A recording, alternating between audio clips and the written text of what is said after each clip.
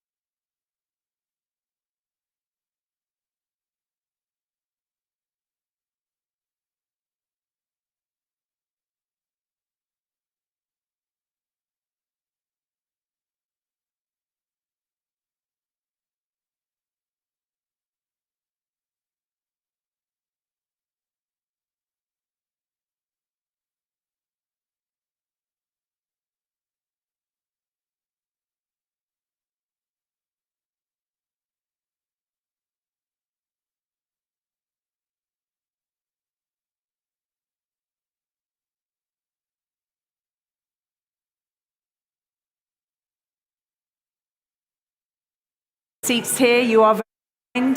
Thank you. Thank you so much. Up 9:17. If you take your seats, and I will wait for the cue. Are you really sure you want to be over there? Do you mind?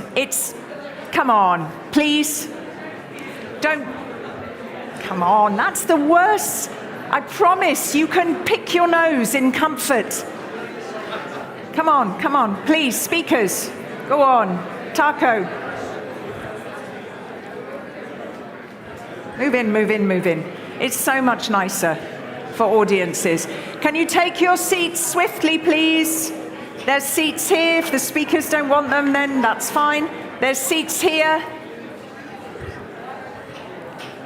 Okay, you might have a better view. Okay. There's some seats here, you will get a better view. No. If anyone's looking for a seat, the ones here are pretty good.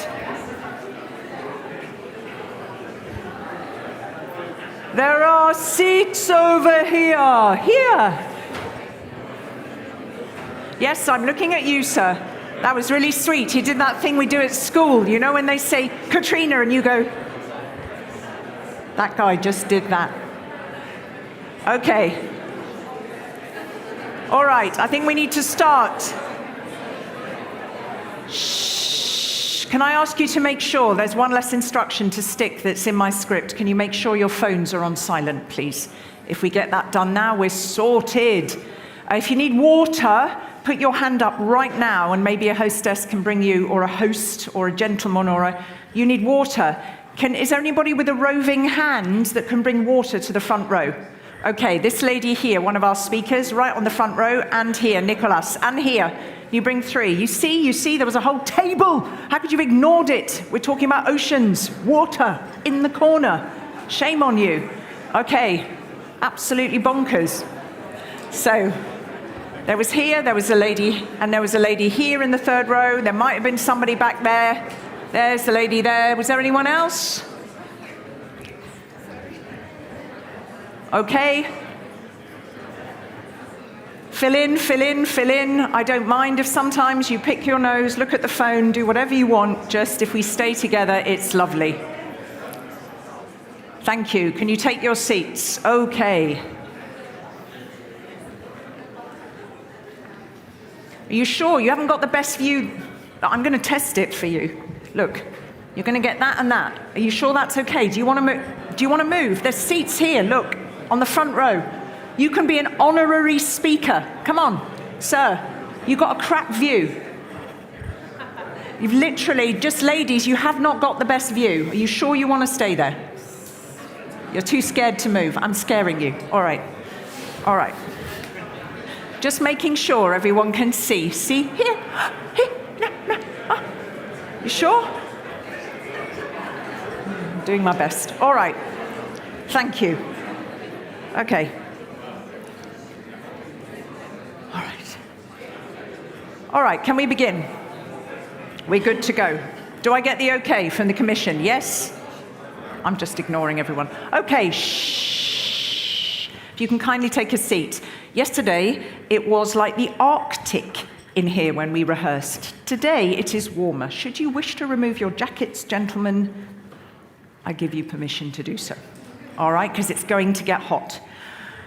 Dear audience, so lovely of you to be here in Brussels, and also those of you who are online. Thank you so very much for joining us. For those who weren't in the room when I just asked, please make sure that your phones are on silent. And also, may I welcome the speakers. Where are you in the room? Hopefully on the front row. Where are the speakers? Raise your hands.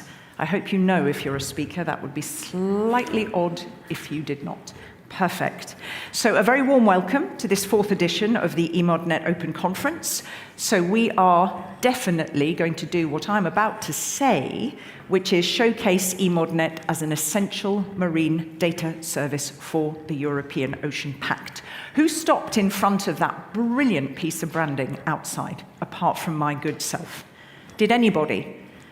If you have not, it's fabulous. You may all know it off heart.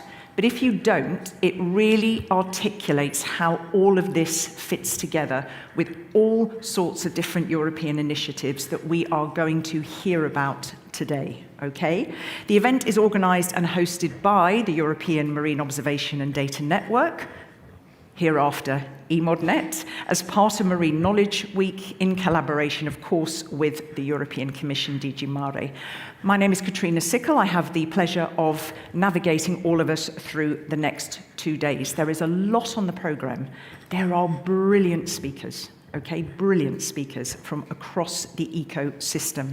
And of course, this event takes place at the right time because we are falling at the midpoint of many EU and global policy frameworks. The EU mission Restore Our Ocean and Waters. We've got the EU Biodiversity Strategy 2030, the UN Decade of Ocean Science for Sustainable Development, and more. And most importantly, what happened in June? What does this fall hot on the heels of? What did the Commission release in June? Hands up. You must know if you're here. Oh, okay, and anything else? Thank you very much. Whew, are you sure you're in the right room? All right. Now, as a core asset of EU marine knowledge, EMODnet, as you know, really genuinely is in a pole position to serve as the marine data backbone of that collective effort. And we're going to hear more about all of that. Of course, it serves the Ocean Observation Initiative. And importantly, for those of you who may be here on Thursday and Friday, EMODnet is the in situ marine data component of the European Digital Twin Ocean. Whew. Okay, I can definitely do a quiz on this with my eyes closed. So we have a hell of a lot of different stakeholders in the room. We've got the Commission, all sorts of diverse DGs. We've got partners, we've got associated partners, we've got wider stakeholders and more, and we are going to hear from all of them. But I would like to know who you are, so let's get set up on Slido. Slido is the tool that we will use not to ask questions throughout the event, so I will also say that to the online audience, but for polls and word clouds. Questions will be with a raised hand in the room, okay? But for polls and word clouds, and they are dotted throughout the event, we will use Slido. So if I can ask you, and if I can ask all of you at home or in your office, if you're working and keeping an eye on this conference, do take a moment to get onto Slido. There it is. So, and that's the first question. What kind of stakeholder are you? If I can see Slido here as well, it would be great, but if not, don't worry. I don't have it on the small screen.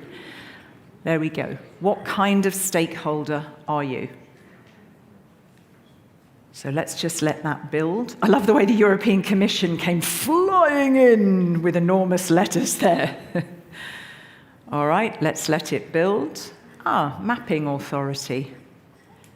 Faculty, Secretariat of EMODnet, Intergovernmental Organization, a non-profit, Hydrographic Office. We're going to hear from the Hydrographic Office in France in one of our panels. Data providee.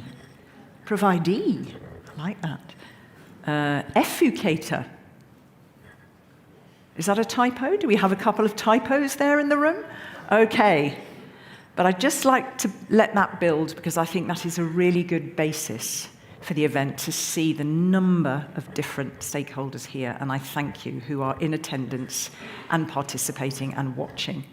So thank you. Oh, we've got splendid typos today. Never seen that. I'm a bit of a typo queen. Scientific Institute. That's a nice one. Okay, public research. Fantastic. JPI Oceans, of course you're here. All right, so let us move on to the second one, just to test that you are able to use a poll. All right, so let's have a look at the next one. We're asking why you are attending this event. It could be for all those reasons, but what might be the most important reason for you? So why are you here? Is it to learn more? Is it the real technical breakouts? Is that what's drawing your interest? Is it just because you think, blimey, EMODnet has achieved so much. This is this point where we're saying, this is what we need now to do even more. Is it because you're not sure about everything it offers and how it works and you want to go a little bit more behind the scenes? Or are you literally just waiting for that vision for 2035? Okay, so I think we have a clear winner there. All right, so I will be transparent. I will do my absolute best to take questions from the floor throughout this event alongside the polls and word clouds for you and the online audience, okay? I have literally terrified these beloved speakers into being as concise as possible for you because there are a lot of them across the day, okay? And concentrating does get hard at a point. It does mean if you have a question, I know we're in Brussels, no soapboxes, a question has a question mark at the end. Okay, keep it really super short and sweet. I think that's all my information, apart from the fact that you can say more, you can be even more vocal online, hashtag EMODnet OC, Open Conference 2025. Done, I'm done. Is everybody good and ready to go? Are we excited? You sound so excited. That's lovely. All right, well, be excited. You're lucky then that the commissioner is not actually here in person. I think you would have been a bit more, if when I asked that question. But I'm now going to ask the technical crew to launch this opening video. It's 8 minutes, so it's a chat. We're going to hear from the European Commissioner for Fisheries and Oceans, Costas Kadis. So, video, please. Thank you. Dear partners, colleagues, participants of the 4th EMODnet Open Conference, I am delighted to open this conference, even if I cannot be physically with you. Since its inception, EMODnet has been a cornerstone of European marine knowledge, breaking down silos, connecting communities, and providing open, free, and quality-controlled data to all. Today, EMODnet stands at the backbone of Europe's marine in situ local data ecosystem, playing a key role in our digital and green transitions and supporting the policies that guide us to a sustainable future. Today, we stand at a defining moment, not just for EMODnet, but for the future of our ocean, our climate, and our shared vision of prosperity across our seas. EMODnet stands as a model of successful implementation of directives such as Inspire and Open Data. It shows what we can achieve together as a union when we share data and knowledge about our European seas and beyond. This 4th EMODnet conference comes at a time of unprecedented momentum. Just this June, the European Commission adopted the European Ocean Pact, a bold call for coordinated, evidence-based action to protect and sustainably manage our oceans. At the heart of the Pact is the Ocean Observation Initiative announced by President von der Leyen at the United Nations Ocean Conference. governance. This is Europe's response to global shifts threatening ocean sustainability and European autonomy.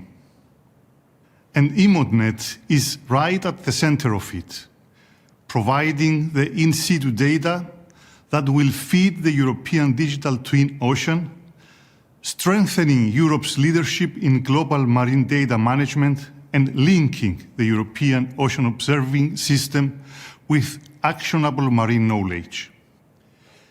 We are also on the cusp of a new era with the launch of EMODnet's Vision 2035, a community-driven roadmap that will shape the network's evolution over the next decade.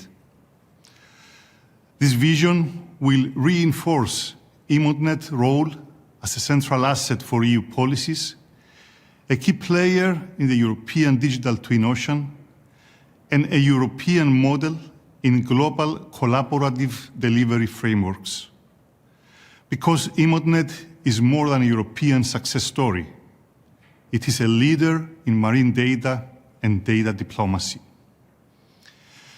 Today's gathering reminds us that the ocean is our greatest ally in the fight against climate change. It is a vital source of food, energy, and livelihoods, and our shared responsibility. The challenges we face, from biodiversity loss to climate change impacts, demand more than action. They demand coordinated, knowledge-driven action. This is exactly what EMODnet enables. As one of Europe's marine knowledge services, EMODnet bridges data with decision-making, connects science with policy, and links today's challenges with tomorrow's solutions. The developing European digital twin ocean is a proof to what we can achieve together. As a learning replica of our marine world, it will help us simulate, predict, and understand the ocean like never before. But its success depends on the quality and availability of data. And that's where EMODnet shines. From our coastal zones to the seabed, from water columns to marine biodiversity, EMODnet provides the essential in situ data that make the digital twin possible. This allows us to develop tailor-made applications for both public and private users. As we strive to make the digital twin fully operational by 2030, EMODnet stands as its local data foundation, ensuring that our digital ocean truly mirrors the reality of our ocean. To our partners, data providers, and users, thank you. Your collaboration, expertise, and commitment have made EMODnet what it is today. But our journey is not yet over. Over the next 2 days, I encourage you to think big. Ask yourselves, how can EMODnet deepen knowledge and bolster marine policy support? How can it refine the value chain from observations to action? How do we prepare for the challenges and opportunities of the next decade? What improvements are necessary? And how can the network grow and integrate better with other European marine knowledge assets? The answers lie in our shared ambition. The Ocean Observation Initiative, the European Digital Twin Ocean, and the continued growth of EMODnet all reflect our shared commitment to a healthier and more resilient ocean. They represent our promise to future generations for wise stewardship of marine resources, for biodiversity protection, and for harnessing the full potential of a sustainable blue economy. So let this conference inspire you to innovate, to collaborate, and to act. Let's set EMODnet on a course that reflects the urgency of our times and the ambition of our goals. Together, we can transform data into decisions, knowledge into action, and vision into reality. Thank you for being part of this community, for being part of EMODnet, and for your unwavering dedication to our ocean. Let the fourth EMODnet Open Conference begin.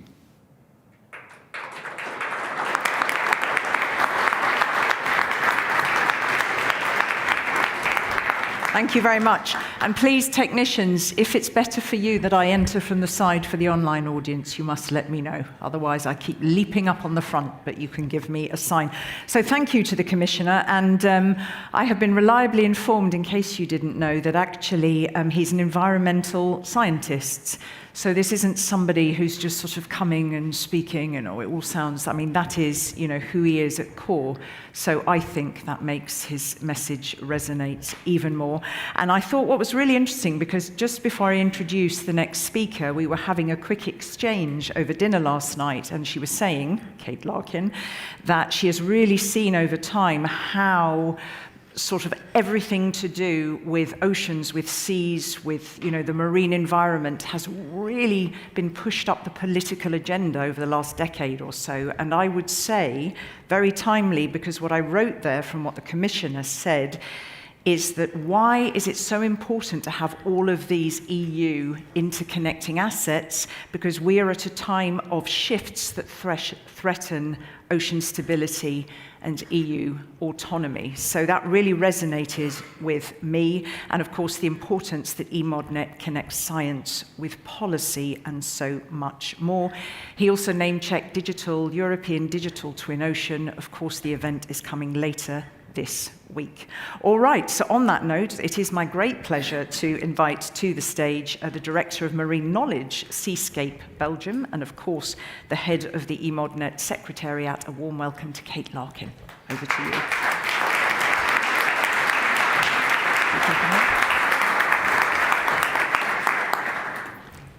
Thank you very much, Kat. Distinguished guests, EMODnet partners and associated partners, wider experts and stakeholders. It is my great pleasure to welcome you all on behalf of EMODnet to our Open Conference 2025 in what is set to be a landmark week for marine knowledge. 2 years ago, we gathered here in Brussels for the third Open Conference. This celebrated the huge achievement of a unified EMODnet, the European Union's in situ marine data service. And it was a game changer for the user. The period between 2023 and now has seen an unprecedented increase in users of the EMODnet portal, with more than 160,000 unique visitors in 2024 alone. Today, EMODnet is a trusted and authoritative public service. It is an EU reference for in situ marine data, and it is a success story for transnational open data sharing. It is not only open and free, but built on open source solutions, serving also as a knowledge base, sharing data flows, methodologies, and code to boost the use and capacity building. And underpinning its service is a drive for maximum interoperability, so that data, metadata, and services can work together, seamlessly connecting across parameters and domains to provide society with the integrated marine knowledge it needs. EMODnet is not only a digital asset, it is a network of experts, and many of you are here today. Our community currently consists of 133 partner organizations across 33 nations, including 21 EU member states. Together, we, the EMODnet community, are the authority of in situ marine and coastal data in Europe. And this is thanks to our very strong network. National oceanographic data centers, national geological surveys, national hydrographic organizations, as well as research performing organizations, national agencies, and the private sector. Together, we power the EMODnet service, which provides a world-class offer. 68 parameters from the ocean and coastal environment and human activities at sea. From the coast to the open ocean and from the surface to the seafloor. This diverse offer is delivered in over 2,000 quality-controlled and standardized data layers and data products, all harmonized at European sea level scale and beyond. Despite these achievements, EMODnet is not done. Maintaining and delivering an operational marine data service in a business-as-usual scenario is already a continuous and human resource-intensive process. And whilst this is a solid basis, it is now crucial that EMODnet continues to evolve and scale in the coming years to ensure it remains fit for use. And here's why. 2025, as the Commissioner mentioned, saw an unprecedented momentum for the ocean, not least in terms of EU policy. In June 2025, the European Commission released the European Ocean Pact, a comprehensive strategy and framework for all EU ocean-related policy. This is an ambitious strategy in itself, and it brings many ambitious policies together, including the launch of the EU Ocean Observation Initiative that will further operationalise the marine knowledge value chain. EMODnet is delighted to see the progress of this important initiative. And EMODnet already provides the backbone of Europe's in-situ ocean observation data ecosystem. We note the opportunity now and the urgency to secure, strengthen and scale EMODnet going forward so that all relevant in-situ data can seamlessly be integrated into EMODnet and so that EMODnet can maximise its offer as the in-situ component of the European digital twin. Also in 2025, the EC released a water resilience strategy, connecting the full hydrological cycle from source to sink. And at an international level, 2025 saw the ratification of the Global High Seas Treaty on Biodiversity Beyond National Jurisdiction, or BBNJ. And as we've heard, 2025 also marks the midpoint of many different policies and policy frameworks, including the UN Decade of Ocean Science for Sustainable Development, the UN 2030 Agenda, and its 17 Sustainable Development Goals, and the European Mission Restore Our Ocean and Waters. EU member states and wider stakeholders require trusted, interoperable, and actionable marine data as the foundation to support successful implementation of all of these policies. This is where EMODnet excels.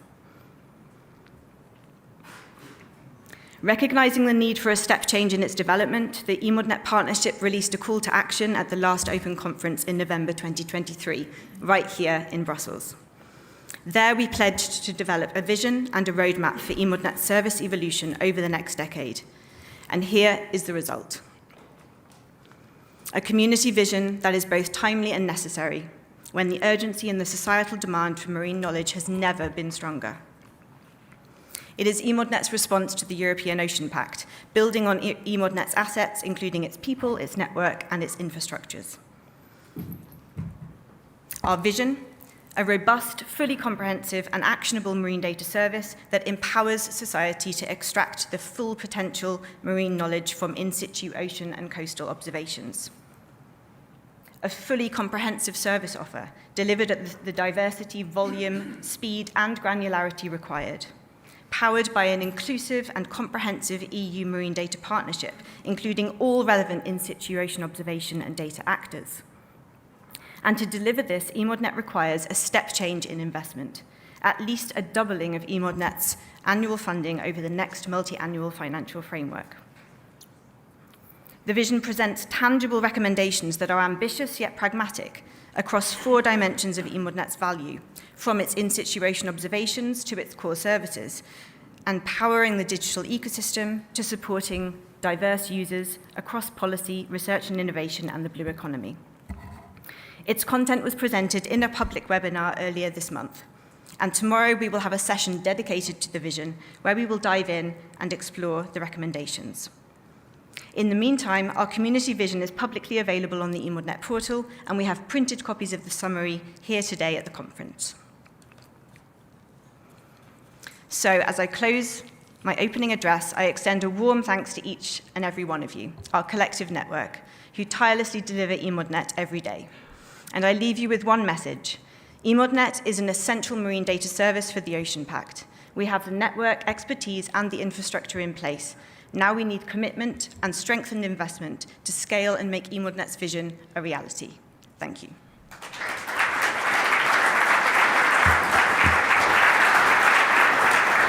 It's like, thank you. You're such a lovely speaker. I'm like this kind of slightly headless chicken, and you're this person reading a beautiful sort of bedtime story, but with great sort of warmth and intention. And I scribbled here again, because we'll talk about more of it tomorrow, because you're going to talk about the vision. And you said, and I quote, and I think it's really important, this is an intense process, also in terms of human resources. You said there right at the end, all of your colleagues tirelessly, that was your word, deliver, hence asking for a doubling of investment. Just one quick one before you leave. What for you, for these good people here and those who are with us online, does a successful event look like? What do you want people to think, do, share, feel differently after the end of tomorrow than before they got here? Two quick things then, Kat. The first is about the people, the partnership, the connections we make. Here in the room we have so many amazing partners, but we also have new stakeholders. So I invite everybody to connect across to people that you don't yet know, so that we leave this conference with new networks, new partnerships, and ready to scale. Who's new in the room? Can we find out? Can you raise your hand? Obviously we don't know online, but are there newbies in the room? Is that why you asked for water? You knew. Anybody else who's new in the room, who is learning a lot by coming today? You, sir, and here. Okay, and you. So there's a few, and also at the back in a pocket there. Okay, sorry to interrupt you, right? Not at all. And the second thing is about the vision. We heard the Commissioner say, think big at this conference, and I would love people to go away feeling empowered to take the vision, share it with their national authorities, their ministries, their partners, their organisations and wider stakeholders, so that we can really make this a reality. Absolutely. Yeah. Thank you. Thank you. Coming back tomorrow and around all day. Go and speak to Kate. She knows everything, literally. Warm applause. Thank you so much. All right. Okay, so just to end this kind of big picture stuff, before we dive into the first of our plenary panels, which is headlined by a speaker from the European Commission, let's just enjoy a short video that kind of puts a lot of those points together. It really exemplifies how and why EMODnet is this essential marine data service for the European Ocean Pact. So can we play the video, please? Thank you. In June 2025, the European Commission launched the European Ocean Pact, an ambitious and comprehensive strategy for our ocean. The ambitions are quite big in the Pact, quite important for the management of the ocean, for the blue economy, for the health of the ocean. And EMODnet can play a very important role in the fulfillment of the Ocean Pact. We are the European Union's in situ marine data service, delivered by a unique network of experts across EU member states and beyond. Collectively, we assemble and standardise high-value data sets from the in situ ocean observing community, producing harmonised data products and actionable knowledge on our ocean and coast. More than 160,000 visitors use our services each year, and our user base continues to grow. So let's see how EMODnet's marine knowledge is already supporting the Ocean Pact's strategic priorities. We need a lot of data on many different things, and we need that data to be of high quality. And that's very important because it's with this data that we can understand the different interactions at sea, and that we can devise the best possible measures, the best possible, most cost-effective actions. EMODnet offers a huge range of marine environmental data and data products which support EU member states to assess good environmental status and ocean health in their waters and across EU regional seas. EMODnet's data offer spans the marine environment and human activities at sea, providing knowledge from marine litter to seabed habitat maps, and from coastal vulnerability maps to maritime spatial plans. And we have the experts and the infrastructure to scale up our service to support the Nature Restoration Law and EU obligations for the BBNJ High Seas Treaty. Integrated marine knowledge and data has never been easier to access. And at EMODnet, this is what we deliver. EMODnet data and data products can help coastal communities, ports and maritime businesses with the foundational marine knowledge they need to reduce costs, risk and uncertainty, and to drive innovation. The more data we have, the more effective our modelling capabilities are, the more accurate our answers are, the happier our clients are.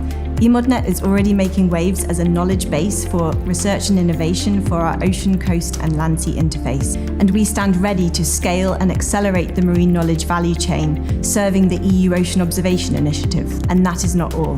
EMODnet is the official in situ data component of the European digital twin of the ocean. This means that the entire EMODnet data offer is available on the cloud and can be used for ocean prediction, fostering innovation, and creating new knowledge for society.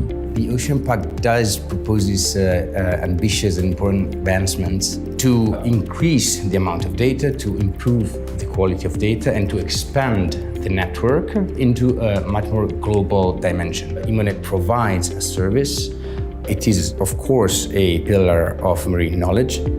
We have the digital services, the infrastructure and the expert community in place, and we are poised to consolidate, strengthen and scale to serve the Ocean Pact for the next decade and beyond.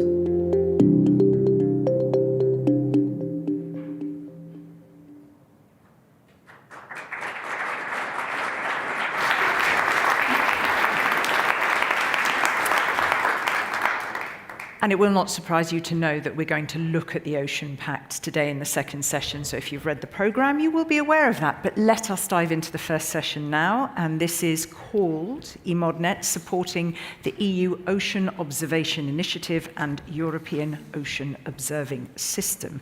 Now, we have a lot of speakers in this panel, but first of all, we have a headline speaker. His name is Nicolas Segebarth, and he is from DG Research and Innovation. And please, join. Maybe lose the lanyard? What do you think? Just for photos? I'm so picky and annoying. But you were the one that said to me, he said to me at the beginning, because he knows me, Katrina, bossy, you? So he knows that that's what I was going to ask. Here we go.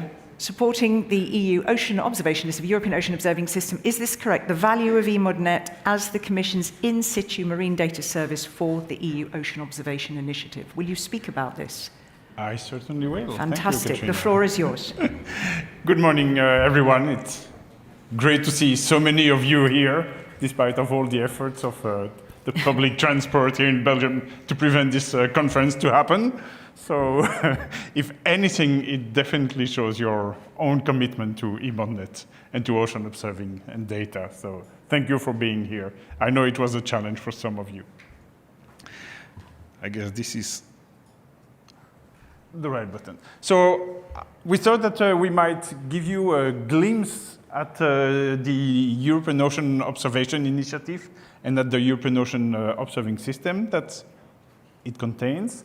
And I say a glimpse not only because Katrina would kick me out of the stage if I go in further detail, but because it is in the making. We have 6 months to come up with the initiative, and we will need the contribution from all of you to develop it. So what I'm going to present you is the ideas that we have now today, but it's work in the making. So if you were in a parallel universe and never heard about the Ocean Pact until today, now you know. And you know also that the Ocean Pact contains, as one of its main deliverables, a new European Ocean Observing Initiative. An initiative which was also referred to by President von der Leyen at the UN Ocean Conference in Nice. And she referred to it, connecting it to the digital twin of the ocean. So the digital twin of the ocean, we already heard it several times this morning, is about delivering actionable knowledge. That's it. I can hear the noise from the mic. Sorry. Go for it. Sorry. And I will move on the left because otherwise... It's grabbing on your shirt, that's all. No worries. Okay. That's fine. Thank you. Sorry. So, no problem. So it's about delivering actionable knowledge for research and innovation, for climate forecast, for warning, early warning system, for security and defense, marine conservation, sustainable blue economy, and so forth. But it's also about delivering the appropriate information for the implementation of EU or national legislation, just to name a few, the Marine Spatial Planning Directive, the Marine Strategic Framework Directive, the Fisheries Policy, etc. Now, we all know that as fancy as it looks, the EU DTO is only the top of the iceberg. And that has been very clear to us since the very beginning. it relies on an entire marine knowledge value chain. And if you look at the iceberg, and if its base was supposed to be proportional to the resources that it needs, the base, the ocean observing, and the data that it produces is definitely the most costly. So that is why I don't know what I'm doing with that. You were fine here. It was merely because it was touching your shirt. You were absolutely fine. Okay. Anyway, I prefer to move, so it's even better. So that is why we managed to have in the Ocean Pact this new European Ocean Observing Initiative. And I'm going to be very, very clear with you. This is a unique opportunity for us in the Commission, but for all the community, to make a real change in the fields. The Ocean Observing Initiative has raised interest in the highest level of the European Commission, up to President von der Leyen. In 20 years of career in the Commission, I never had to deal with the cabinet. And now we have to deal, not daily, but almost. So it puts pressure on us, of course, in DG Research, DG Mare, DG Defis, DG Impact, DG Environment, all the DGs that are busy with that initiative. But we will certainly need the engagement of all of you to be able to deliver on the Ocean Observing Initiative. So the way we are thinking it at the moment is an initiative which is based on 3 pillars. The first pillar is really the foundational pillar, which contains research and innovation, the development of observing technologies, a support to the market. We need to have a European market of observing technologies. It's about the management of these marine assets that we have, Copernicus, EMODnet, Wise Marine, etc. It's about their evolution to make sure that they can take up all the recent developments in technologies, notably in AI, and it's about the operationalization of the EU DTO by 2030, and you heard that already this morning. It is strongly connected with another initiative which is starting now, which is a research and innovation strategy for the ocean, for which there will be a workshop to start the discussion in December. The second pillar is about governance and networks. Governance and networks within Europe and at the international stage. At the international stage, we would like Europe to take a much bigger weight than it has today. We made some calculation, or Zoe made some calculation of the weight of Europe in the global ocean observing system, and it's 25%. Is that enough if we want to be autonomous? No, it's not, especially in a situation where we see that there is a disengagement of the major player in the field. And then it's about governance and networks within the EU. We would like to have a better governance of ocean observing, which is today completely fragmented between policies, between ministers, between commission services, between sectors, etc. And you know that because you have been working in EMODnet for years. And then the third pillar is about connecting. It's about connecting society with the ocean, very much in line with the mission Restore Ocean and Waters.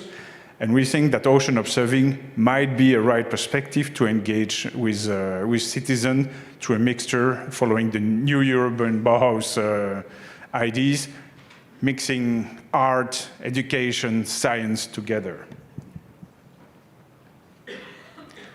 So just a word about the Europe Ocean Observing System that I mentioned. We need some definition.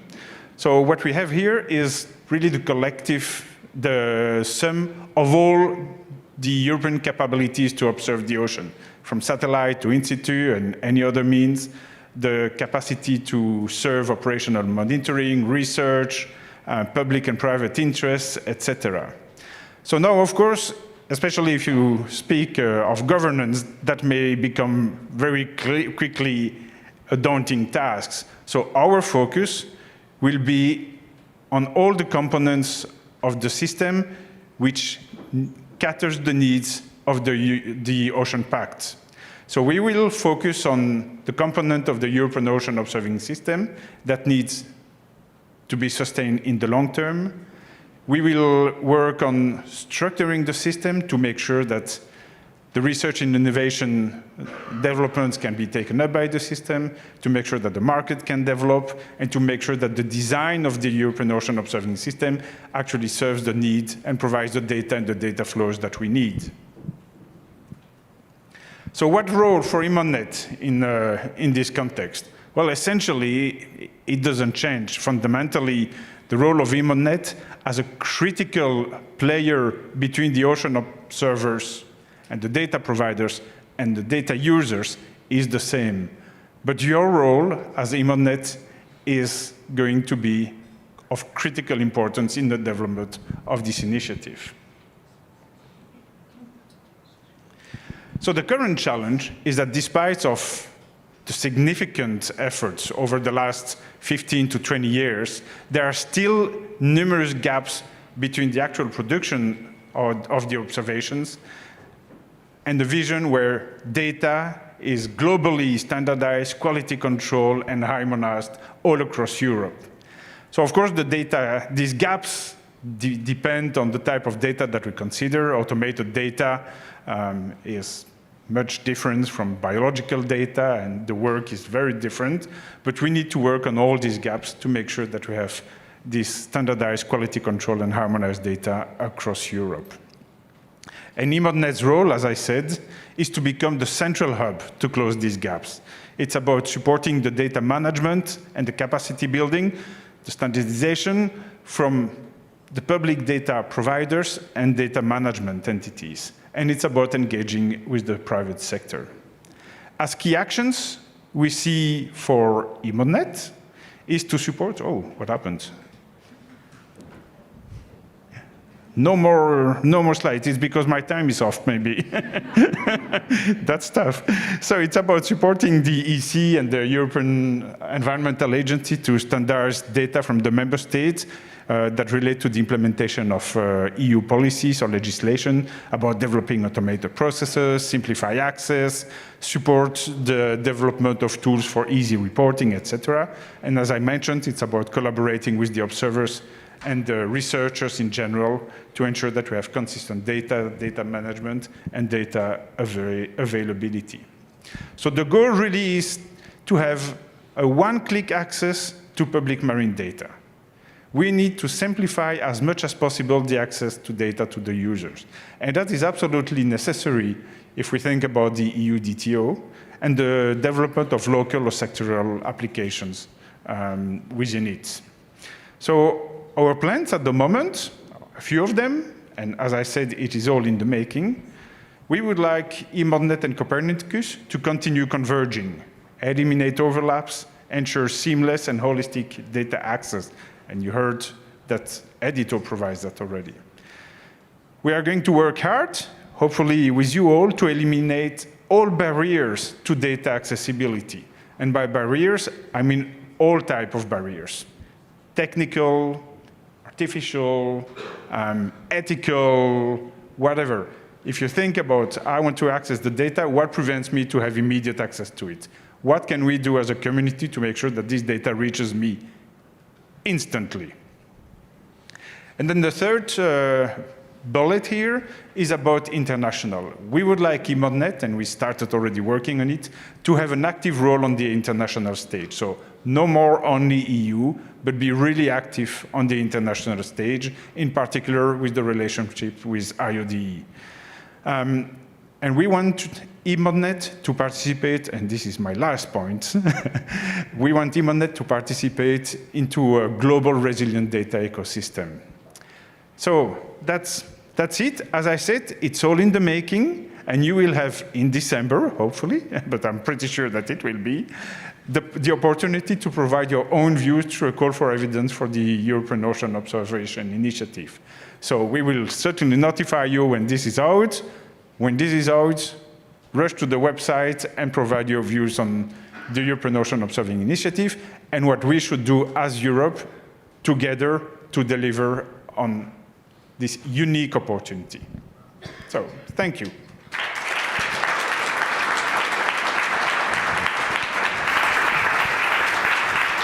Three minutes. Apologies for the interruption. If it wasn't me, it would have been those guys with the shirt. They're very sensitive. I would have loads of questions. I will not ask them now because I don't want to be too much later with the first panelist. But are you around today, part of today, all of today? All day, tomorrow, after tomorrow. I'm going to sleep here, in this room. I actually thought you were going to sing there all day. He is around all day, so you can go and speak with this fine gentleman. Thank you, but super clear, really, and very helpful, actually, very helpful. Warm thanks to our first speaker there. There we go. All right, so what is our next discussion about? Well, of course, it's picking up on that. You see it here, transforming in situ ocean observations into fair data, findable, accessible, reusable, and interoperable, and data products for society. And we are going to look at EMODnet partnership's key role in this, with other actors, providing a public service to assemble it, to standardize it, and to transform that in situ data. We heard there about the importance of plugging the gaps, of standardization, of harmonization, and of making sure the data is of high quality. So the speakers will unpack where are the needs, where are the opportunities, where are the challenges. Yes, we may be kind of at heart focusing on the EU, but of course, as you heard there from our first speaker, this has to fit into the global context and into global ocean data gathering activities, including the International Oceanographic Data and Information Exchange, the IODE, Unesco's program. All right, so that's the starting point. If you will allow me, dear speakers, let me read all of your names out first and then come to the stage, otherwise no one can hear if they start clapping. And the first name I read out, and this is easy for you, will sit furthest from me and go from there. All right, so we have with us on this panel from the French Institute for Ocean Science, Ifremer, we have Lucien Coquempot, such a fabulous name, Coquempot. We also have from the Voice of the Ocean Foundation, more on that in a moment, in Sweden, Callum Rollo. From Shom, the Naval Hydrographic and Oceanographic Service in France, we have Adeline Souf. We have from the Geological Survey of Finland, GTK Anu Kaskela. From the National Institute of Oceanography and Applied Geophysics, so that's OGS, in Italy, Alessandra Giorgetti, so forgive me if I mispronounce that, and from the Royal Dutch Institute for Sea Research, so that's NIOZ, we have Taco de Bruin. And on that note, please come to the stage, and now you may applaud these speakers. Thank you so much. And sit.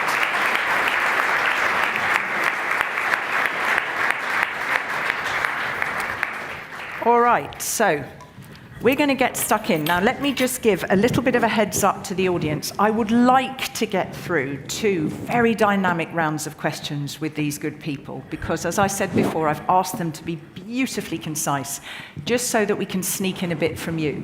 But there is a recorded video from a further speaker coming in, all right? So please be patient. I will do my very, very best.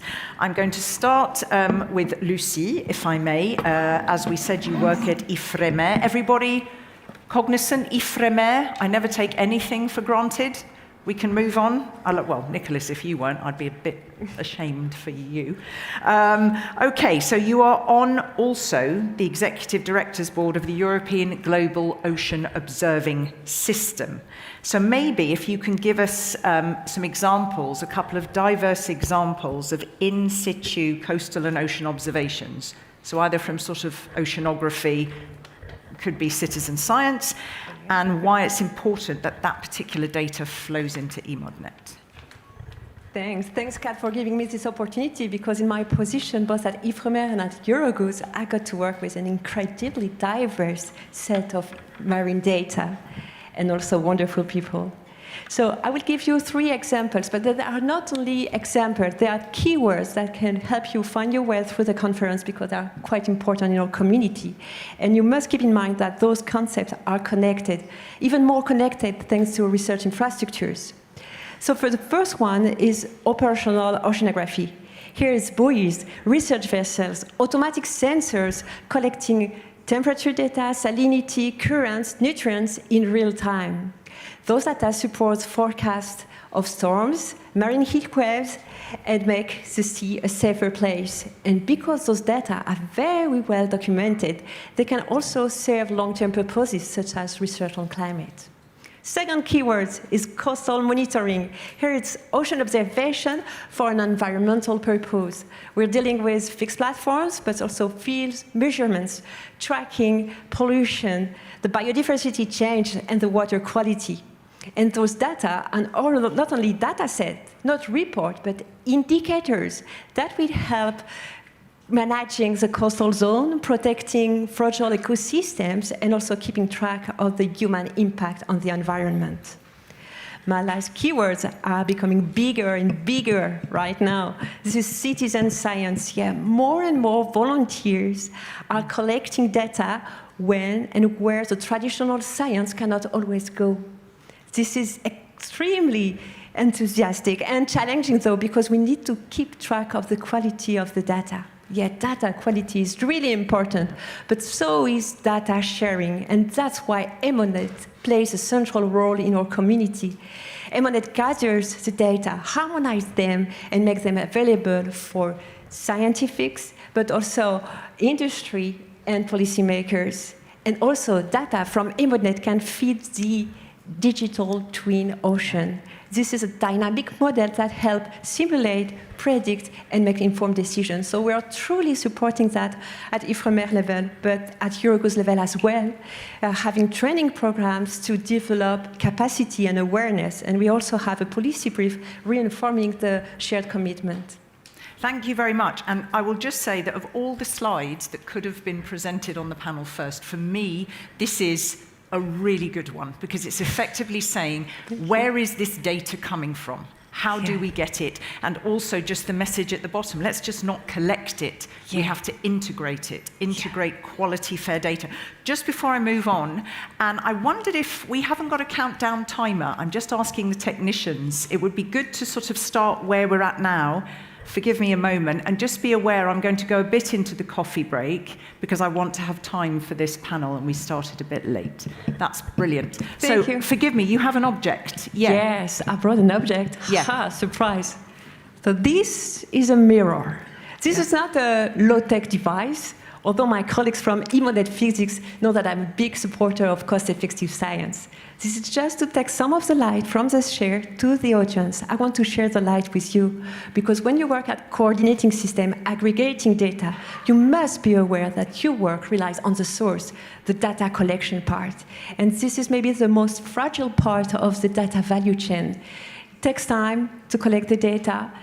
Sometimes funding opportunity, that goes for innovation, not to maintain system. And from a personal point of view, sometimes it's more efficient for your career to choose the valorization of the data rather to choose the design of a system. And even for countries, in times where threats are everywhere, to choose to invest in a collective open source databases, this is a very courageous move. So thank you, and the light is for you. Thank you. I like that. A lot of thought gone into that. Thank you. Thank you.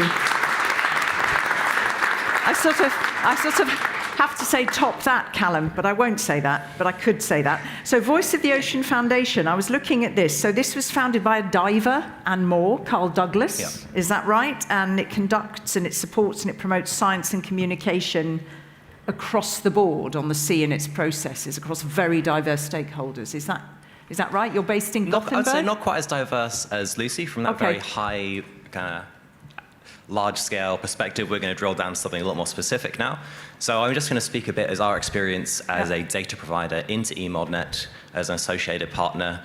So the Voice of the Ocean Foundation, we're a non-profit organization based out of Gothenburg in Sweden. The Baltic is very much our backyard. And we operate a fleet of autonomous surface and subsurface platforms. You can see some of our gliders behind me. I did want to bring one as a prop, but it wouldn't fit into my hand luggage. My apologies, Kat.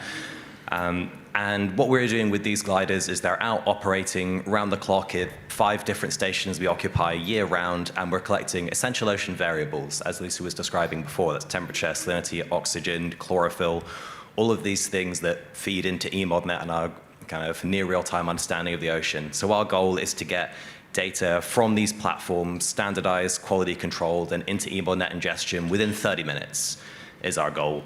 And setting up this data flow was really only possible with a lot of help from the EMODnet ingestion team. For us, that's particularly Patrick Orange and Antonio Novellino, who helped us set this up and kind of maintain this system. And this really helps us kind of achieve our core values of open data, also using open source software in all of our processes, and trying to build open standards for data and platforms, which I'm going to talk a bit more about later.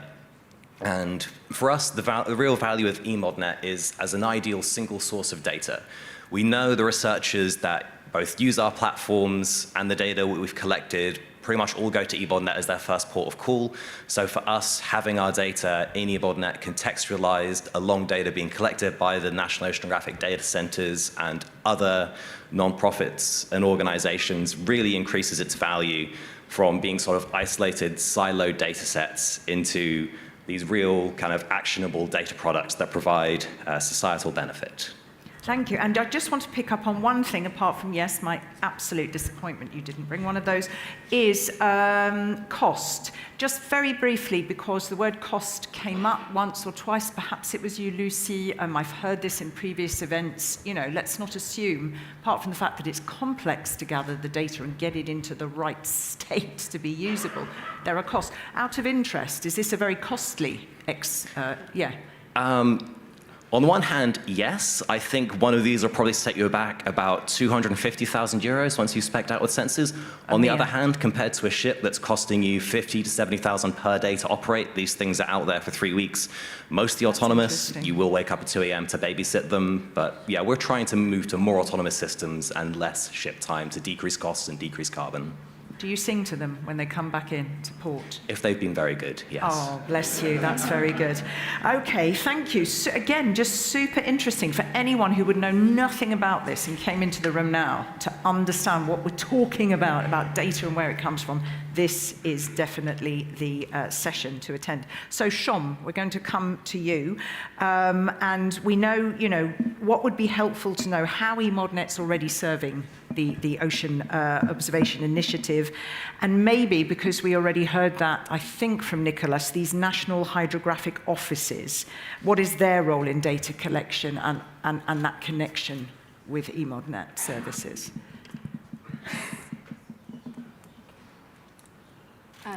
Thank you. Yeah, it's working. Very happy to be here, and thank you. So EMODnet is already providing a solution to coordinate, streamline, and harmonize high-value ocean observation datasets from the different EU member states and other states as well. EMODnet bathymetry, in particular, is fed by the national hydrographic offices, but also Oceanographic Centre, different marine institutes, and private partners.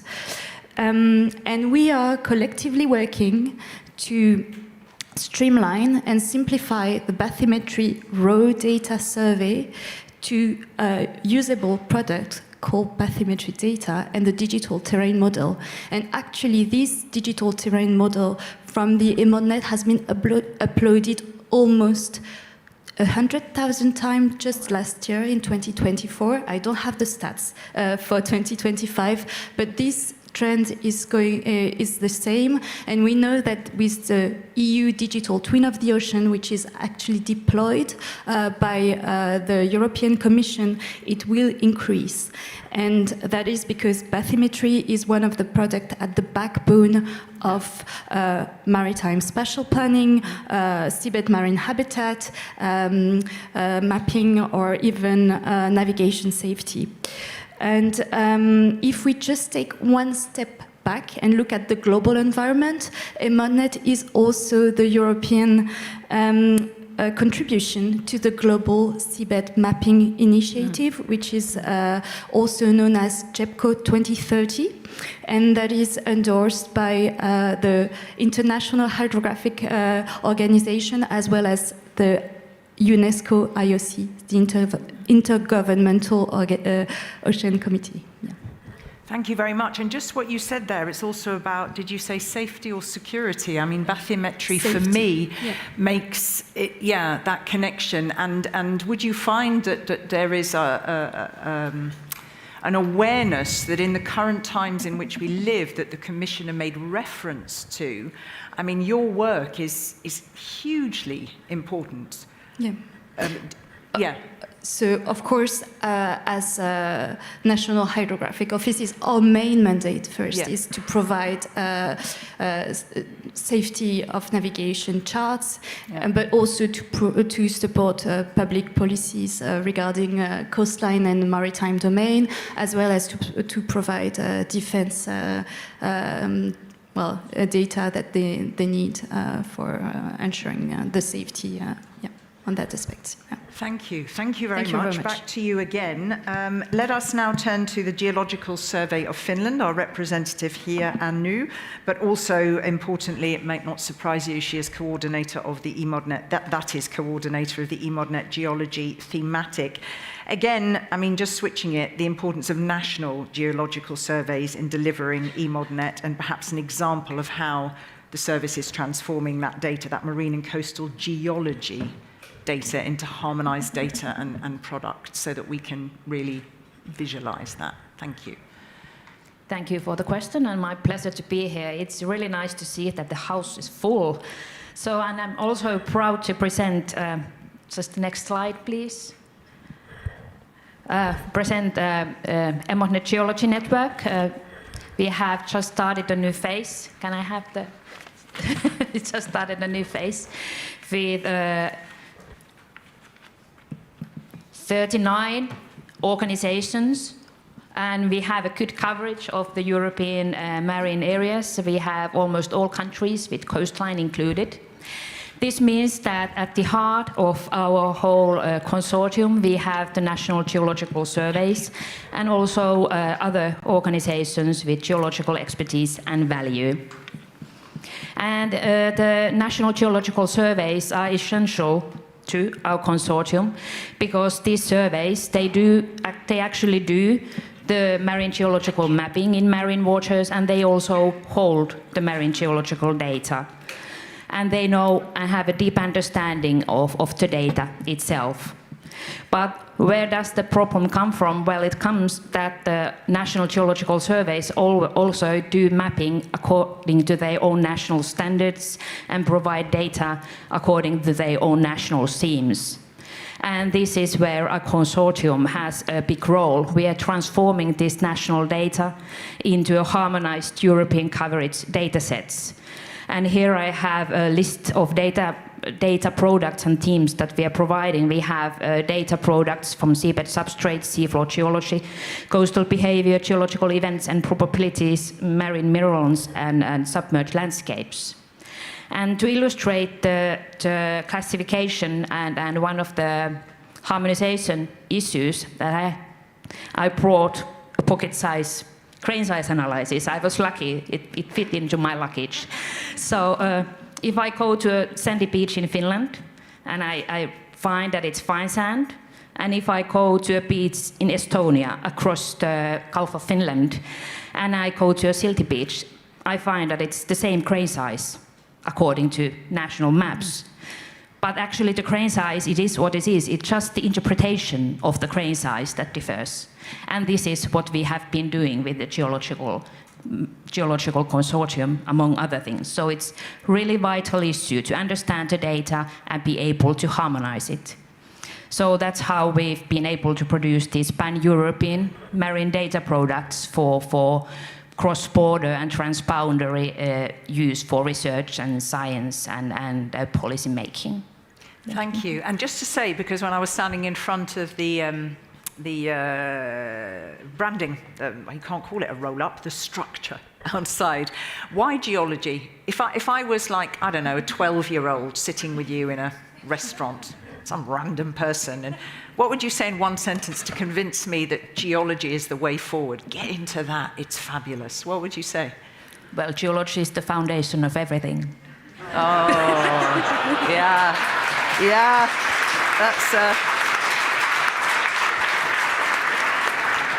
I feel that person would have stars in their eyes after that, absolutely. Okay, and now we're moving on to chemistry. I'm so sorry. There you go. So, Alessandra, so your organisation coordinator for EMODnet's chemistry thematic, and your institute at OGS is the National Oceanographic Data Centre for Italy. So again, how does EMODnet's expert network curate this in situ ocean chemistry data and produce those data products at European scale? And why are centres like yours so important in terms of enabling this? Yes. Okay, so despite of my voice, that is not helping me today, I will try to explain you the vital role that has that is doing the NIOZ, National Oceanographic Data Center, to keep the historical records of measurements taken at sea over decades. So the NIOZ had to follow a significant technological innovation which took place along the years. So we started with the first marine data archives which were stored on physical media, and then thanks to the transformation that we all have seen, in 2002 we have joined the IODE network, but then what made really the difference was SeaDataNet that started in 2006 and that really tried to transform the way we are sharing data.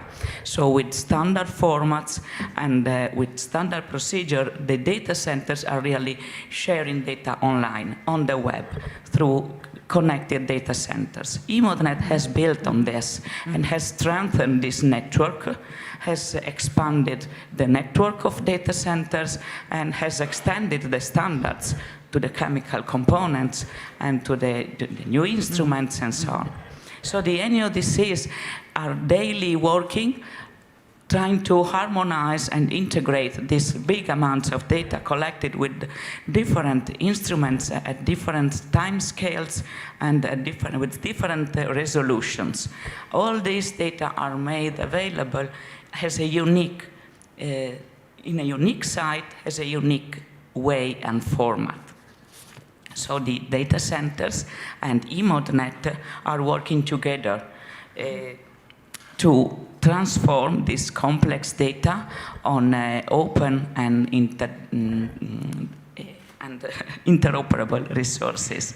So a lot has been done along the years, but still we need to strengthen the investment to empower this technological innovation and help the data centers to reduce the burden of data and metadata formatting. So we still have merging and using all these data, but we have to look at the basis of what are the activities of the data centers. Okay, thank you very much. And what would make your job easier if one thing could change? What would improve in terms of the data gathering? Just very briefly, yeah. what would you like to see? We are sharing tools, yeah. Programs to format the data, to share the vocabularies, and so all these tools needs to be improved, needs to be up to date with the AI technologies and all the technology that we have in place at this moment. Yeah. And just as you said that, behind you, AI or something just, you may not have seen it, sort of exploded the screen. Then you're back. Thank you very much. I'm turning now to Taco, Royal Netherlands Institute for Sea Research. So that's an EMODnet partner. What is its role in EMODnet? And particularly, perhaps you can give us a bit of an insight into marine data management landscape in the Netherlands. What's going on there? Thank you. With your permission, I'd like to draw it a little bit broader. We were asked to bring objects. I brought these 3 objects to compensate for Callum's cabin language problem. These are kitchen utensils. They are something we all use daily, with the emphasis on the word use. Now, we're all data professionals in this room. We all work day in, day out to make data available, to make data fair. And the goal of fair is to have the data be reusable. but there is no guarantee that the data are really being reused. With EMODnet, there is this guarantee. Data are reused, all of our data are being reused to produce data products. And the nice thing is, these data products are also used and reused. And a nice example, and there are many more examples, Nicolas gave some examples already in the previous presentation, and in the video before that there were also some examples, but I just like this particular example. And that is the EMODnet chemistry has an MOU, a Memorandum of Understanding, with the European Environment Agency to deliver a set of data products, and these data products are used by the EEA to develop a series of what are they called? Science-based policies, which then in turn go to the member states, and this nicely closes the European data usage cycle, and my answer. Nice, very nice. Again, very good. I feel we should get the audience to vote on who brought the best PowerPoint slide or object. Thank you very much. I'm going to hold that thought there because in the interest of time, first of all, let's do a Slido poll, if we may, just to check that you are with us and haven't disappeared to... Who has gone on their phone to shop for Christmas gifts, festive end-of-year season gifts? Nobody. This is a good sign. Okay, so stay on your phone, please. And let's have a look. Over the next 5 years, what do you think is most needed to best position EMODnet to help achieve the ambitions of the EU? That's very funny. Who put that? Is it somebody in the room? Everybody in the room. Yep, fair point. There's nothing else now, just money. No? Okay. Ah, more money. Data actually ending up in EMODnet. Use the data. Capacity. Okay, standardization, yep. Cannot underestimate the importance of standardization in this time. Collaboration with the private sector. Yeah, standardized data quality protocols for models, governance. Ah, the granularity of the data. Thank you for that.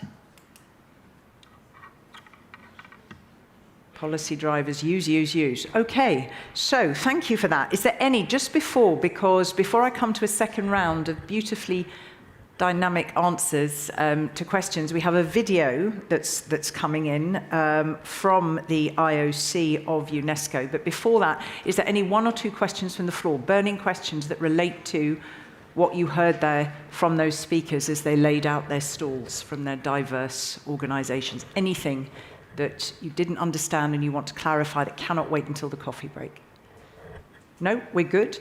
So this is a little bit of a missing piece of the puzzle. We're going to hear now from Joanna Post, the Intergovernmental Oceanographic Commission of UNESCO, and she has got a message for us. So let's play the video, please. Dear colleagues, thank you for inviting me to say a few words to set the international stage in this opening session of the EMODnet conference, and apologies that I cannot be there in person. Recently, the High-Level Panel for Sustainable Ocean Economy in their 2025 Annual Leaders Communique stated that the foundation of sustainable ocean planning is robust, accessible, and well-distributed ocean data. Ocean data are essential, both for optimizing economic opportunities and tackling the threats to the ocean and to life, health, and livelihoods. As the EMODnet vision identifies, we need to collect, curate, connect, and create, and we need to do it in an interoperable, federated manner. The Intergovernmental Oceanographic Commission of IOC of UNESCO is uniquely placed, through its statutes, to support the decision-making processes of member states. The IOC is the lead sponsor of the Global Ocean Observing System, GOOSE, as well as the host of the International Oceanographic Data and Information Exchange, IODE, The former is there to collect data by leading the specification and collection of essential ocean variables through observing networks and observing communities, and the latter is there to facilitate the exchange of oceanographic data and information through national and regional ocean data information systems. Both are funded by and must be coordinated with member states. Furthermore, the IOC hosts the Decade Coordination Office for Ocean Data Sharing, which is coordinating the proper management and availability of data and information from a wider group of stakeholders working on projects and programs endorsed by the UN Ocean Decade. The UN has the mandate and legitimacy to provide a widely accepted and adopted platform for global ocean observing and ocean data exchange. However, the UN relies on member states to implement these systems. GOOS is subcritical and relying strongly on one country for 55% of global ocean observing. IODE facilitates global data exchange between IOC member states via their national oceanographic data centres and other associated national ocean data providers. Some progress has been made towards an ocean data exchange platform through the IOC Ocean Data Information System. However, results of a health check in 2025 show that NODCs need stronger support and assistance, particularly in the global south. Europe is a vital partner for solutions to support a more equitable sharing of investment in ocean observing and providing the support to data collection and interoperable data exchange, including as part of the Ocean Pact. GOOS and IODE can provide the framework, standards and guidance for the global system, such as metadata passports for EOB quality data, and we hope in the near future an IOC Fair Data Charter.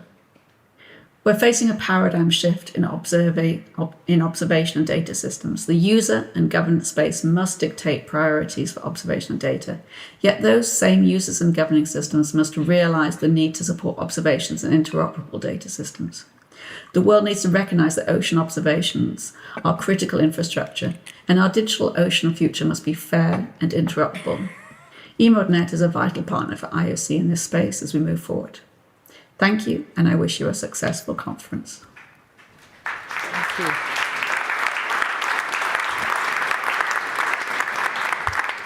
Before I move on, any comments there? Anybody have a comment or want to speak to that? No? You're good? I've terrified you, haven't I? You're just saving all of your seconds for this second round of questions. All right, so we're gonna look to the future. We're going to look at how EMODnet can further serve, well, the member states. We heard there the importance of all of this connectivity, the EU Ocean Observation Initiative, but also within the context of global activities, global efforts, and what EMODnet needs to do this. So just really honing in and picking up on what we heard from Nicolas, why is, Lucy, a sustained, these are important words. Why is a sustained and an integrated European in situ ocean observing system so important for this initiative? And what do you see that member states are doing towards that effort to ensure that? Good question. This integrated, sustainable European in situ ocean observing system is essential for EU Ocean Observation Initiative. Could you imagine?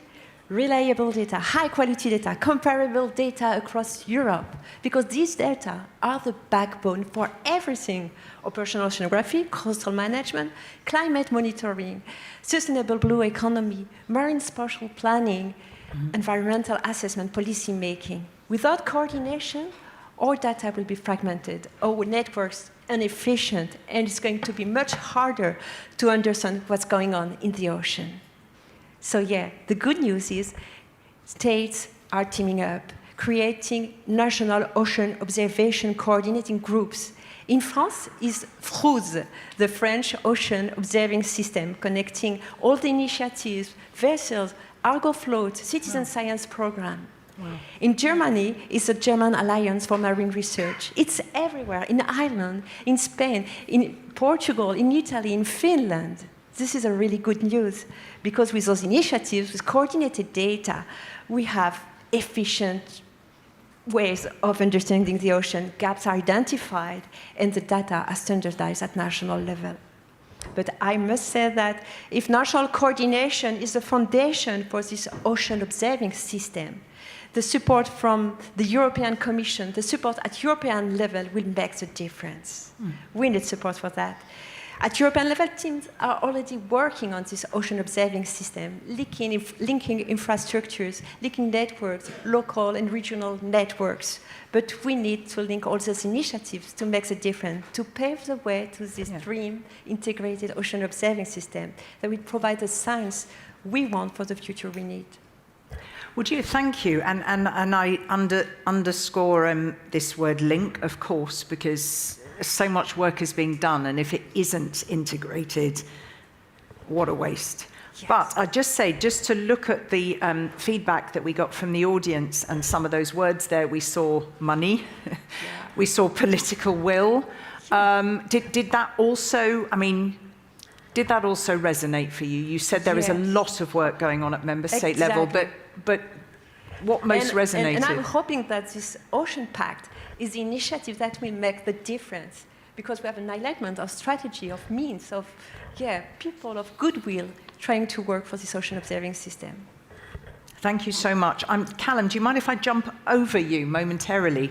Not physically, but just in terms of a question, and then I will come to you if I may. And I'm going to turn to Adeline if I could. And again, we are just trying to, right in this opening panel, with all of this still quite big picture stuff, really drill down into how EMODnet sits with all of these different actors. And here I'm asking, what do you think that the service could do to better serve or continue to well serve EU member states? The initiative, which we heard about at the start of this panel, and picking up on that comment there on the global efforts that are happening. What is its unique selling point to do that? How does it do all that?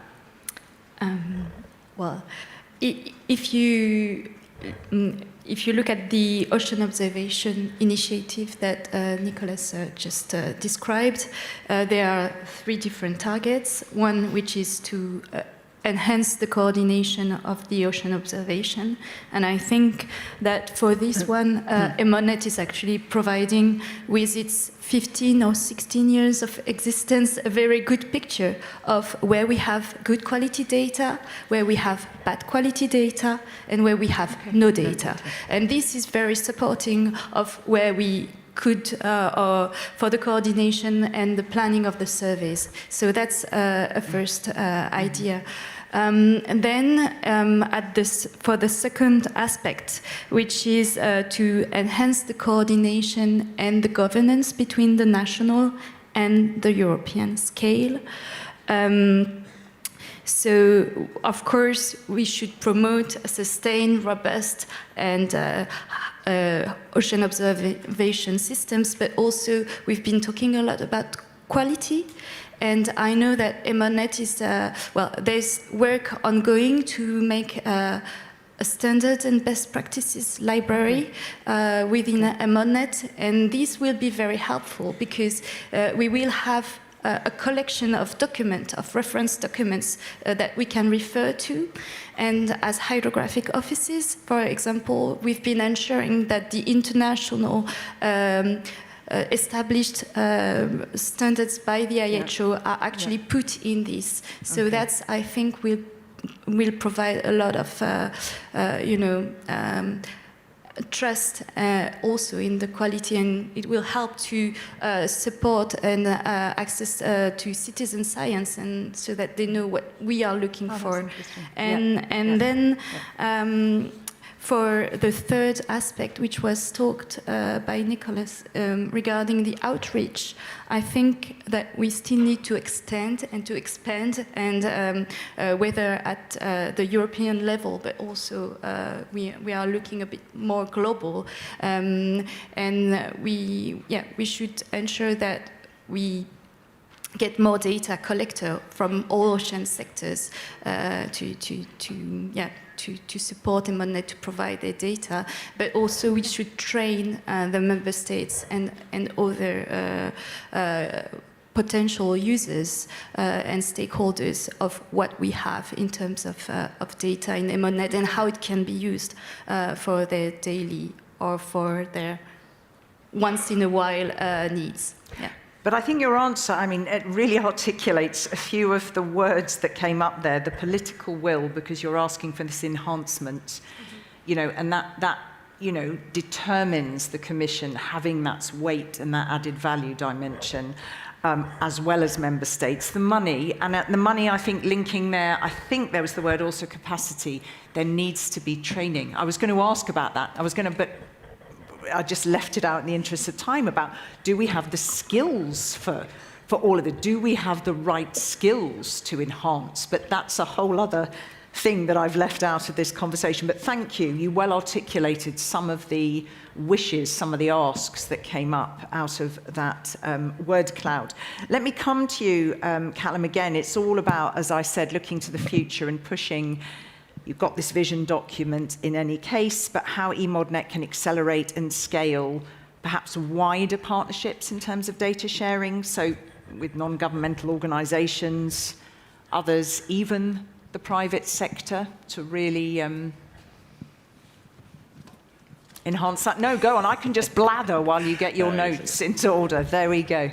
Thank you. So I wanted to start this one with a statistic from the Ocean Decade Corporate Data Group, which estimate only about 3% of data from private providers makes its way into places like EMODnet and other open data portals. So there's a huge amount of potential here for bringing more data in and more value into this. And from the perspective of a data engineer and a data provider, I think there are three things that would really improve this. And the first thing is standards. And this was mentioned previously, Joanna, and also at least one person on Slido. Thank you for that. Yeah. I know it's not the most exciting topic. There were two on there. Great. Yeah. I probably know both of them. But these standards are so important for especially smaller organizations to get their data into EMODnet ingestion. So having well-described data flows, even things as simple as example data files that people can then model their own flows on, and things like checkers, like the Integrated Ocean Observing System has a really good web checker where you can upload your files and see, okay, is this complying with CF? Is this complying with ACDD? Is this complying with IUCE glided data standards? I think we are increasingly requiring a lot of our data providers in terms of metadata. People are saying, okay, I've got 40 essential terms, 60 essential terms. If we're asking this much of people, we should be providing the tools. So that's the second point I want to make is software and tooling. Yeah. If we're making these asks, we should have simple, open source, easy to use software. I know there are a lot of packages out there that are already very useful. We can always document these better. We can make more examples so that people who are in the private sector are quite limited for time can very rapidly get that tool running and have a final check at the end to make sure that it complies with these metadata requirements that we have. And the third thing is tutorials. There's a really good set of tutorials being run right now by the Decade Coordination Office. This is Data Sharing Software in Action, I think it's called. It's led by Adam Ledbetter and some others. There was a really nice example led by Shane St. Savage a few weeks ago where he showed setting up an ERDAP server in 30 minutes with like a full set of commands, fully replicable, so that if you're trying to get data into EMODnet, you can very quickly get set up and get running. And the final thing I would say is just having a friendly face. It doesn't get much friendlier than Antonio. Someone within the EMODnet system who can answer your questions on what you need and help point you in the right direction is really useful for us as providers. And I will thank you for that. And I will just sneak back in and say this issue that I just talked about skills, having the right skills. Are we lacking in, if we are really advancing in terms of ocean observation, and there is much demand, and we even heard in terms of EMODnet that people are working full out.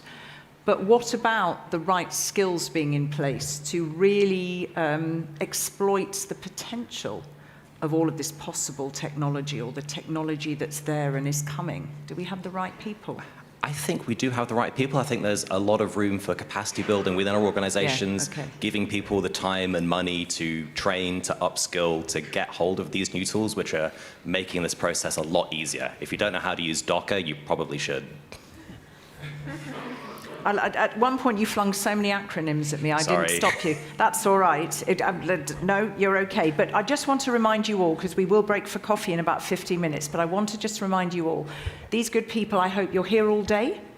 Brilliant. So I also want to say to the audience online who don't get a chance, I'm not turning to you to say, do you have a question? Don't forget that you can get in touch with any of these people. This is a teaser, so use this event for that. This is to really see what resonates for you, what spikes your interest, and what you might want to follow up on. So talking follow-up, let me come to Alessandra and Taco, national coordinators for ocean data management in your respective countries as part of the International Oceanographic Data and Information Exchange Network. Again, sort of the same question. How do you think EMODnet could strengthen really its delivery of marine data management and services for the Ocean Observation Initiative, and perhaps collaborate more with the IOD? This is all about these connections. What's missing? What do you need? What's needed? As a first point, I would put training the next generation of data stewards. So okay. I think that training and sharing practices and it's really important. Yeah. Okay. In the last words of the last slide that Nicolas, sorry, I'm pointing at you, showed were EMODnet to global. And I think that the way for EMODnet to global is probably through global organizations like IODE, like GOOSE, so the big programs of the Intergovernmental Oceanographic Commission.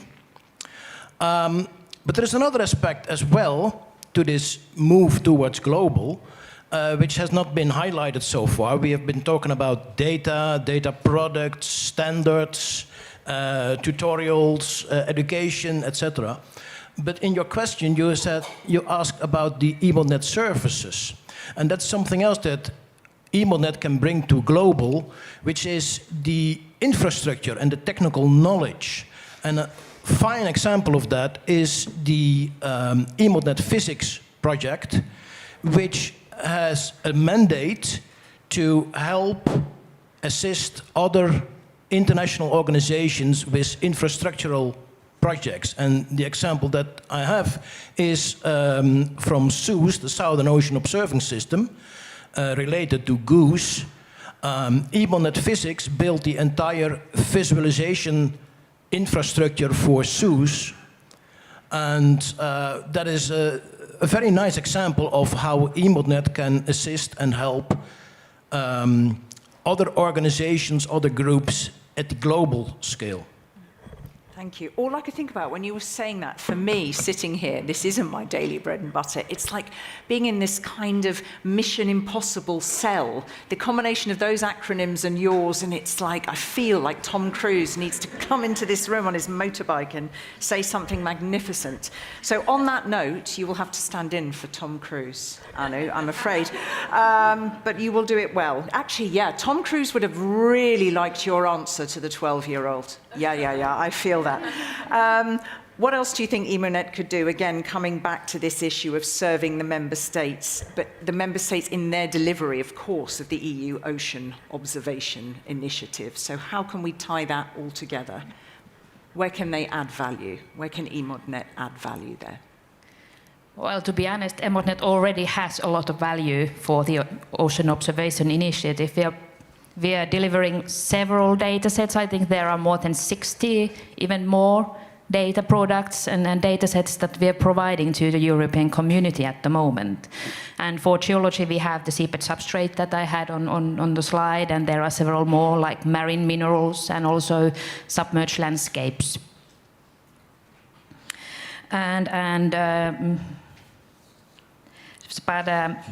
What else?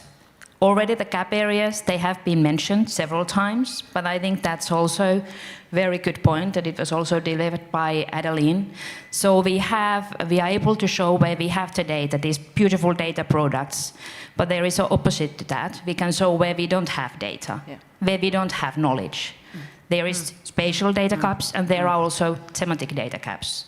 Like for the geology, we have very nice coverage on 1 to 1 million scale, but when you zoom in to a higher resolution, like to 1 to 100,000 scale, we have only like 30% or less mapped within the whole European marine areas. Right.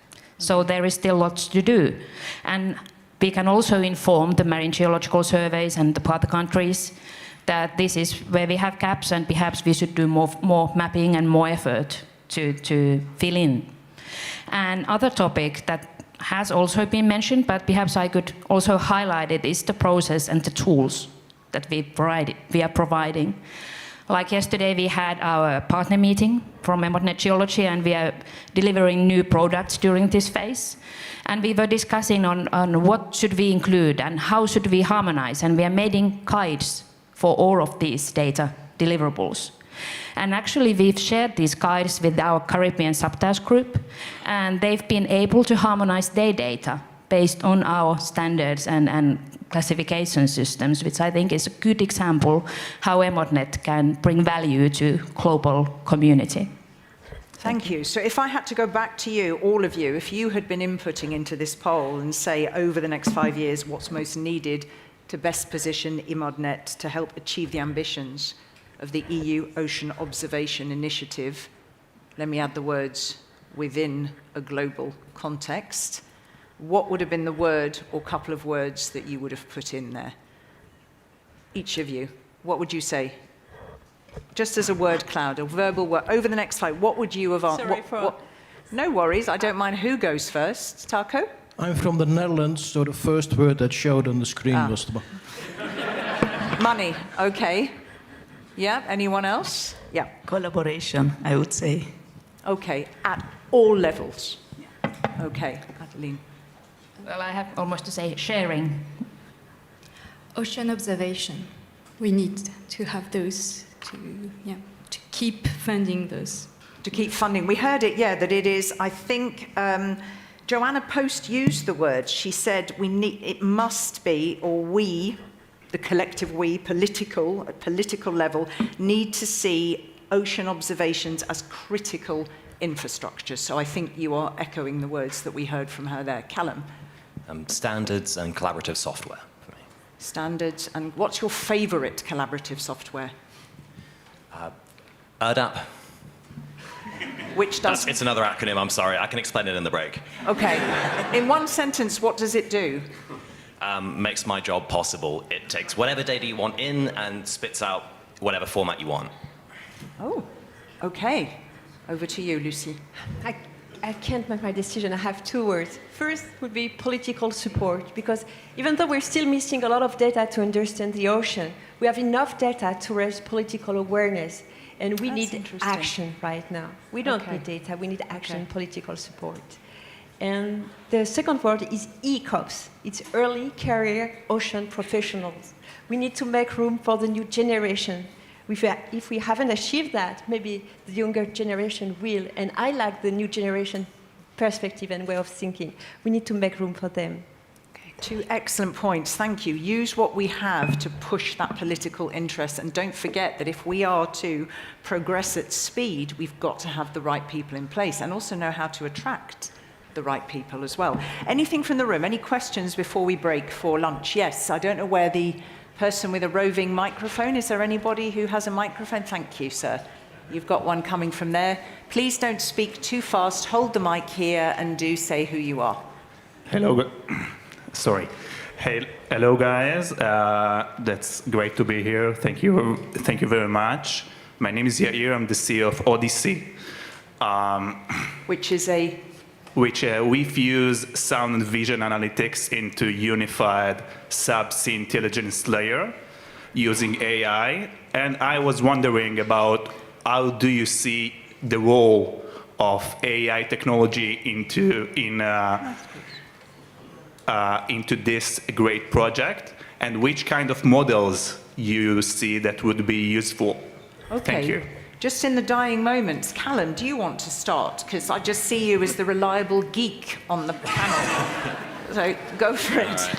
Right. I guess I was asking for that. I think the potential is huge. I think make sure to go into the EDITO sessions where a lot more of this is going to be discussed.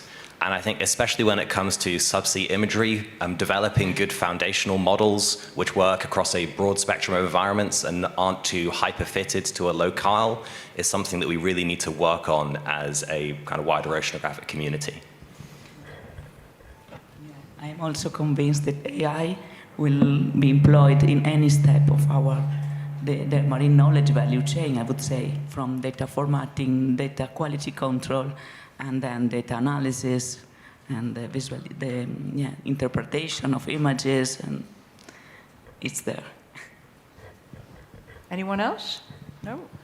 But for that, I guess it reinforces your comment. What did you call them? The ECOP, the Early Career Ocean Professionals. Thank you. And actually, we're having webinars at Eurogos level and also a task force dedicated to AI capacities for work.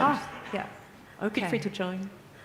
Be free to join the task force. Maybe even drive the task force. Sounds like you know what you're talking about. Diversity. A last question from that side of the room before we break. Is anybody? Or I'm happy for you to ask questions over coffee, then we can stick to time. Okay, brilliant. All right, so I think that you did an excellent job answering the questions. I heard there the importance of money, of political will, of using the data we already have in terms of really driving that political will, training the next generation of data stewards. That was a really, really nice way of phrasing it. The importance of using the projects and the initiatives that are already happening under EMODnet to feed into that global context, and where the data gaps are. But I like also that comment you made, Callum. If we have asks for people, we really have to ensure that they do have the tools. And then I also read there the importance not just of collecting the data, but of integrating the data, which is absolutely key. So thank you very much, everybody. Warm applause before I just take you into a break. Thank you.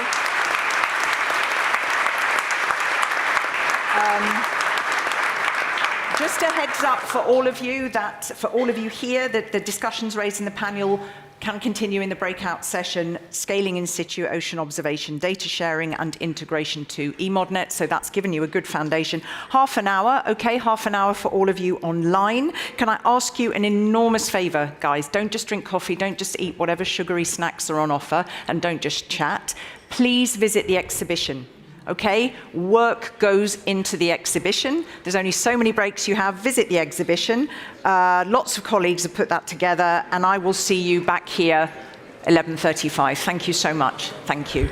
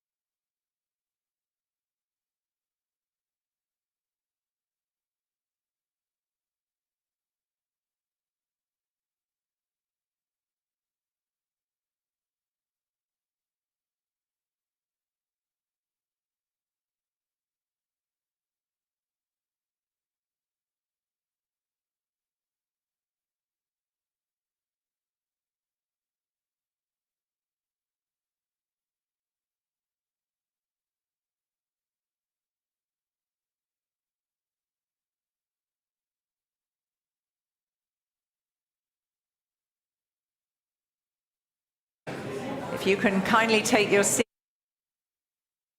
The gentleman in the hat has moved. You moved. You changed seats. What, you want to leave? You're nearer the door. Oh, you're sick. Oh, yeah. I want everybody here.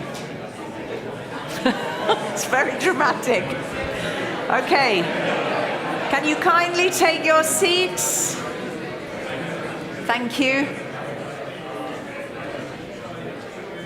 As people drift in, let's have a quick poll for a pop quiz for the room as we let people drift in. Who visited the exhibition?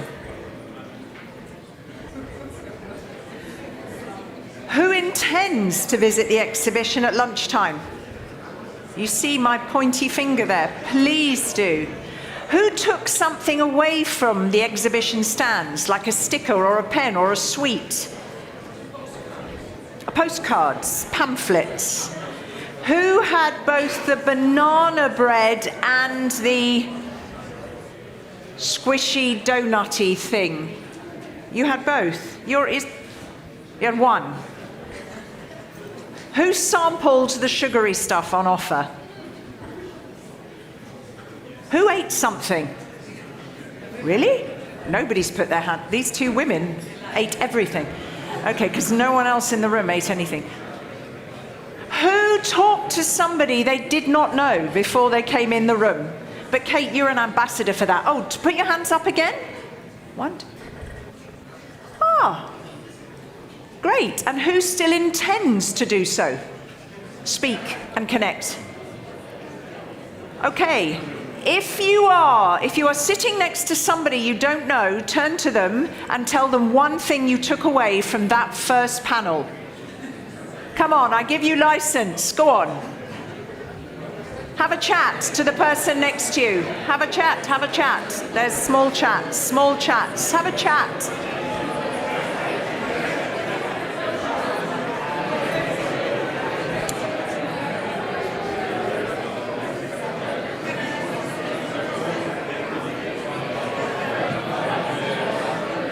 All right.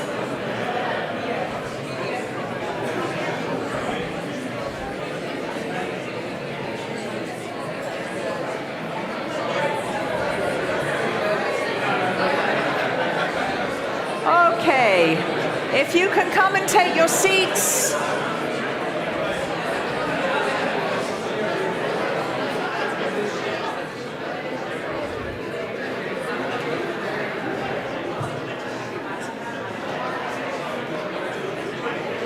All right, I think we should begin, just in the interests of time.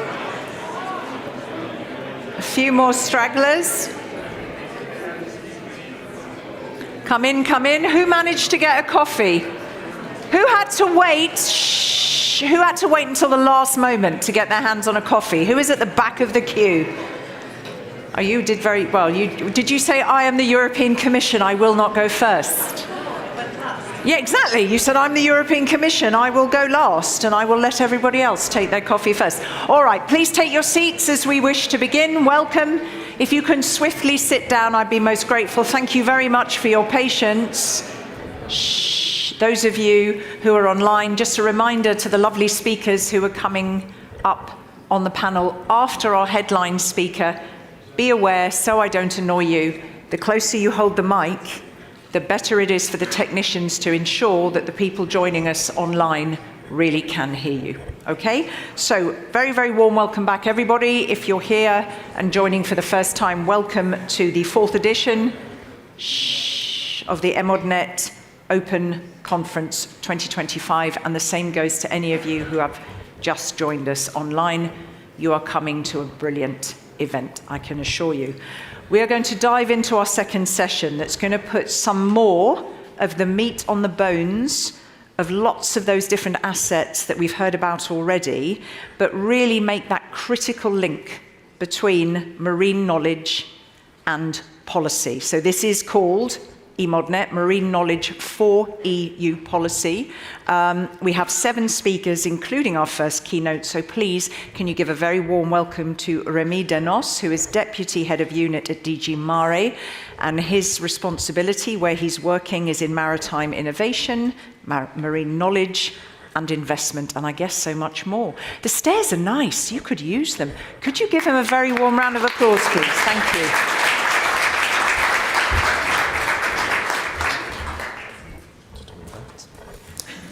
Good morning, everybody. Indeed, so I have basically 2 messages. We need marine knowledge for EU policies.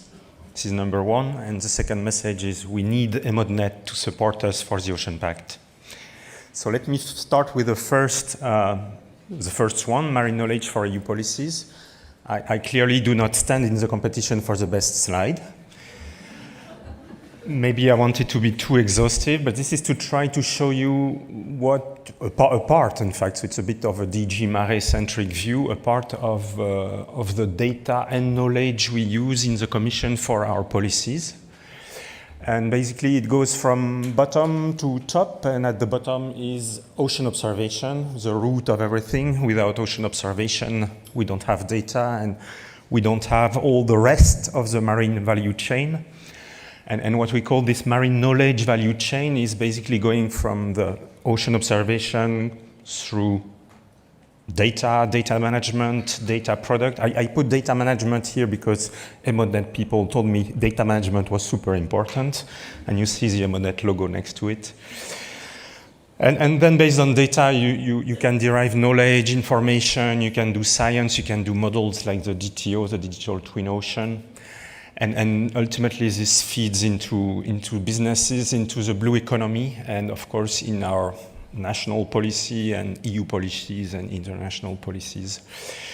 And basically here I identify 4 sectors: research and innovation, blue economy, fisheries, environment and climate. And in fact, clearly I'm forgetting transport, I'm forgetting energy. So you could put some more sectors on the left and on the right of these slides. And I try to group the icons, so you see, for example, more on the left. You see research infrastructure and Horizon Europe, so DG Research, and DG Mare somehow through Mission Ocean spends quite a lot of money, hundreds of millions of euro, on research infrastructure, on financing research project, well, DG Defi of course also. And you all know that so DTO, for example, is funded greatly by Horizon Europe, among others. So we have this research and innovation, let's say, ecosystem. We need also information for our blue economy. So here you see, for example, that we have a blue economy observatory, which you can all consult.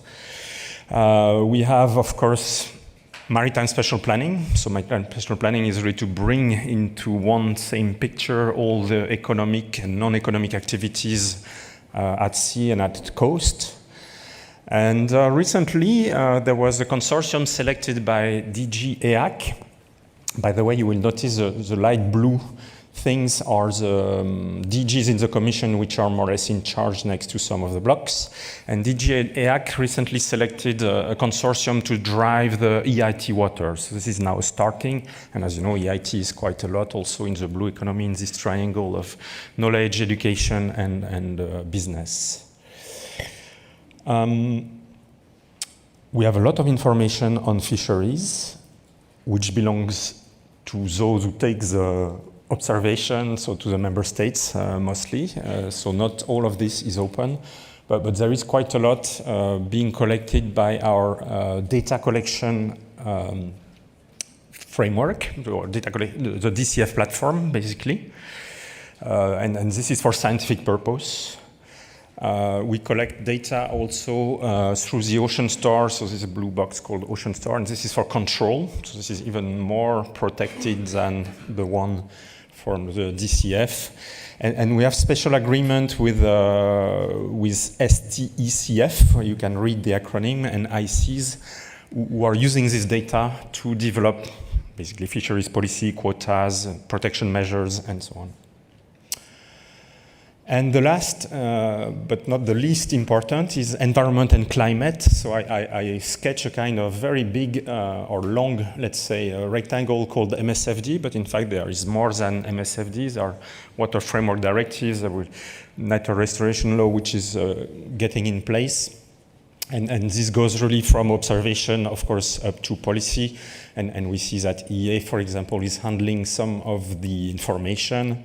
And we have several knowledge centers, and so on and so on. I didn't say a word about Copernicus Marine, which is a shame. But of course, it's part of this knowledge picture. And in fact, one very interesting outcome of Copernicus Marine is this Copernicus Ocean State Report, number 8, published recently, where you find plenty of information. And on the environmental side, EA has also recently published a state of Europe's seas. So all this ecosystem, which may look a bit scattered, is in fact working together at the end. And EMODnet is involved in some of them. And here I come to my second point, that is, what can or how could EMODnet support us in this Ocean Pact? It is already supporting, but we could go beyond. So, for example, for maritime spatial planning, if all plans are put in the same format, can be superimposed, can be put next to each other in the same sea basin, for example, this is super helpful. It looks simple and maybe basic, but if you don't have this, it will be very difficult to go for collaboration. Marine Strategy Framework Directive. So EMODnet is currently involved greatly into marine litter, increasingly into eutrophication. There are 11 descriptors, plenty of sub-descriptors. Imagine if all of this was standardized, accessible through EMODnet. So this would be really a lot of added value, in fact, for those who are taking these measurements. And this would be a lot of added value for those who are exploiting the data and the data products, because this would ease their lives, this would go much faster, and so on and so on. So here also we need EMODnet support, and we have an action with the colleagues in DG Environment to support that. Marine protected area, I think we have a goal of 30% of areas to be protected in one of our legislation. If you want to protect an area, the best is to have a maximum of knowledge about it, be it biology, be it geology, all kind of information. So here also looking at EMODnet, or having EMODnet data is a very precious asset, and the more we will get, the more nations, because at the end these are member states who are defining the marine protected areas, will be able to use them, and here also will ease their life, accelerate the process, and this will be also, of course, we see upcoming legislation which are being put in place, like nature restoration law with 20% also here of land and sea to be restored by 2035, something like that. And here also, if you want to restore area, you need first to know where you come from, so where you are today, and be able to monitor it years after years, and so that you're able to actually quantify this restoration. We could speak about offshore energy. So here also, this is a big file with hundreds of gigawatts to be installed still to increase the amount of green energy in our networks. And here also, before you install any farm, you need to carry out environmental impact assessment. You need a lot of data, a lot of knowledge. Again, so if all what has been done was available, this would simplify the life of those who are looking for doing permitting, licensing, and so on. I think I'm close to the end of my time. So you see the list. The list is long. Maybe a few words about climate change mitigation and blue carbon. Here also, again, we need all the state of the ocean to understand how climate change impacts this, and also if we want to speak about blue carbon, I would say we know almost nothing about blue carbon, about the capacity of oceans to sequestrate CO2. So yeah, basically, if you have data, try to push it in EMODnet for the good of all of us. So I will repeat what I said at the beginning. We need marine knowledge for our EU policies, and we need EMODnet to support us for the Ocean Pact. Thank you. Okay. A quick one. First of all, I don't know why I called you Rémy Denos et pas Rémy Denos, so my apologies for that horribly British pronunciation there. One thing before you go, why do you think the Ocean Pact has the potential to be a real game changer? What excites you most? You need to keep to the mic. Yeah. Well, if you think about it, I think that's the first time that we have such quite exhausting document which deal with many aspects. So I didn't mention security. I mean, plenty of things. So all this is in the same place, in the same document. The document is here, hopefully, for several years. And now we start pulling our policies. So you've heard about Ocean Observation Initiative. You've heard about research and innovation strategy. You will hear about security strategies. There will be plenty of documents and hopefully concrete actions, not just documents, coming out of this. And also, I think what is specific is that a number of Directorate Generals of the Commission have been involved. So it's not just a single DG publishing a view on their file. It goes beyond this. I think Nicolas mentioned that even the presidency of the Commission was putting great attention and focus. So I think it can be a game changer, but the work remains to be done.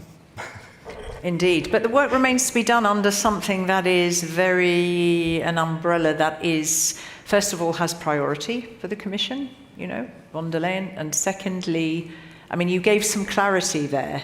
What are all the different assets? And thank you for that, because actually I found the first slide very helpful, and the second, and it's also lots of those different aspects we will unpack in this next session, panel. Indeed. So work to be done. I don't think anybody in this room would disagree. That's why EMODnet, look, I'm doing a plug for you, Kate, that's why EMODnet continues to say, please double the funding next year. There you go. But that's not your decision, I understand, but still. Thank you so very much. Thank you. Warm applause. Thank you. All right.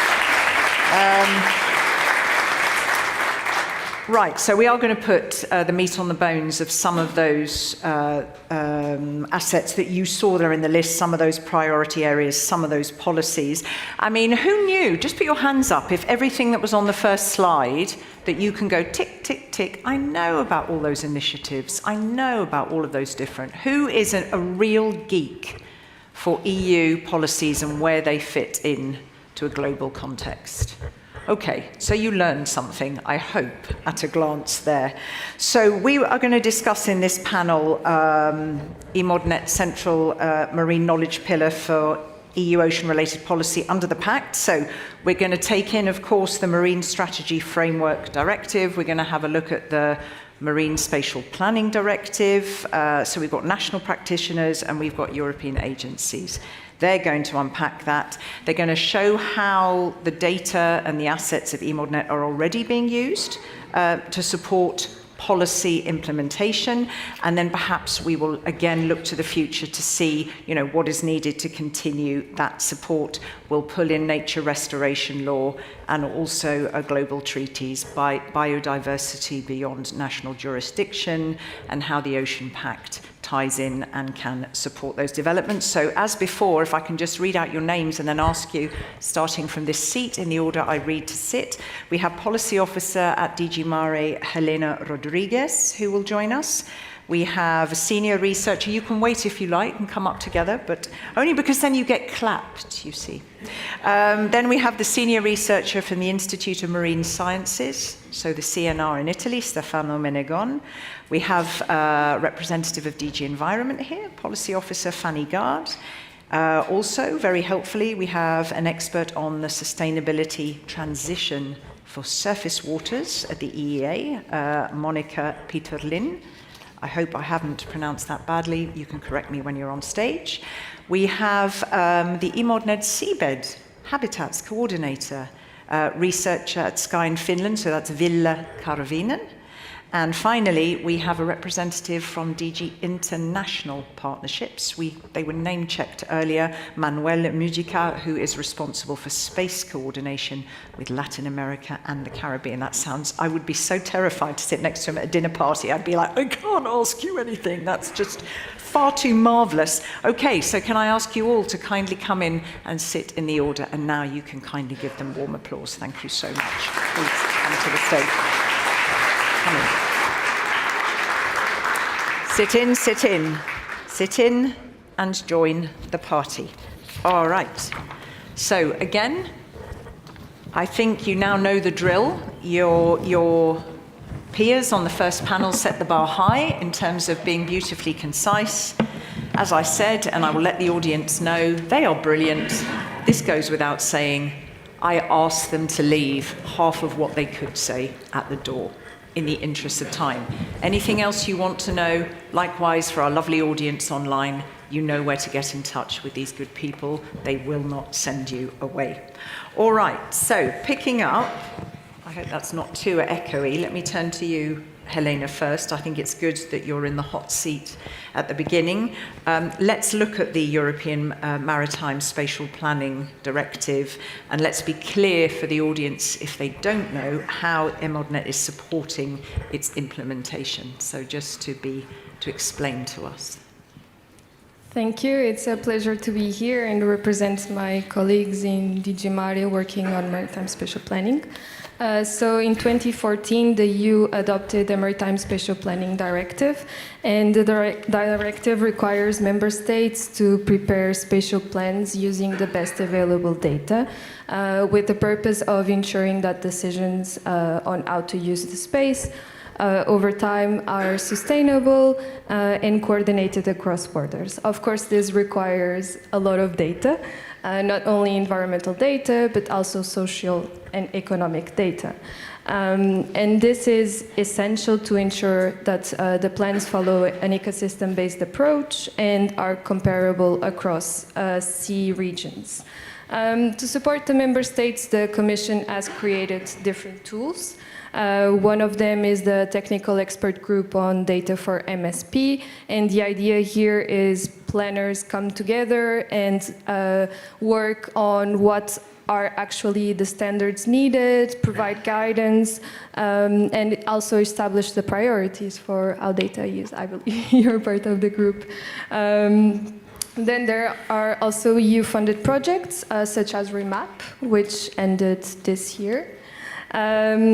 And the EU MSP platform, which compiles all of the guidance and the documents. Underpinning all of this is EMODnet, because it provides free and open and standardized marine data.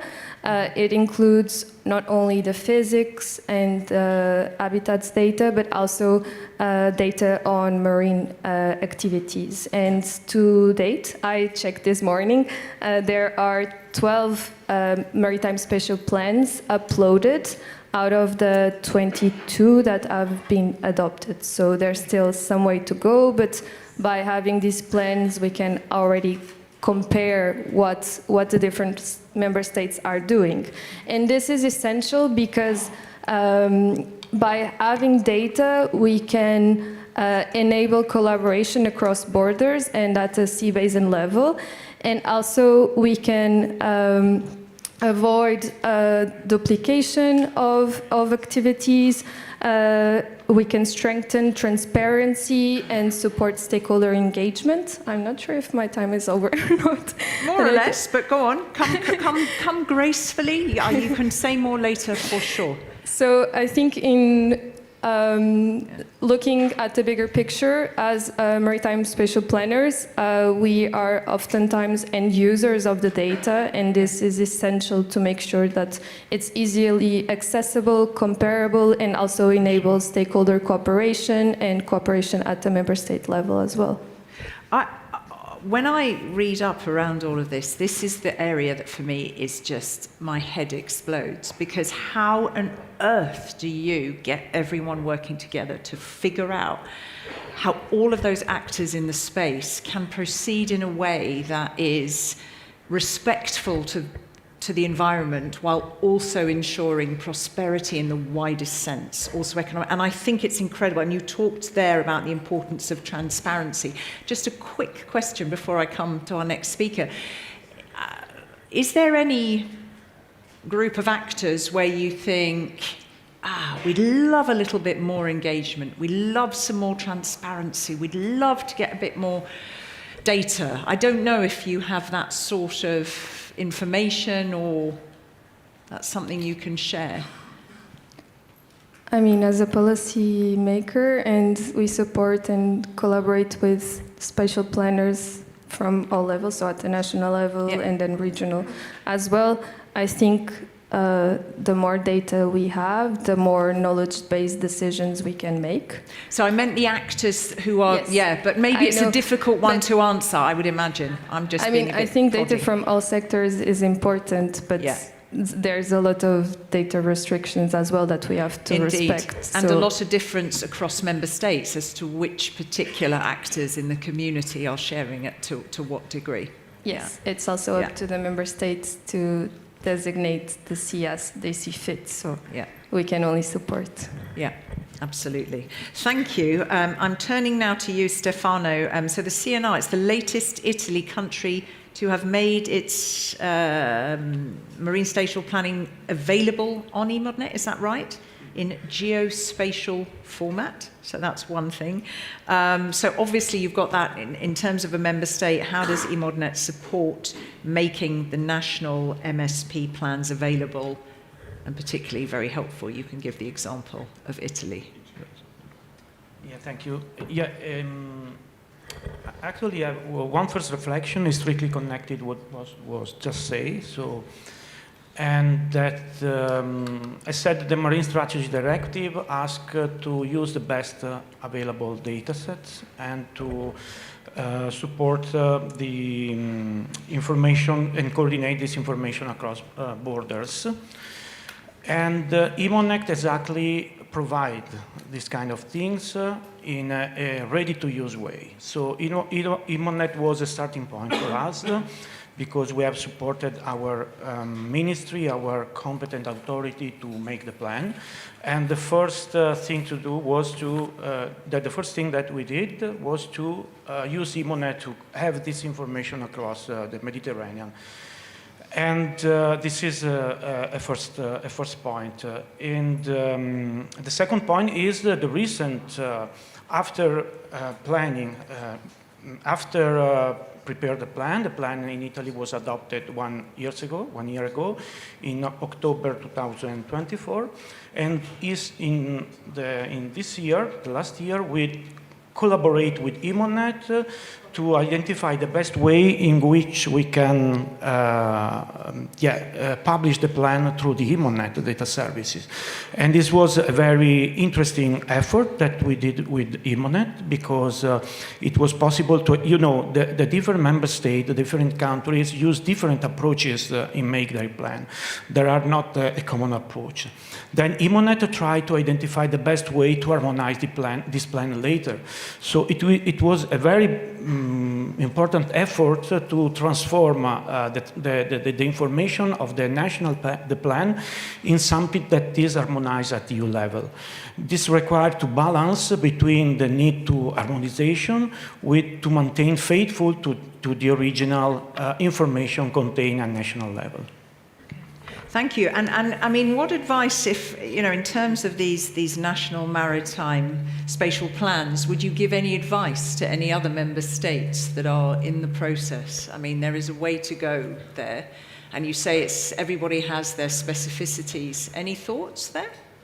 tool, you mean? In terms of what you would say is a good approach to the National Maritime Spatial Plan, to its creation. Yeah, one, we were lucky because it was mentioned before about this technical expert group on data for MSP. Yeah. They actually brings, it is a place when the member state experts that support the planning are able to collaborate with the EMODnet and identify in advance the issues that can be emerged in the harmonization stage. For us, this was very important to have this space, this room at EU level, where we collaborated together and identify, we adopted our national approach, but at the same time we try to align it as much as possible since the beginning of the planning phase to be ready at the end to harmonize the plan in this last phase. Yeah, I think I will underscore that, align as much as possible at the beginning of it. I love the way you did that for align. If only aligning was so simple as this, we would just imagine what we could do. I love that. Absolutely, at the outset, not later than the outset, this alignment. Thank you. I will come back to you. I'm going to turn to DG Environment because we're going to leave the plans aside just momentarily and look at the Marine Strategy Framework Directive, if we may. Similar question, how EMODnet is supporting it, just so that for those in the room that aren't clear, a nice explanation. Thank you.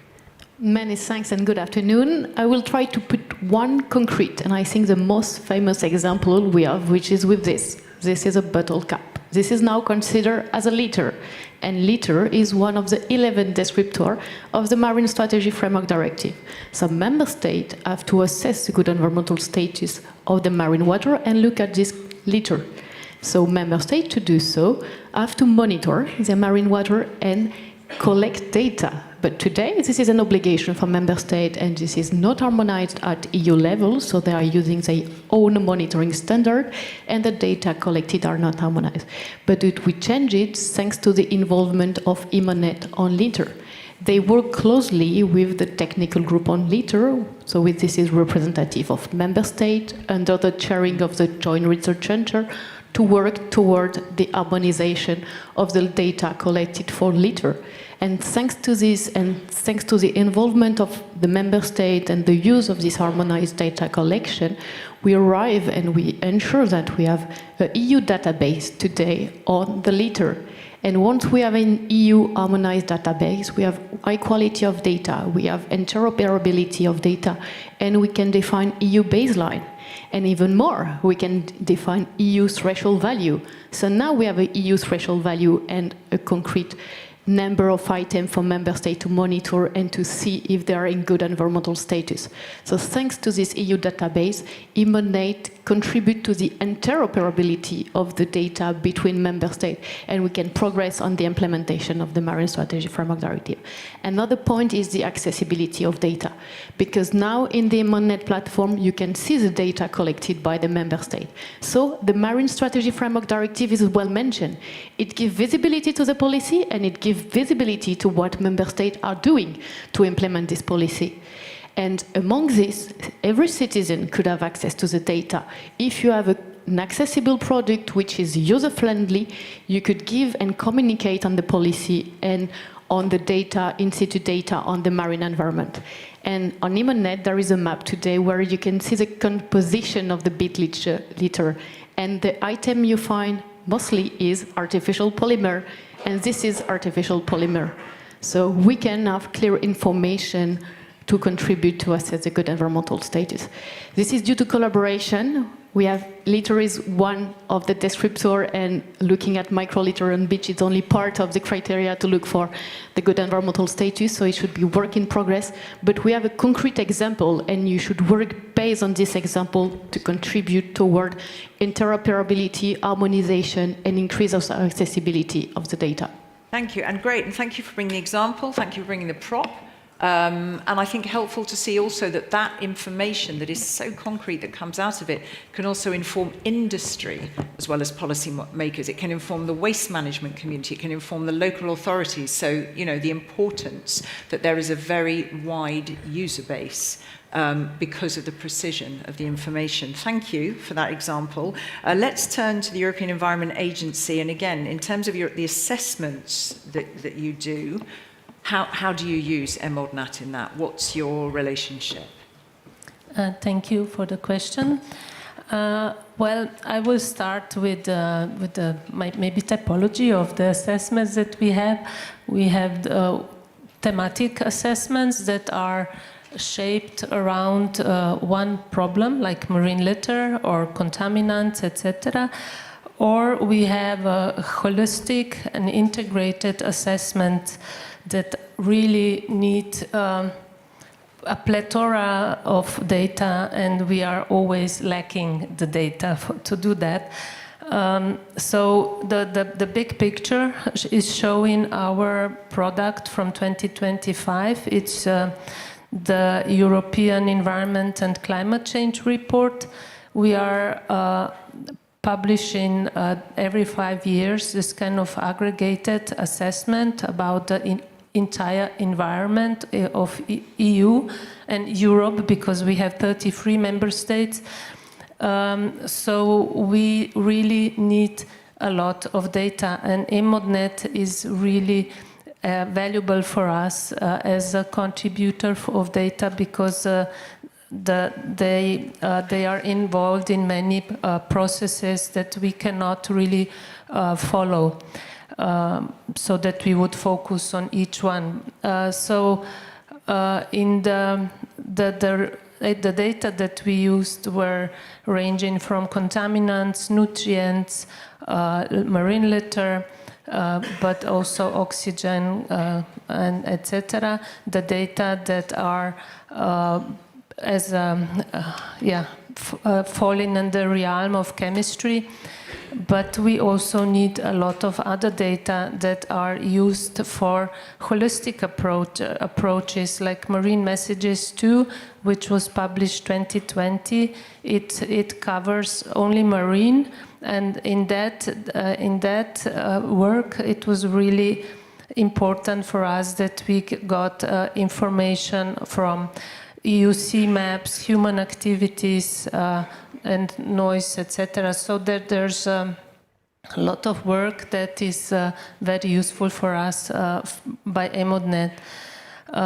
In 2026, we are going to publish the technical report on multiple pressures and cumulative effects. The data on human activities, for example, that are being evolved here by MSP processes and held in EMSA. I'm sorry, by EMODnet, were very valuable because we wanted to cover and use a pressure proxy approach. And with that, it was very helpful that we got maps of continuous noise, for example, where the EMODnet cooperated with EMSA and developed maps that we could then use for assessing the potential threats from underwater noise. So there is a lot of space for further cooperation, and in my view, it's very important that we are aware of who does what. Yeah, absolutely. And thank you for that comment, because I was just going to turn to the audience, because going back to the very first slide that we saw there from Rémy, looking at the Ocean Pact, you know, creating this coherence across all of these different actors and initiatives. Who in the room is aware that you know, the EEA uses the data that comes out of EMODnet and that relationship? Or is that new, you know, is that information there that you just heard absolutely news to you? Raise your hand if you know that there is that kind of synergy and that you're aware of that and where Okay, where it all fits together.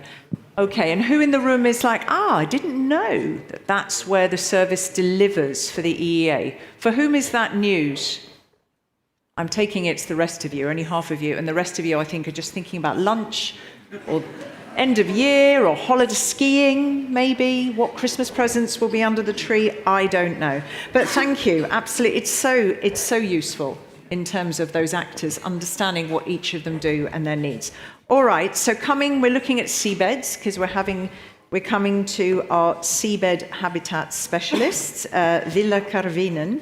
Again, just linking again the seabed habitats, so the EMODnet seabed habitats. How is it supporting EU policy implementation, both in terms of the MSFD, the Habitats Directive, and other parts of EU policy? Thank you. Can I have one slide forward, please? Do you have a clicker? If you yes, thank you. There you go. There you go. Yes. No, just give you that. One of the best known, I only have this one slide. Okay. One of the best known products of EMODnet seabed habitats is the EU Sea Map, which is a modeled broad-scale habitat map for all the European seas and the Caribbean as well. And it is one of its intended uses in the benthic broad habitat types classification is to provide a baseline for the member states for their marine strategy framework directive reporting, which they can then complement with higher resolution data and products if they have such. The EU CMAP has a regular update cycle. Every 2 years, certain parts get updated. For example, in the 2025 version, which is just out, the seabed substrate and related layers were updated, and in the next 2 years, then the rest will be done. So every 4 years, we have a completely new product. And we are continuously looking for feedback from the end users. In the current Seabed Habitats Consortium, we have 16 partners and subcontractors, so not all the marine member states are represented. So we have been, for example, earlier this year, we were discussing with the Regional Sea Convention, the Helsinki Commission's benthic expert group, and they gave us valuable feedback, and we are looking for ways to operationalize this feedback gathering for every update cycle so that we get the best possible end product for the users. And for Habitats Directive, the situation is a bit different because in the Article 17 of the directive, the member states are needed to report on the distribution of these habitats in a 10 by 10 kilometer grid, and that is public information. But for any kind of planning purposes or analysis or environmental impact assessment, that really doesn't cut it. So what we aim to do is where the data is available, the original data, then to publish it in a harmonized manner through EMODnet so that cross-border or pan-European analysis can be done with it. Thank you. A little bit same question that I flung to a speaker on the first panel. Why seabeds? How do you find yourself in this arena of seabed habitat? Who in the house is a seabed habitat specialist? Okay, so you're in some company, some fine company here. There's a few. I know most of them. Ah, well, one would hope so. Okay, why? What do you love about this? Well, seabed habitats are kind of, they are more than the sum of their parts. It is something that emerges from the properties of the seabed and the biology combined. So it is something different from all this. Okay, so it's magical for you. Yes, definitely. And complex and mysterious. Yes. Okay, thank you for that. All right, so definitely we need to focus now with you, Manuel. DG International Partnerships, obviously, we need to look at the international cooperation. And again, you know, here we have EMODnet, it's got its brilliant in situ marine data model, and how is it within the context of international cooperation a real reference? Thank you very much for passing me the floor. How much time do I have left? To know 2-3 minutes you have. Great. Just for a first round? That's fantastic. Yeah. So one of the core mandates of DG IMPA is to do international cooperation with our partner countries. And when we go on mission or when we work with these countries through the delegations, we see that these partner countries gather valuable in situ data, but they encounter several problems. The first problem is related to the fact that the data is scattered among different institutions. The second problem is related to the fact that the data is produced with different methods. And the third problem we encounter is that basically they host this data in systems that don't speak to each other, right? So I think that the most valuable lesson we can learn from EMODnet has to do with its model, right? Meaning by this that we should be able to export from DG IMPA the following lessons. The first lesson is the importance of shared standards and metadata practices, right? If you measure variables in the same way, then it's easier to combine the observations. Second lesson has to do with the value of distributed data. In Europe, for instance, national providers host data, but then they are able to talk to each other, right? So they are part of a federated network in which interoperability operates and works so that data can be easily shared. The third lesson has to do, of course, with quality control and harmonization, which turns data into valuable information for public policy. And the fourth one, and then I finish, has to do with the fact that the data is open and accessible for everyone, and that we have solid governance framework, right? These kind of principles, we are applying them to the international cooperations initiatives we are rolling out in several regions of the world. For instance, we have the Copernicus Philippine Center, in which we are elaborating a specific product based on habitat monitoring. And we are applying these valuable lessons because basically we are building up this product by combining Sentinel data, meaning spatial data from the Sentinel constellation, together with in situ data that comes from Filipino institutions, right?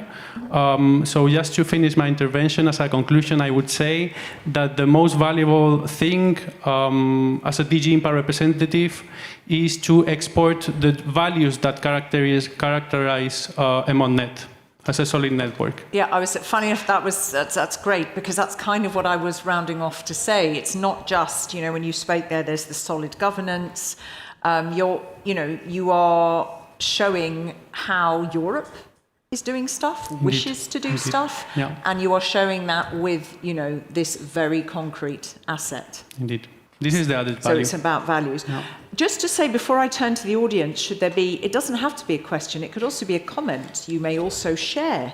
If you want to share, if we missed something in terms of, EMODnet support for the European Ocean Pact, you think, why isn't it doing this? Will it be doing this? What about this area? You are most welcome. Now is your time. I also want to ask you, do you have a question or a comment for any of your fellow speakers? I know we've all come at this through different angles, but they do overlap. I'm just giving you a chance, or is there anything? May I ask something very specific? You can, Manuel. Yeah. Are you used to work with partner countries? Who are you speaking here to, Stefano? Yeah. Oh, he looks shocked. Say, what? You're talking to me? Are you used to work with partner countries? Countries outside Europe? Yeah, sorry, this is the terminology we use in DG IMPA. Very European Commission oriented, yeah. Are you used to working with countries outside Europe, outside the EU? Yeah, there are some. Actually, we work it. I'm not directly involved, but my colleague, the team, work with. There are some mechanisms to try to involve coordination, not so straightforward. And there is a specific mechanism that is the COP, the practitioners of practice for the Med, that involve not just EU countries but also all the southern part.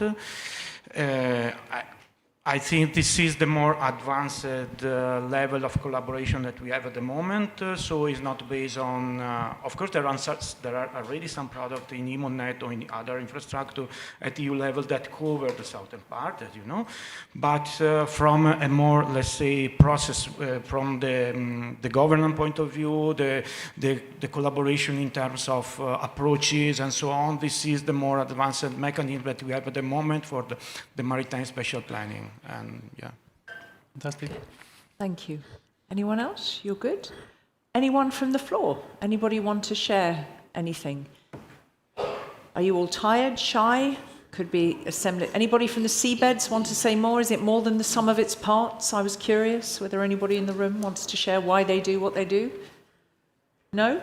You're all good? I'm giving you... Look, probably everybody online is going, geez, they're quiet. I've got so many questions I could ask. We're sorry. Don't forget you can ask questions to these good people. There are other ways to find them. Okay, so let's just build on this a little bit more. Helena, if I can come back to you. So the Ocean Pact includes a revision of the Maritime Spatial Planning Directive. So if it's, the revision is happening, is there a particular sort of added value that EMODnet can give in terms of that? Yes, so the Ocean Pact, which was published in June this year, includes many different initiatives. One of them is the Ocean Act. The Ocean Act has been raised as a priority for the Commission for 2026, and me and many of my colleagues here and in DG Mare are working diligently to make it happen. Diligently, I love that. Diligently, okay. And so the Ocean Act, as it's written in the Pact, is going to build on a revision of the Maritime Spatial Planning Directive. As I mentioned, the directive was adopted over 10 years ago, so we have 10 years of experience with national practitioners, the member states' representatives, EU projects, and also many data sets that have been collected since then. And not only the Ocean Act, but the Ocean Pact in general builds on a stronger data and ocean observation pillar. And this is essential to recognize that maritime policies can be better if they are based on marine knowledge. And to this, EMODnet is very useful because I was reflecting also on what you mentioned about the stakeholder component and MSP being such a complicated process to understand. But usually I think of it as a puzzle, and we have all the different sectors and environmental data that somehow we need to fit it all together. And the more information we have, the better decisions we can make. So EMODnet is extremely useful because it standardizes and harmonizes the data. It makes it easy to understand and to access, not only for the planners, but also the stakeholders involved in the consultation processes.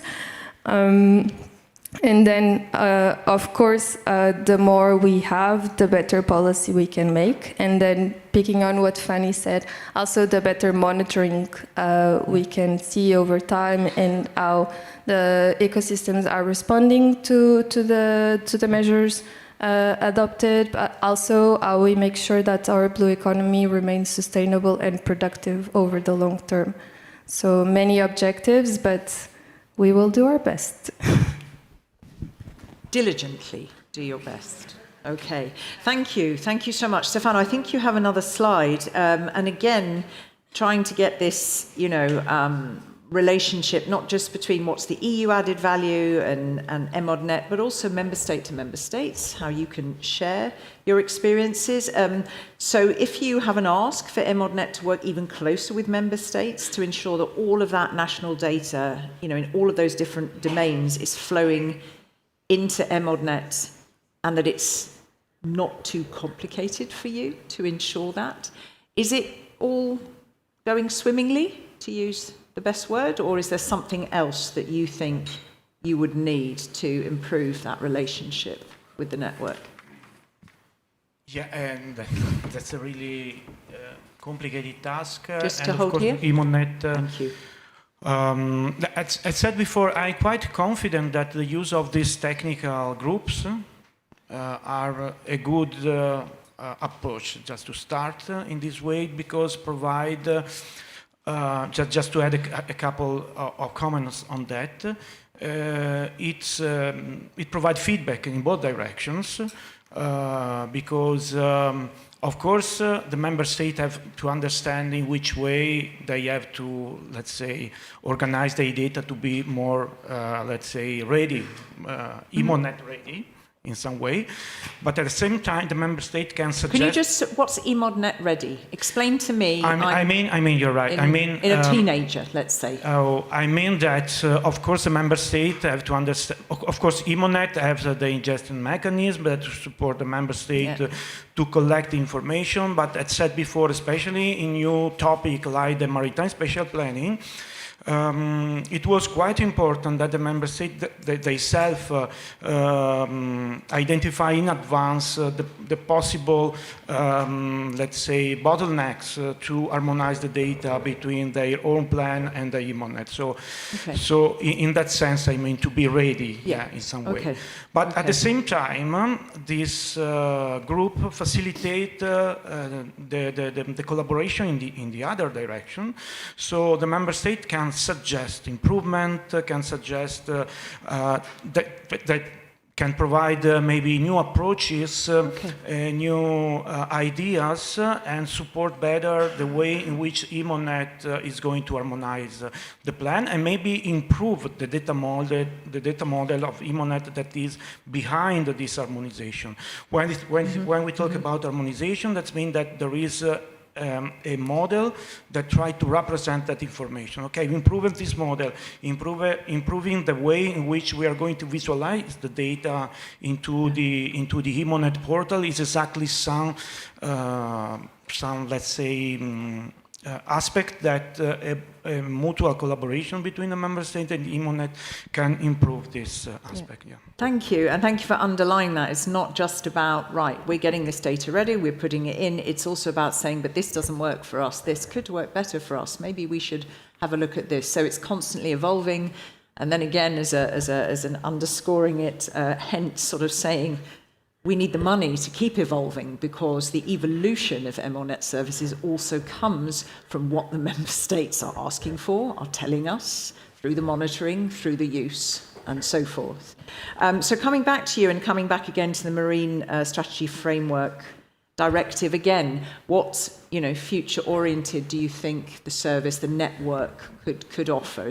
Would you have an ask? Thank you. I already picked the example of litter, which is a very good one.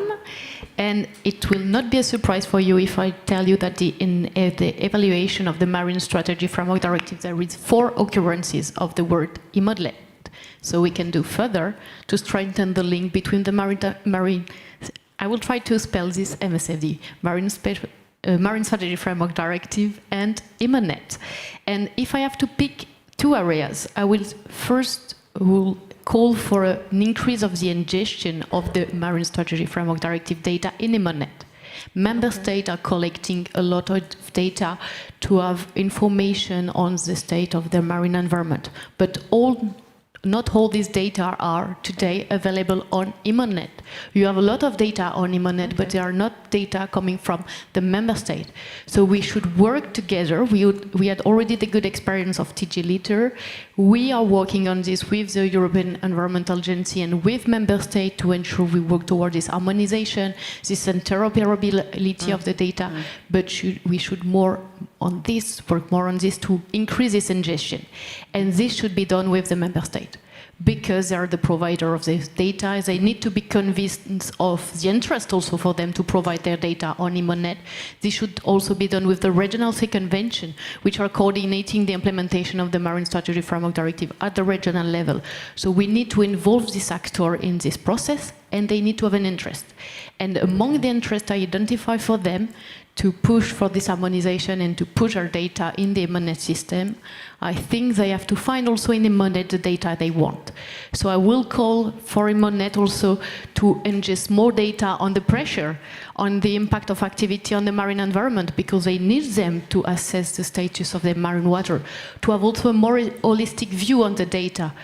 You already have data on the coast, you have data on the marine environment, and why not looking at land? We have this source-to-sea approach, it was mentioned. This is mentioned in the water resilience strategies. This is mentioned in the Ocean Pact. What happened on land have an impact on our sea. So we need to look also at the data. You already have information on this desalination plan, but maybe we should go further. Okay. We should also link the data with other policy, the Water Framework Directive for the coastal, the natural restoration law. You can slow down, they will not survive. They will, sorry, I mean, and you're not even speaking in your mother tongue, and I'm struggling in my mother tongue to keep up. No, they will need a triple vodka after this, and more.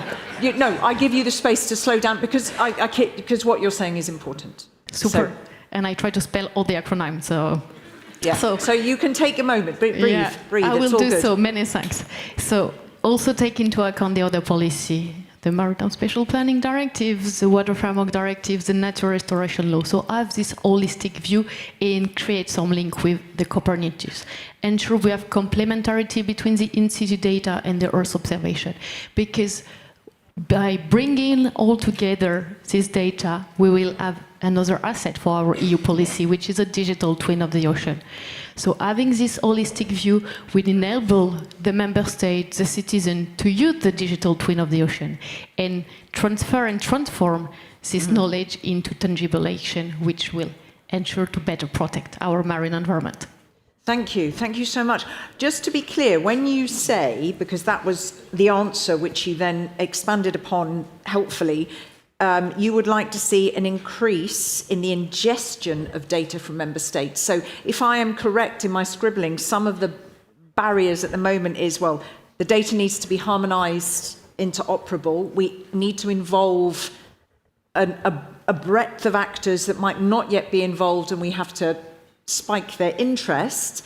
And then we need to also be very clear where we're looking at particular data. Perhaps we need to look more broadly, including the land, impact from the land. Is that the sort of barriers that you're seeing to the ingestion? I think.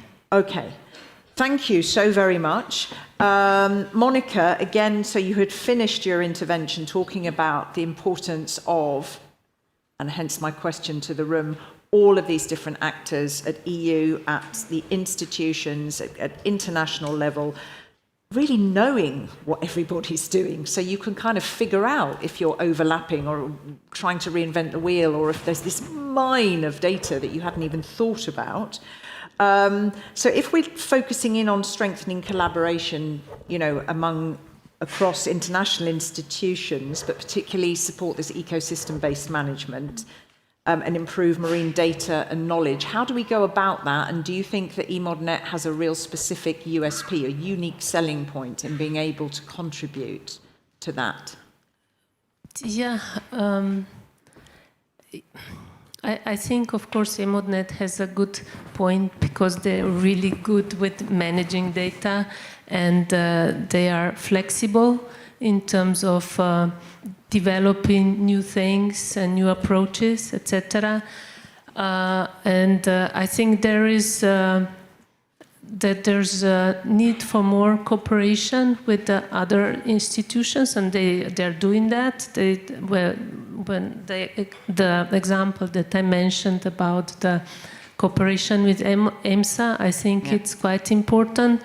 Also cooperation with JRC, but also with us, because we have a different angle of this. So it's very important that we agree what we actually want to achieve and what is needed. In particular, for example, for maritime spatial planning, which is for me at the core of the ecosystem-based management at sea. Yeah. So what exactly do they need? How can this be improved? I think maybe we can be sometimes too theoretical, and go a little bit closer to people that are hands-on, trying to make MSP, and I miss that a little bit. And the role of EA is not there so much, but we could be, or supporting everybody somehow in the future. That there are tools and programs that can be done on EU level, led by EMODnet or some Horizon projects or such. So there's a lot of space for improvement, because we are nowhere near achieving good state of Europe seas.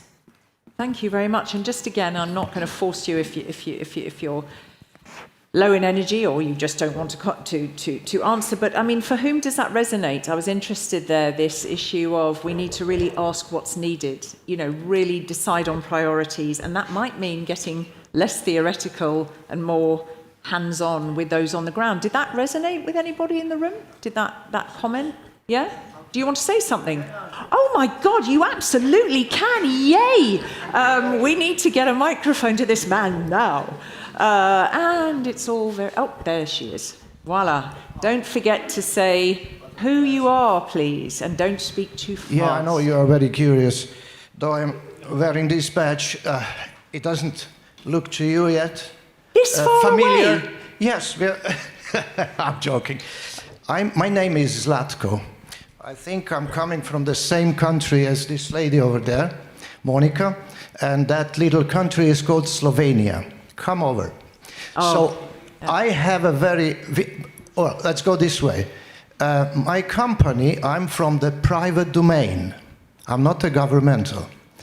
And my company of about 80 people, employees, is running probably the number 1 or the number 2, whatever you take, VMS technology providing to the world. We have about 18,000 fishing vessels technically supporting from, let's say, Indonesia to Mexico. Okay. So we deal a lot with issues that you guys here are doing, but on another front. And that is exactly my issue and my question. How can you enable such a potential, for example, our potential? Yeah. I came all the way to Brussels to listen to you, to hear. How can you develop something called maybe a commercial model? So, because we are commercial companies, we don't offer our services free of charge, that's obvious. So how to do that abstraction layer or something that the finally data would land to be free of charge for a wider community, but still to make an incentive to us, not just my company, but lots of private companies that are generating lots and lots of data, which this data is wasted. I can tell you much more about that, how much data is wasted. On the other hand... What, wasted as in not getting to the people? Not getting to the EMODnet or wherever. Another one. Is it short? Yes, very short. Okay. Mr. Manuel, how can we can provide, we do have lots of data again from all these countries, these areas, these seas that I mentioned already. So how would the EMODnet on the ingestion side here profit from that anytime, anyhow? Or we should export the protocols currently, let's say, Flux, we are offering to some other countries. So do you mean, so you were ostensibly... Would they exchange of EMODnet expertise with foreign countries, as you call them, that means out of EU, therefore? Do you mean how you? So it's more of an exchange. It's not just taking. You're saying it's. The second question would be if we can use, for example, we have in Mexico, we provide them the motion of their fleet, the fishing effort for their fleets, etc. But the everlasting question there stands, what format, what metadata, after all, if nothing else, should that bear, etc. So using the EMODnet experience and high profile of expertise to export it, so to say, to foreign countries, or how you deal with that? Or we are totally limited to EU, are we? Yeah, Did you? Is this working? Yeah. Yeah, I think more. Are you asking me about how do we export the EMODnet model to other countries? For example, that would be. There are plenty of issues, but just talk about one of it. For He's example. good. He has crystallized what you've asked, so we'll take that. Yeah. Okay. I'm going to That try thought. at least. Okay. I'm going to answer in a very short manner. In DG IMPA, we have several tools to do knowledge transfer and to transfer the knowledge that we have, let's say, built up and created in Europe. One of those tools are the capacity buildings. Basically, we have different technical assistance facilities through whereby we can, let's say, share knowledge with the knowledge countries, so with the partner countries, so that they can integrate the EMODnet values in their institution, the public institutions, and so on and so forth. We also have technical assistances, and we have two very interesting tools called TAIEX and Twin. So with these both tools, we can also transfer the EMODnet values to our partner countries. And if I may, as you hold a company, you have a company, in DG IMPA, we are implementing this strategy called Global Gateway Strategy, whereby we are trying to mobilize the private sector from Europe to do public policy in our partner countries. So I think that it would be interesting if you deep dive a bit to see what opportunities you can find within this strategy. Okay. Can I say the last thing? You can offer the help? You can offer that help? Of course, we can speak bilaterally after the event. Personally, he yes, in the night. Indeed. Okay. Yes, you wanted to say a last thing. Yeah, just a clarification, because in the Commission we tend to utilize loads of technical words. When I'm referring to partner countries, I'm referring to the countries that compose Latin America and the Caribbean, the OCTs, Africa and Asia, with whom we do cooperation. We are just one little note. Perfect. The South America is our focus right now. Okay. Argentina is taking a pilot project on that, so you would be very helpful in it. I will leave you to your bilateral chat in the interest of time. Thank you so much. Did you want to come in? Did anybody else want to come in on this private sector and leveraging the data there? Yes, that I'm missing. Not on this panel? Okay, I am sure there will be people from EMODnet who might want to talk about the leveraging of private sector data, but I cannot tell you specifically. Is there? Yeah? Yes, please do. Take the mic. For God's sake, take the mic off him. I'm sorry, but I will give it back, because maybe... No, don't give it back. Maybe you can tell us what are you don't have to tell us now, but maybe you can tell us what would be interesting incentives for private companies. It's a very interesting conversation, because one could say that social corporate responsibility should be incentive enough. But also more availability of data, because if you share your data and other companies share your data, meaning that you also have access to a bigger pool of data. So this is another incentive, but maybe we can build on this and you can tell us what we can do more. Can you have two bilateral conversations with the Directorates General outside? Thank you. Yeah, you do, absolutely. Sounds fantastic. Not my drink of choice. I'm more of a gin girl, but perfect. All right. Villa, you have been so patient. Thank you, number one. I want to just pick up on, again, from the opening, we had a brief look in that list from Rémy. There was name-checking, of course, emerging EU policy, so nature restoration law, which has been through the mill, this we know, and biodiversity beyond national jurisdiction, that also cropped up. So how could, EMODnet maybe improve its role in supporting what is kind of emerging? What would you like to see? How would you want to see it evolve to meet those particular needs? Well, I was recently invited to a workshop arranged by the Commission and the European Environmental Agency, aiming to facilitate the member states in their preparation of the restoration plans, the first ones which need to be submitted by September 26. Yeah. And it was my part in the workshop was discussing the data and knowledge gaps and acquiring information needed for reporting on these higher precision level habitats described in the regulation. And it was very apparent that most of the member states don't yet have the data needed. And even if they do, they don't have monitoring programs so that they could consistently assess it in the future as well. And while I would have loved to say that come to EMODnet, we have all the data you need, that's simply not true, because if the data does not exist, then we can't have it. But we had very productive discussions on how to facilitate the data management in the collection phase, integrating the data, the habitat data to the species observations, and then the results of the condition assessment to make the existing data more useful and fair, and then also making sure that the future data that is collected is done using the common open standards and will be fair and yeah. Okay, thank you. Thank you very much. So am I to understand it's ongoing conversations? Yeah, it's tricky. We are actively looking for ways to help the member states in their work on this. Yeah.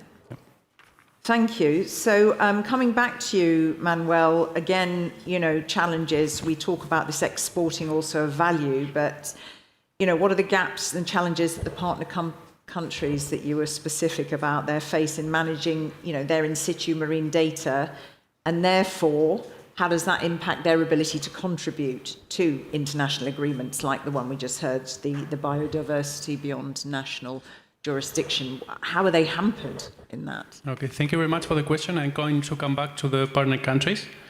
As you know, these are the countries we work with in DG IMPA. As I mentioned before, indeed, these partner countries collect in situ data, but they encounter several challenges, right? I'm going to name 3 of them. The first one is related to the lack of governance frameworks. So basically, these partner countries, they have different methodologies, regarding its public institutions. They have different reporting methods, and they work with different mandates. The second problem they encounter usually when gathering this in situ data has to do with the fact that their monitoring systems rely on unstable resources, right? So we see that the monitoring programs often depend on short-term projects and on external funding. The third one of these problematics encountered by our partner countries has to do with their limited capacity for storing, organizing their data, right? And this creates a difficulty because it provokes that data information cannot be turned into available data to do public policies. And all these kind of problematics in the end can impact indeed the implementation of the BBNJ agreement. Why? Because the agreement will require in the first place these countries to provide them with reliable data. And since they are, let's say, facing and dealing with the challenges, this creates a problem itself. And the second one is that these countries will need to have solid monitoring systems so that they can be part of bigger regional scientific cooperation with other institutions, other countries, and so on and so forth, so that they can, let's say, benefit from the capacity buildings and the knowledge transferred provisions included in the agreement.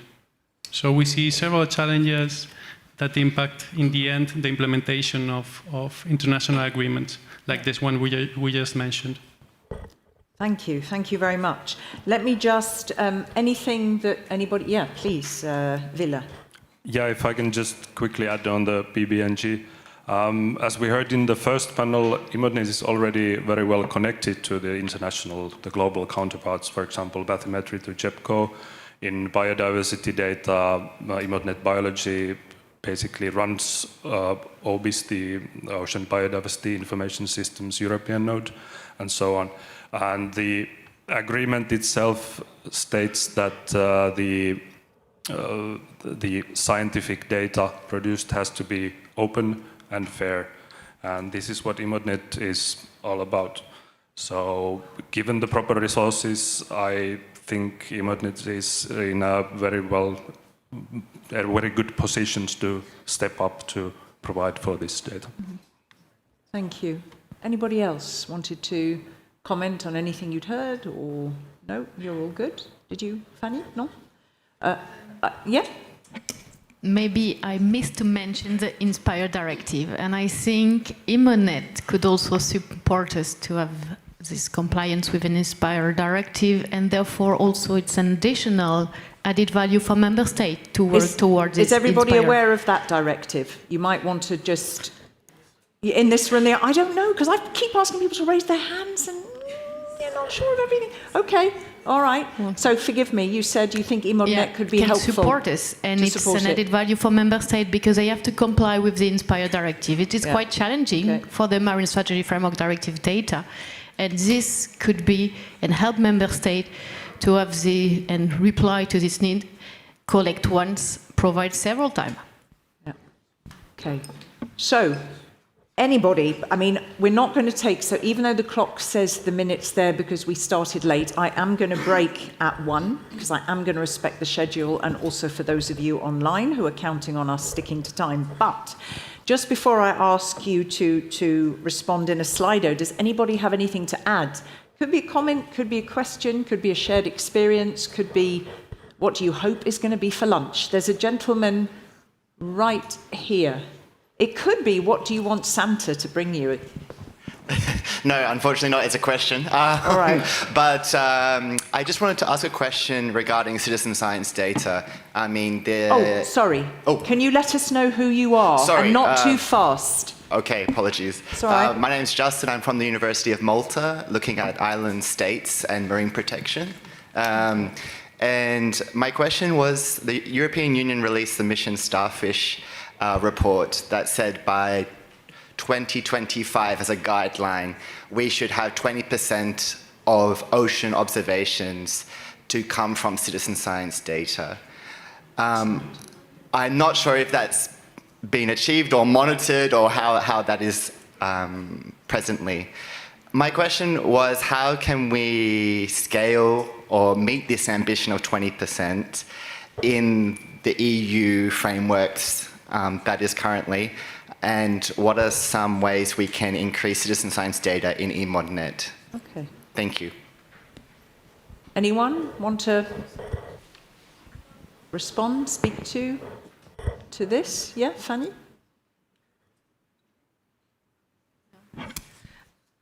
This is, I will say, a challenging question because as part of the implementation of the Marine Strategy Framework Directive, it's up to member states to monitor their marine waters. They can use different sources of data, but they have to use data they trust. And it means that you have a high quality of the data collected by the members, by the citizen. You have access to this data. I think we have a good example with the Litter Watch, which was managed by the European Environmental Agency, where everyone can report the data on litter and make this data available. But we have to ensure that this data is collected in a way that member states can use it also and consider them in their assessment of the marine, the assessment of the good environmental status. So I think it's a question of quality, trust the data, and have this data which also fit with all the framework and what they need to monitor for the purpose of the implementation of some EU legislation. Would you agree? I mean, I'm just pushing. I'm pushing here because you specifically asked whether this information is available. So there is that statistic out there for 2025. Is it data? Is it not available? The percentage target? Whether we're close? Whether we're not close? Is it? I have no clue. Okay. You want to come in? Yeah. Sorry. Yeah. Yeah. Oh, you're such a gentleman, Manuel. I don't have the full answers to your questions, but I can tell you that EMODnet is working specifically on citizen science data.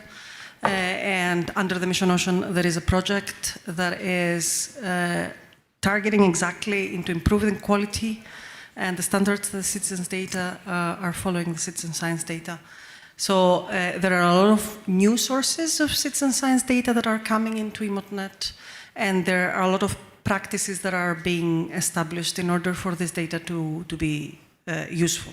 So we are working towards this. So that's something in its evolution. Mr. Slovenia, is it a sentence? I get to say whether she hands it over. Okay, go on. Okay. I'd like to add here to what I started before. For example, 15th in Europe, I think we have about 5,000 to 7,000 vessels in technical management. These are trawlers, fishing vessels. So it's not only a citizen science, it's also a science that can come from fishermen. What we do, we have tags or special, already 5 years in operation, sensors on these fishing nets that go at the ascending of the net and measuring the thermocline. This thermocline, which is extremely important for the forecasting of weather, is wasted. Okay, so currently. I hold you there. I hold that thought. You've given an example, but I think it needs a conversation in any sense. So may I leave that to have that conversation? You, frankly, aren't getting any lunch because you are going to be chatting with him for 90 minutes. But thank you very much. Okay, what I will ask just before is we will ask for a word cloud to create from the audience, but we'll hold, if we may, the result until I just do a last quick fire round and then take us into lunch. And the question is this, but maybe we won't show it yet. How should EMODnet service offer evolve to meet EU policy needs? So really plugging into the content of this particular panel. What do you think? What have you not heard? We can maybe remove that now, if we may, remove it from the screen. Mind you can probably all see it, can't you, on your phones? Remove it now. We'll come back to it at the end. And let me just ask, okay, everyone's ignoring me, that's all right. So just in this order from you, Manuel, one top priority for EMODnet to focus on in the future, specifically support the Ocean Pact and the wider EU policy initiatives, all relevant to this arena, and that we have name-checked, I think, but a few of them in this panel. To you. No, but very, very short. I mean, even if EMODnet provides with harmonized and high-quality data, and this is an added value, I think that as a policymaker, I would improve even more the usability to produce policy. That's it. Very short. More even improve? Usability. Usability. Okay. Yeah. Okay. Is it clear? Yeah. And you would need what for that to happen? This, I think maybe the way of accessing data, creating more layers, or maybe simplifying the processes, they are very well devised. Everything is well devised, but as a policymaker, if you don't have knowledge on marine monitoring systems, I think this process could be simplified even more. But for the time being, it's working perfectly, of course. Oh, you're such a diplomat. I can see why you work in the international arena, can't you? He gave you the microphone. He's very diplomatic. Okay, so that process, maybe there are very different users, very different profiles. Maybe you can have a look at tweaking that in terms of the usage thereof. Okay, Villa, what would you say? A focus or an improvement in the future? Well, everyone in this room knows what EMODnet is, but if you go down to the marine research scientist level, most have some kind of idea, but they might not be well convinced on how useful EMODnet is for them both to make their data fair and use the data in EMODnet. So I think we need more of this kind of grassroots work, so the friendly faces that Callum mentioned in the first panel, to make sure that all the possible data providers and users know all the benefits for them and for their data. And also for those of them who are perhaps more cognizant of other kinds of EU policy initiatives, the ones we've spoken about here, you know, the European Maritime Spatial Planning Directive, maybe that's also important so we can make those linkages, as you said, who actually is doing what. So more visibility, certainly, for you, please. Monika? Yeah, I wish that they would focus on human activities mapping, develop indicators so that we can track trends of what's happening on or under our seas, because this is essential for planning in the long run and making scenarios, etc. And there's a lot of data already there, but they are not sufficient, and that should be further developed. Okay, thank you very much. So again, to support the Ocean Pact and wider EU policy initiatives, where should EMODnet put its focus? I will continue with this word of collaboration with member states, because they are collecting a lot of data for the purpose of the implementation of the EU legislation. And this collaboration, I feel, should do and be done in a step-by-step approach, because we need, for the member state, for the provider of data, to take also the ownership. So once we agree on a standard, they have to implement it in practice. So use this standard and have, therefore, long-term series of data and providing this data to EMODnet. So I will say collaboration done according to a step-by-step approach to ensure that they have, member states have this ownership of this process, and therefore have a good long-term cooperation with all the actors involved in this governance. Thank you. Over to you, please, Stefano. Yeah, one thing that I would like it is certainly a priority is the incorporation of the marine strategy data, but also in terms of spatial representation of the impact, that are higher level indicators that are more, let's say, ready to be used by the planners.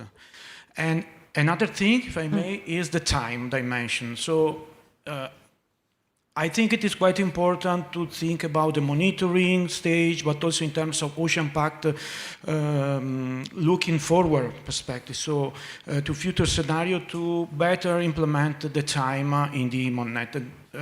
So not just to update the data, but to have this time dimension in all the information in order to be ready to identify trends and better support this kind of policy that you have to implement in cycle again. So to maintain to have a better monitoring and to have a better, let's say, investigation of the trends that are ongoing. Yeah.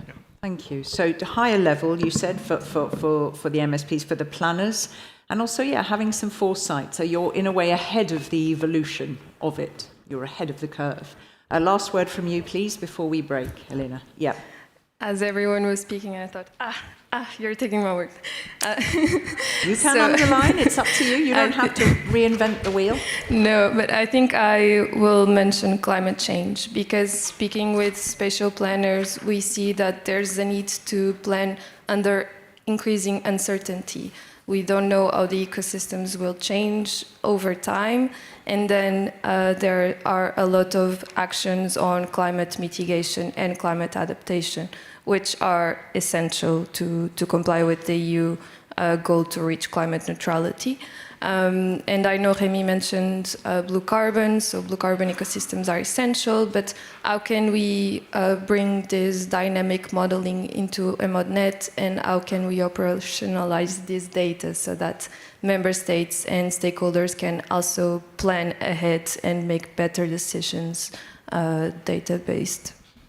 Thank you so very much. So a lot of, I heard, and I won't do a huge summary, I think you're all very tired, but what stood out for me is indeed these priorities. What do we need? Really getting, it's not really getting your hands at, getting on the ground sometimes, coming behind the theory, deciding on the priorities. Certainly what you say, and I thought that was really interesting, member states are also part of the evolution. So really, nourishing that dynamic. It's not just, what can you bring to us and what do you need from it that's absolutely critical. We heard of the importance of exporting values and also governance, but the challenges in the international domain, not least with these monitoring that tends to be very, very short term. It's a little bit fragile, so that also hampers their ability to plug into EMODnet. I also take that away. I also take away the power of the technical groups. You said as a member state, there is the task force, so please use them. We heard about standards there again and the importance of that. And really looking, you talked about still looking for feedback from certain end users. So are there users that we need to hear from? Are there actors that we need to hear from? We need to spike their interest in order to get even more data in and to plug those data gaps. And then I come back and I just go, my God, capacity. Capacity, all of this capacity, which I think you're going to get to this, Kate, tomorrow when you talk about the vision, because clearly there is such a fervent interest in going, but we can do this and we need this, we can do that. So the money needs to be there. The money needs to be there. Let's see what you, as the audience, online and in-house, say. How should EMODnet service offer evolve to meet EU policy needs? So, train scientists, strengthen collaboration. So we had that. Visualization and interpretation of data. So perhaps that speaks to what we heard there about, making the data more perhaps streamlined, sometimes a simpler process for certain users. Clear workflows. Simple visual dashboards. So I hope you're curating all of this because I think obviously it's very important for them to see this. User-friendly. Make it visible. Yeah. Okay. All right. Thank you very much for your input. Thank you very much to those of you online. Before I just give you some terribly, you're going to really kill me because you want to get to lunch, but I have to give you some very simple instructions. Can you please kindly give warm thanks to these lovely, brilliant speakers? Thank you so very much. Thank you. All right. So just very briefly, shortly, we lose our online audience because after the lunch break we are going directly into the breakout sessions, of which there are 4, and one of the breakout sessions is actually in this room. It's on ocean observation. You should get, there you go, you've got the information on screen now. There are plenty of people everywhere to help you. Just if I can have your attention just a moment, I promise not longer than a minute. The sessions are hosted and chaired actually by the EMODnet community, okay, with members of the EMODnet and European Marine Board Secretariat serving as rapporteurs, because we're going to do some very splashy dynamic feedback as we come into the back side of the afternoon, all right? It is important that you go to the topic that you have selected, okay? So we really ask you, please don't change your mind at the last minute because you just annoy everybody and people might cry, all right? So please just go to the room, and if you haven't signed up for a topic, please use the lunch break to check your registration. That's super, super important. I cannot emphasize enough for those of you who has shamefully not visited the exhibition, make sure you visit the exhibition booths. Wait a second, because Mercator Ocean International we have to thank, we have Seascape Belgium to thank, we have Liz, we have the Flanders Marine Institute to thank, and we have wider stakeholders for that brilliant exhibit. It is here all week, but not all of it is here all week. Okay, so be sure to go and visit it. And then all you lovely people online, we are going to see you back here at, what time do we see you back here? 16:40, is it? Or 16:30? We will see you back here for our last plenary session, so do keep an eye on your screens. On that note, fly, be free, get some food in you, maybe pop up and get some air as well, get a bit of sunlight, and then we will see you after the breakout sessions, okay? Have a good lunch. Thank you very much. Thank you to you online. Thank you very much.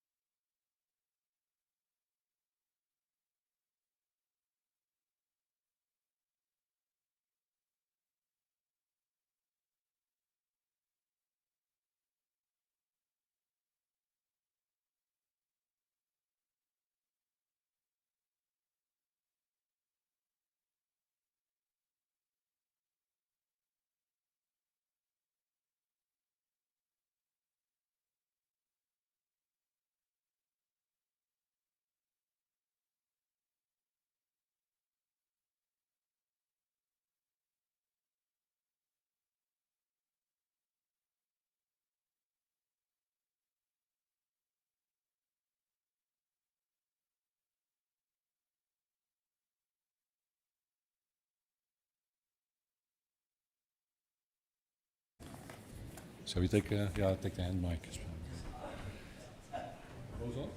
Hello? Hello? Yeah, okay. Hi everybody. We expected a little bit more people because we had 100 reservations, but we're gonna start, not to infringe the time schedule. We have now a special session, the breakout, and the breakout is a little bit also related to the vision, and also in fact a little bit what we also discussed already this morning, about how can we scale up the number of data providers which are sharing the data with EMODnet. And this way, let's say, using the data for enriching the products and the services, which of course is then very useful for the users.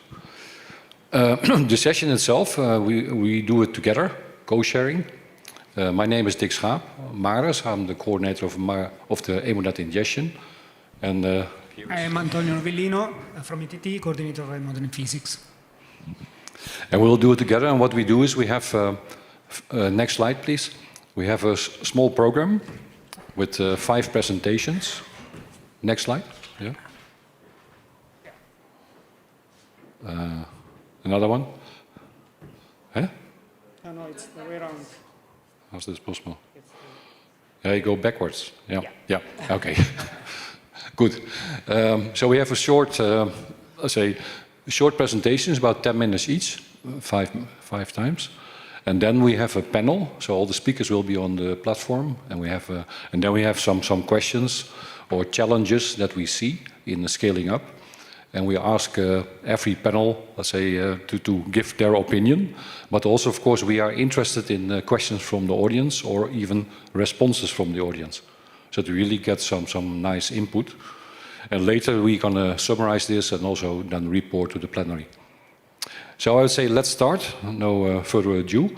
So I would like to call up Sissy Yoda from HCMR, and she will tell us a little bit about EMODnet ingestion and everything that goes together with that.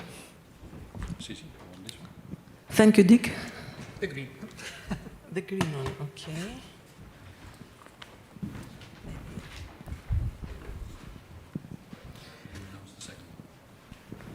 Okay, good afternoon, everyone. I'm Sissy Yoda, as Dick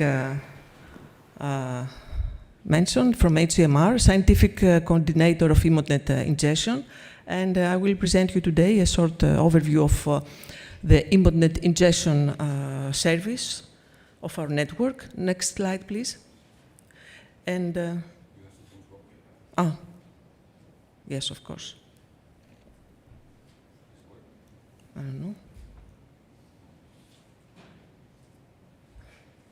Okay, so, okay, it's the upper button, not this one, it's the upper one. Okay, so I will present the ingestion service and how we approach the delayed mode data submissions into our service and the integration into the EMODnet network and data and product services.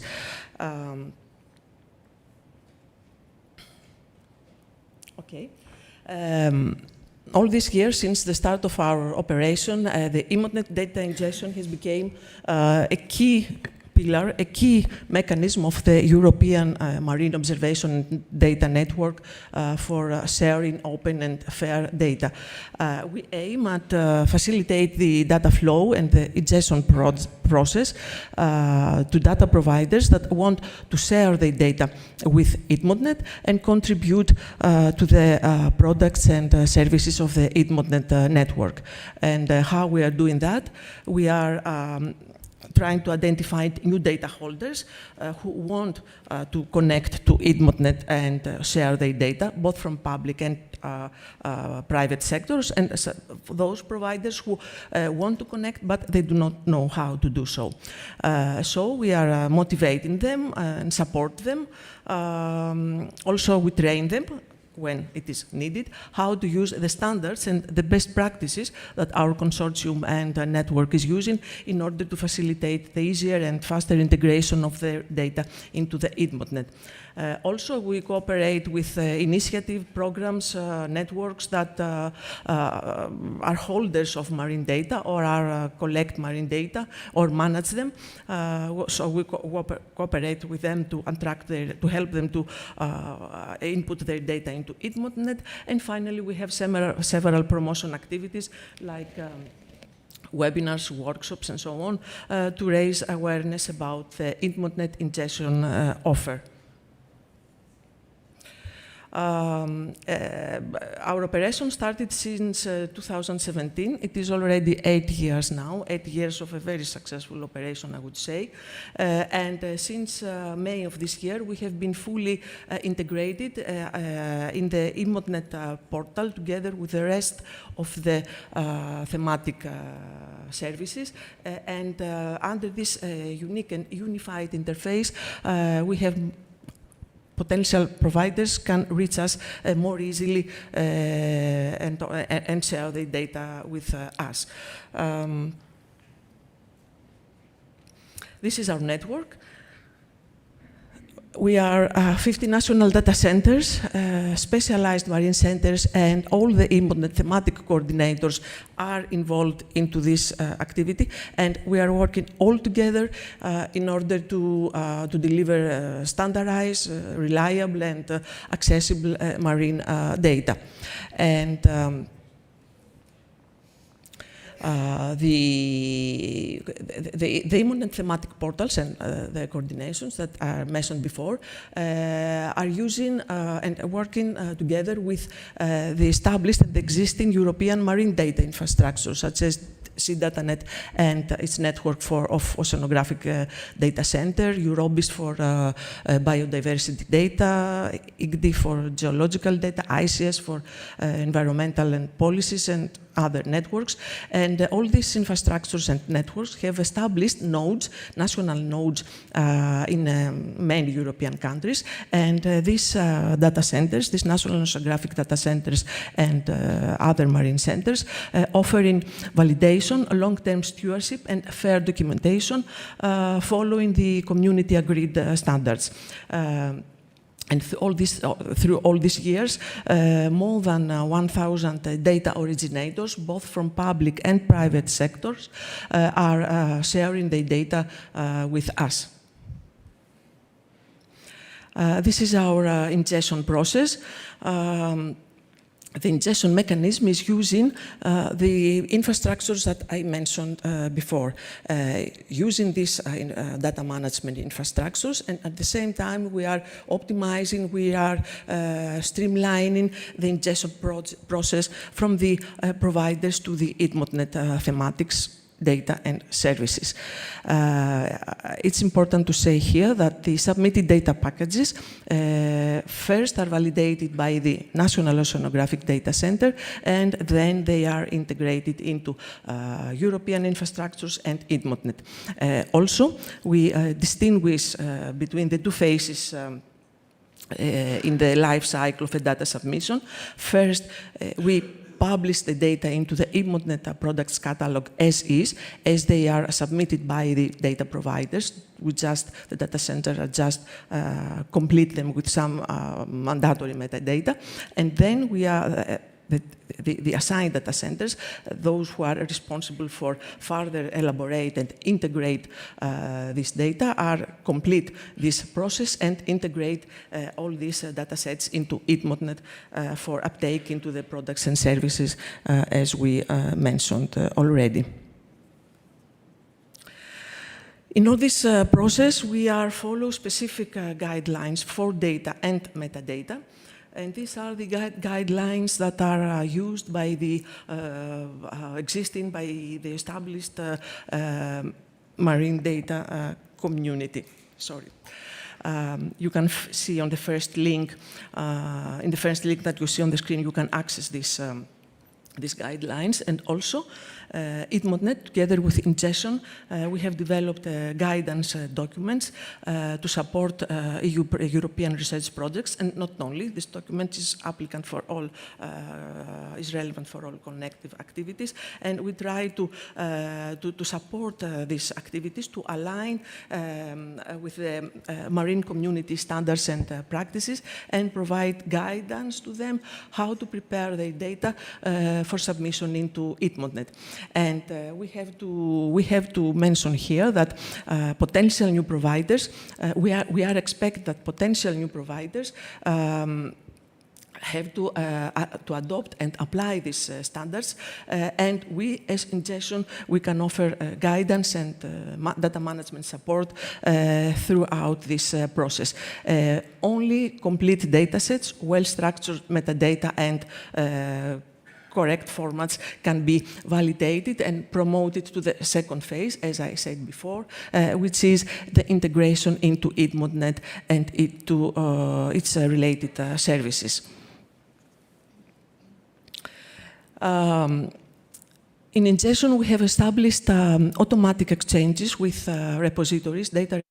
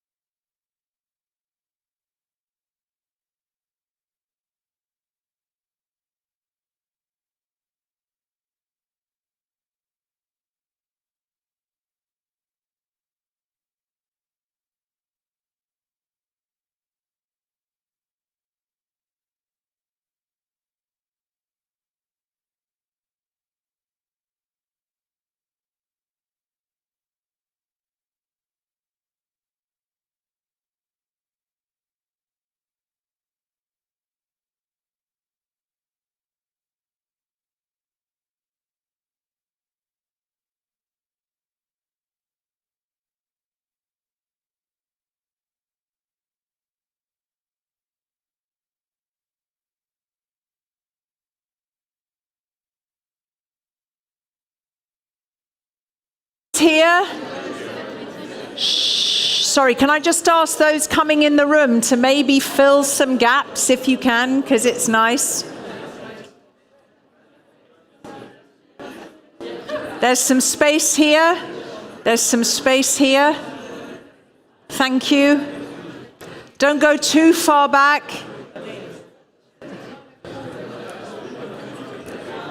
Good people, there's space here. Okay.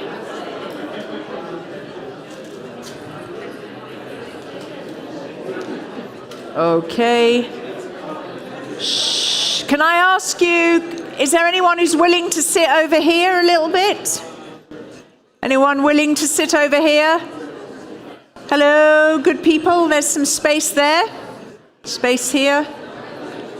Thank you. How kind of you. You actually listened. Thank you. Oh, now you see, everybody wants to be popular. Thank you. All right. Okay. Shh. Yes.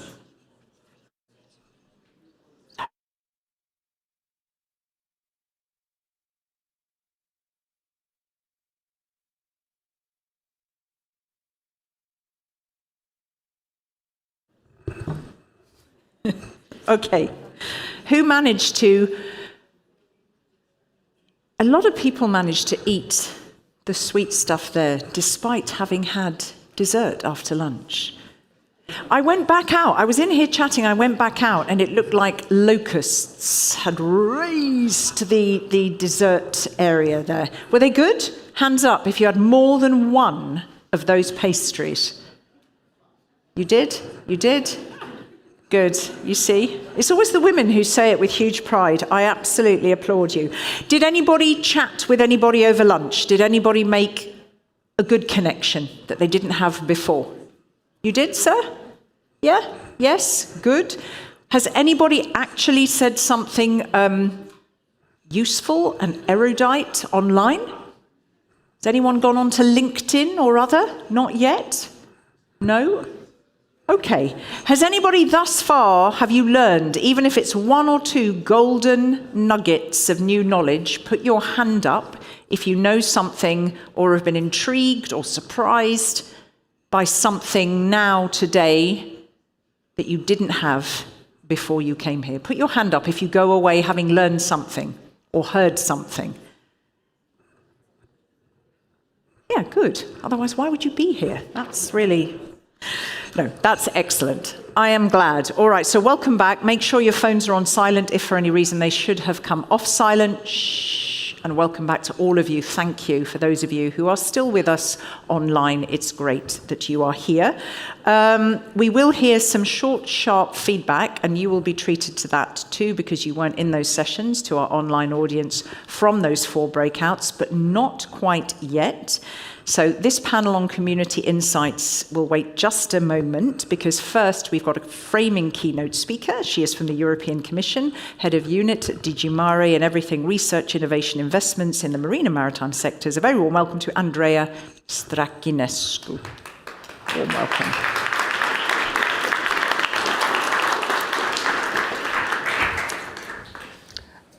Thank you very much. Good afternoon, everybody. I think I know a lot of people in this room, so looking at the faces, I think we met, and for sure this is a wonderful community, because EMODnet, it's a wonderful initiative. And I think the history showed that we developed something that is unique and also has the potential to be a strong pillar of the future policy of the ocean, European ocean policy.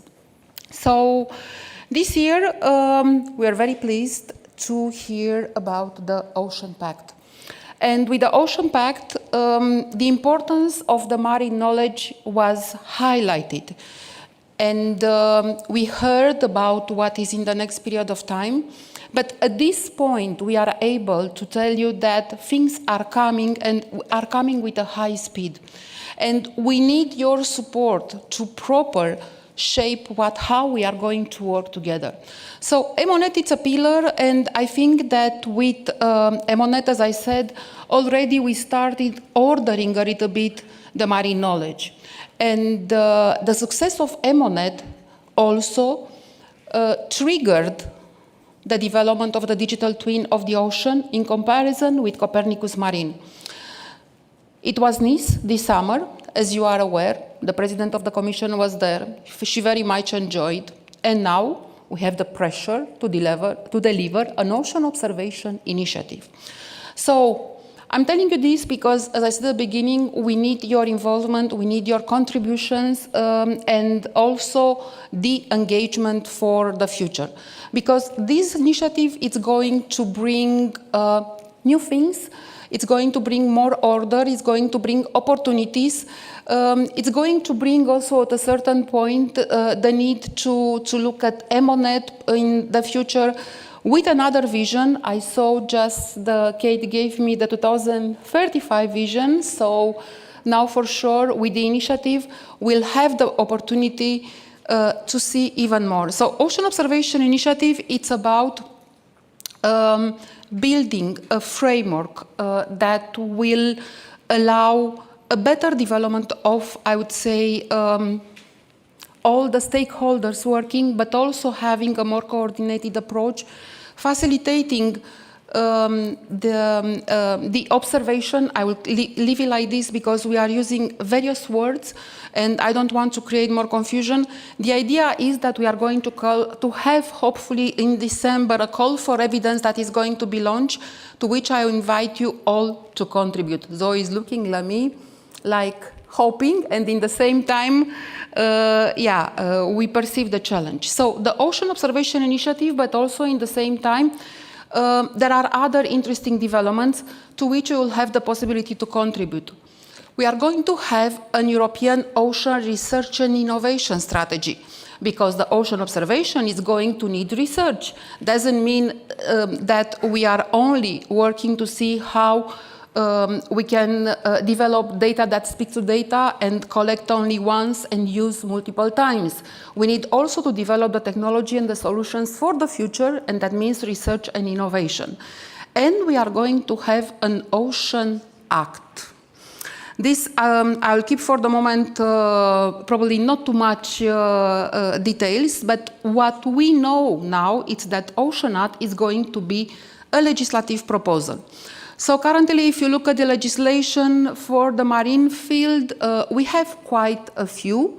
Probably the most direct, there are the Maritime Special Planning, Marine Strategy Framework Directive, but also marine knowledge is contributing to various other policies and legislation that exists at European level.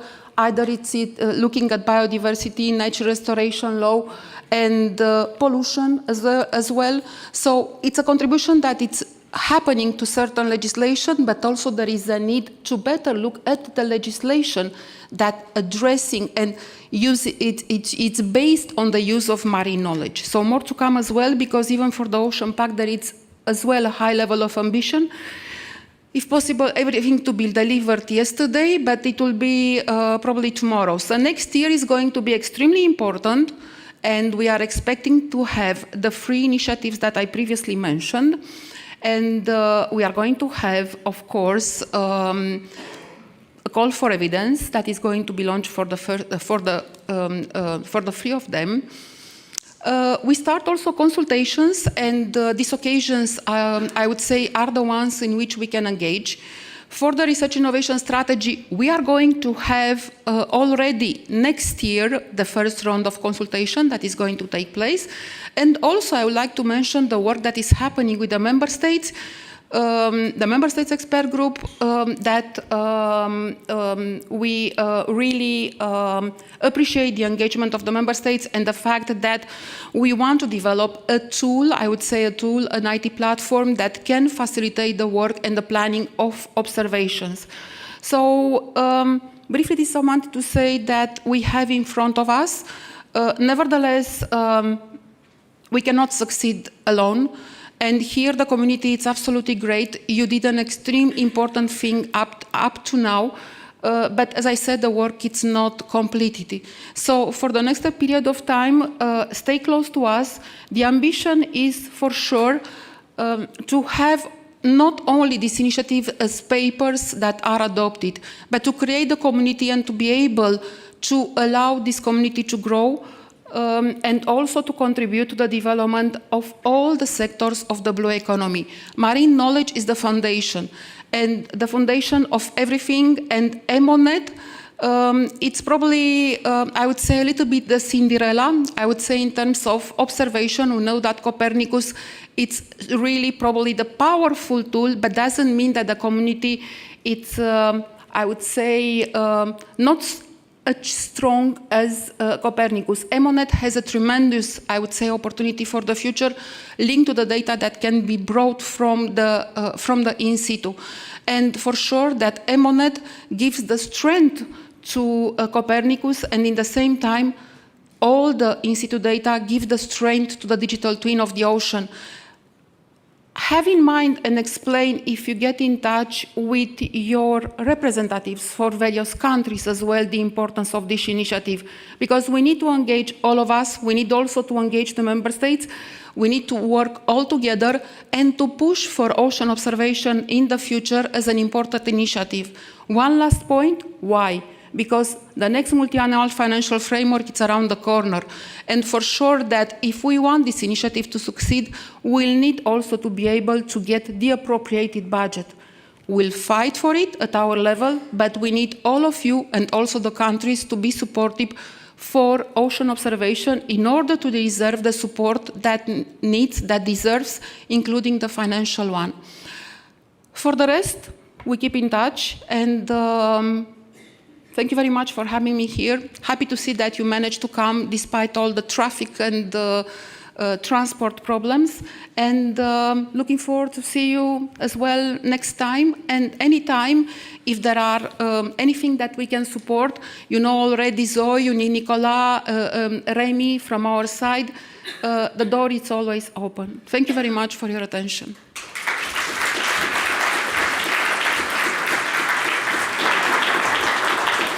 Thank you very much, and I think your message was very good there, because the different sectors I moderate, and it's always mentioned about the MFF, and absolutely it's going to be, I'd like to be a fly on the wall of those conversations. It's going to be tough conversations, and as you say, the more you get that kind of groundswell of support from the community to say this is really important, because everything you spoke about there with the Research and Innovation Strategy, the Ocean Act, the Ocean Observation Initiative, oh my goodness, marine knowledge is at the heart of all of it. So be clear about why you need the funding to increase capacity to do it. So thank you very, very much for that, and for stressing the importance and the value of EMODnet.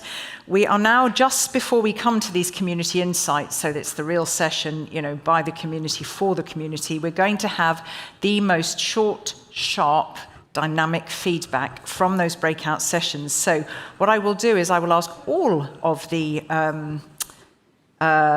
leaders of those sessions to come to the stage, and then one by one, just a couple of minutes, 3 minutes each, to just give nicely telegraphic feedback. I think you've got a couple of slides as well. Just don't read off them, dear speakers, all right? So if I can please invite to the stage for breakout session 1, Dick Schap. I really tried with my Dutch there, but that was probably not brilliant. Breakout session 2, Margarita Lopez. So Dick Schap is from the EMODnet Data Ingestion Coordinator Maris. You can have a seat. I think I'm supposed to bring you all to stage together to show what a community we are. Margarita Lopez, Decade Coordination Office for Ocean Data Sharing at the IOC Unesco. So please join. Hello. We also have for breakout session 3, so that was on Technical Services, Tim Collart from Seascape, Belgium. So he's also in the EMODnet, of course, Secretariat. And then the last one is EMODnet User Needs. And this is Safa Suidi from Agriculture, Nutrition and Development. So I had a very, very funny conversation, because yesterday when we were looking that up, actually Alimenter Demain is, of course, the slogan.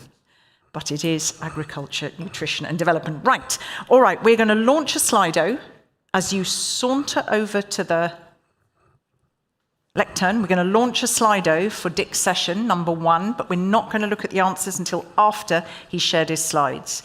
So, how should EMODnet scale its in situ ocean observation and data sharing partnerships? So, should we give people a moment to do that so they will listen to you? And if I can prevail upon you to be wonderfully telegraphic, I think we can make the slides available. Do not feel you have to say everything, just in the interest of us sticking to time. Okay, so let's hear. Was it busy? Was it a nice vibe in the room for yours? No, we had about 40 people. Okay. We expected 100, but I think there was a delusion because of the traffic, etc. Okay. But we had a very nice session. And let's see, we have next slide. Does it work here? Yeah. So we had a session where we looked into one of the pillars under the vision, which is like how can we scale up, let's say, the number of providers that will share that data with EMODnet.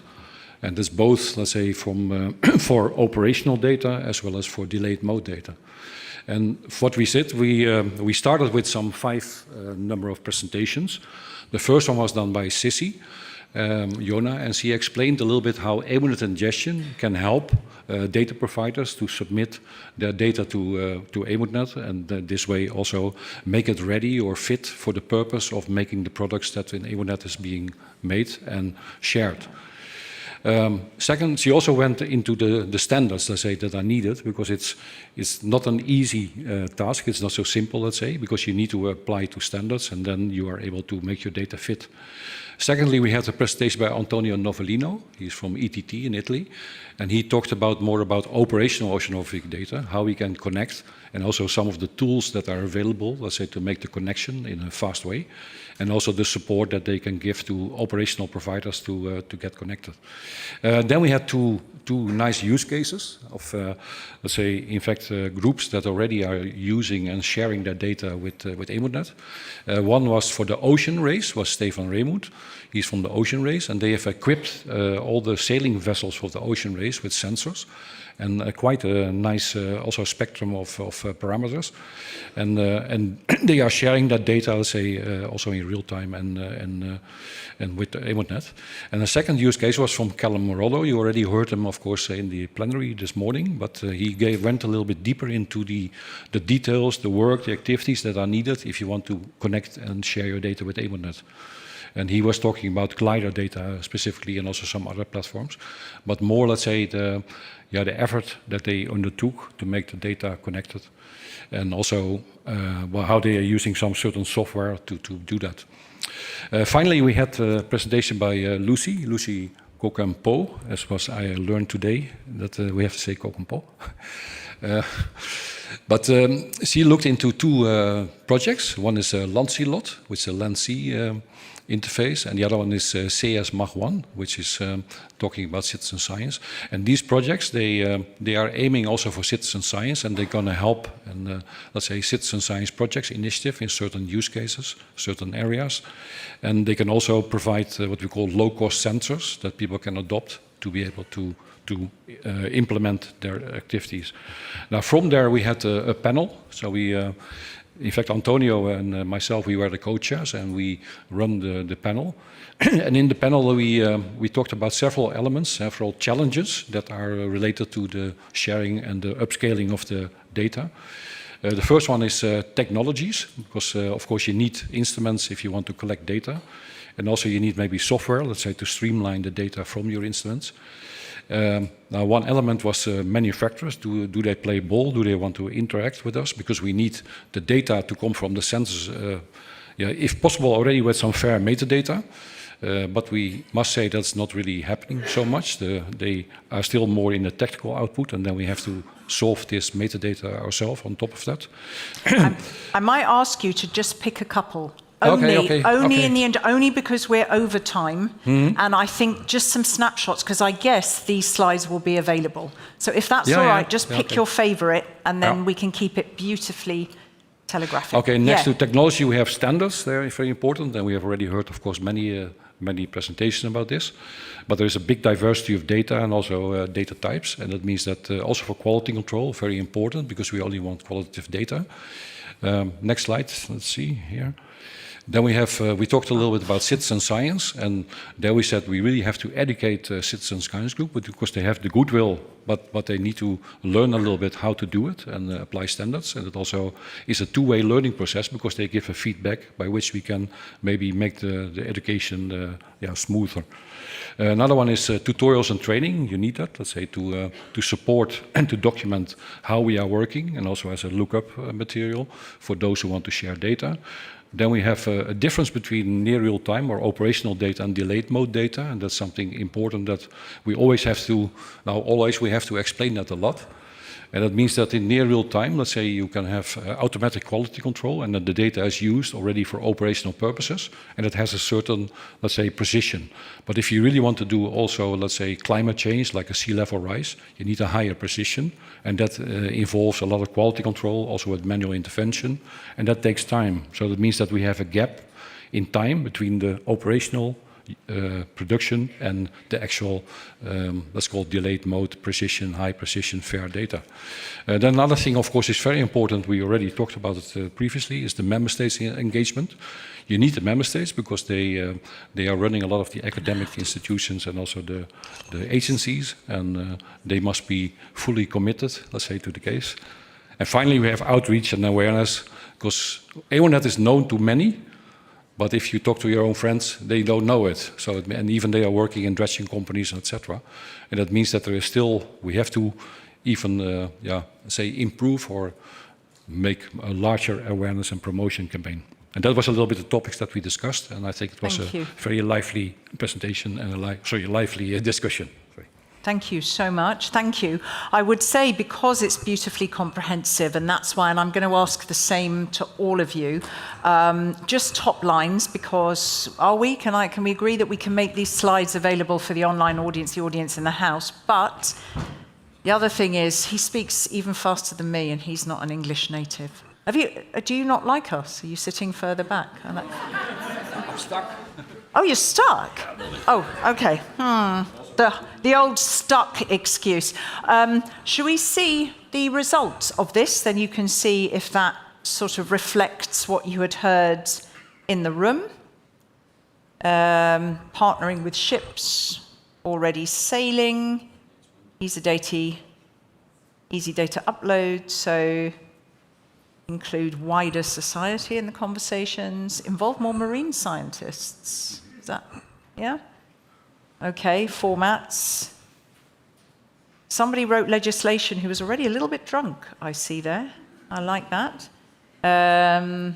Okay, sector-specific engagement. So can we keep that? Let's keep that. Thank you very much.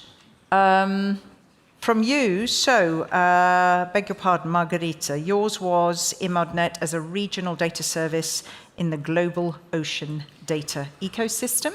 So we have a Slido question, do we not? Which is, maybe we can keep that one. We can launch it while you go and take your place at the lectern. That would be lovely. We have a question which is, what role should EMODnet play in shaping the global ocean digital ecosystem? So we will give people a moment to have a think. One participant is typing. Maybe we could get to 3 or 4 and then over to you. Thank you. Well, thank you. So I'm here to report on breakout session 2, which was to highlight the main role that EMODnet has on the global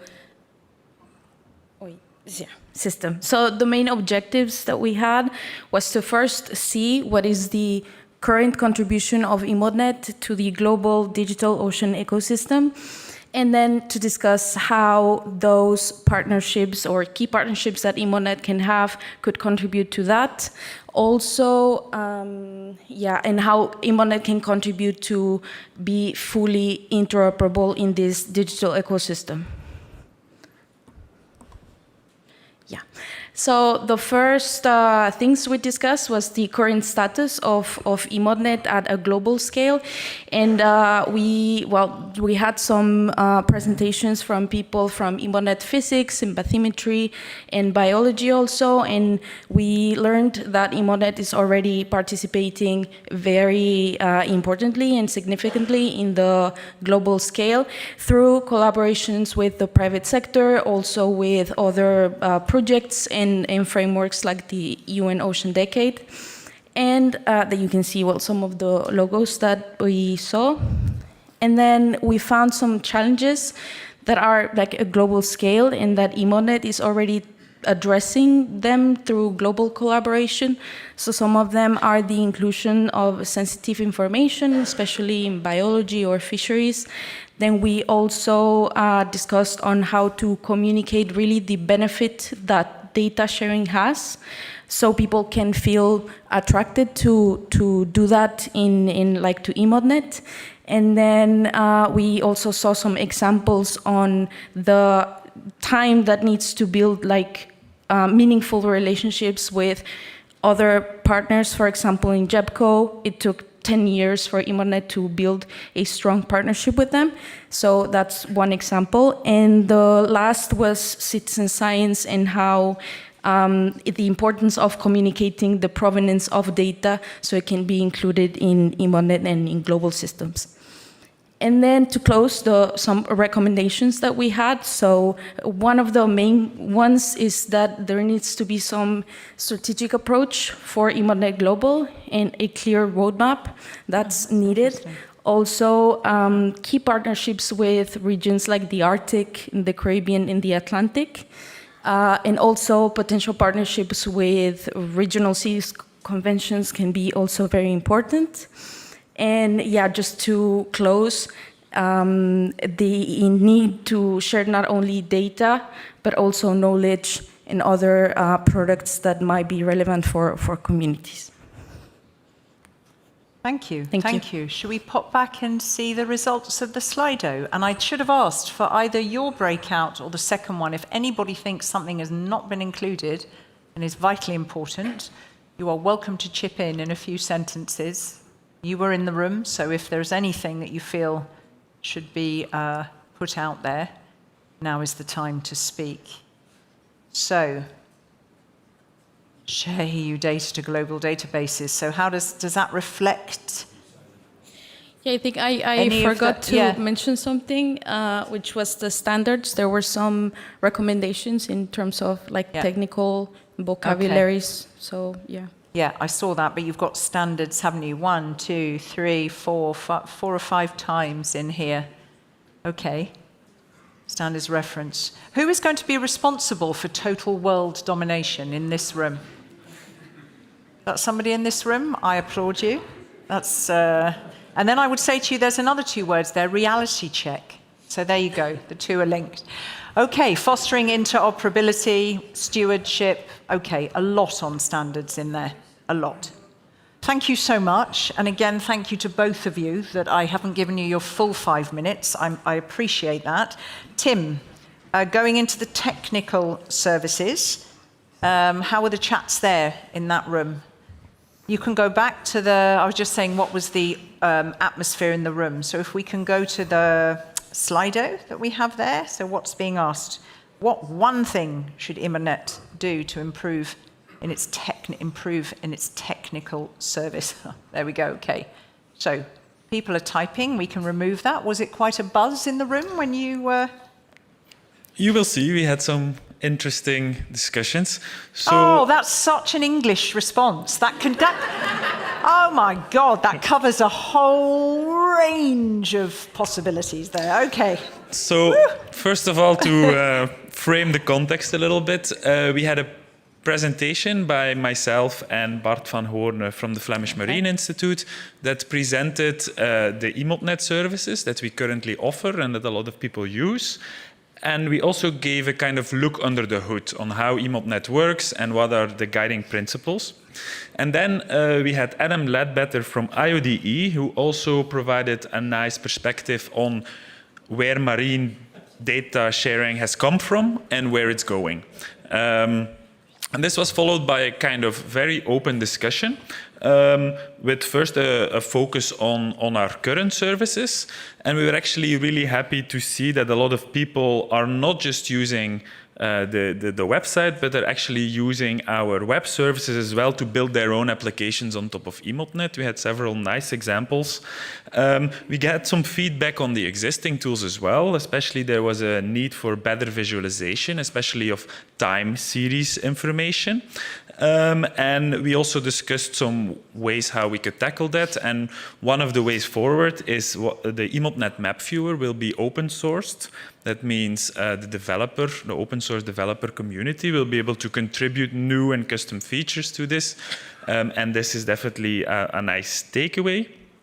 And the Slido results you see there is kind of all the different services from EMODnet that people have used. Then we also had a really nice discussion, I think, on future opportunities, but also challenges. First of all, is the need to accommodate the evolution of how the web is currently being used. We're going from a web where people used to search information using search engines and indexes to a more agentic web where people use large language models to ask questions and look for information. And we realized that we need to expose the information that EMODnet holds in a way that these agents can work with it. Model context protocol came up as a way to do this. But doing this, exposing EMODnet information through these agentic agents, to these large language models, it also poses a number of questions on how to deal with data provenance, transparency, how do these models arrive at the conclusions that they present, as well as trust in the information that is provided. So these are, I think, important challenges to tackle for EMODnet, but also for the web as a whole. Some other future opportunities that were discussed was there's going to be an increased contribution of citizen science into EMODnet. I think we saw that as a kind of red line through all the breakout sessions, so definitely a very important topic for the future. And then there's also an opportunity where EMODnet would create products specifically tailored to inform policy through standardized indicators, for example, MSFD. So, in case I missed anything, you can use the Slido poll to Yep, you can say now, shall we have a look at the results of the Slido? So, quite a lot. So, a lot of the things I think we covered, so data visualization, a good user interface, the map viewer, data ingestion there was definitely, this also came up, that people, they really want to provide data and that we need to make it as easy as possible for people to share their data. And then I see a whole bunch of other type of web standards that we either already support or we will plan to support also through the EDITO project. So yeah. Thank you, everybody. Quite a lot around user testing, user monitoring. You see user experience. Yes. There's a lot yes. in. Yeah. Okay. Thank you. Thank you very much. Brilliant. All right. Thank you.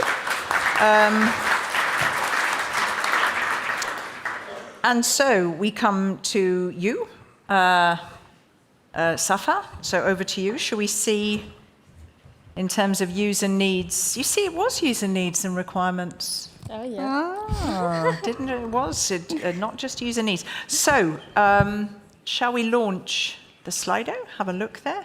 How was that? There was a lot going on in your session.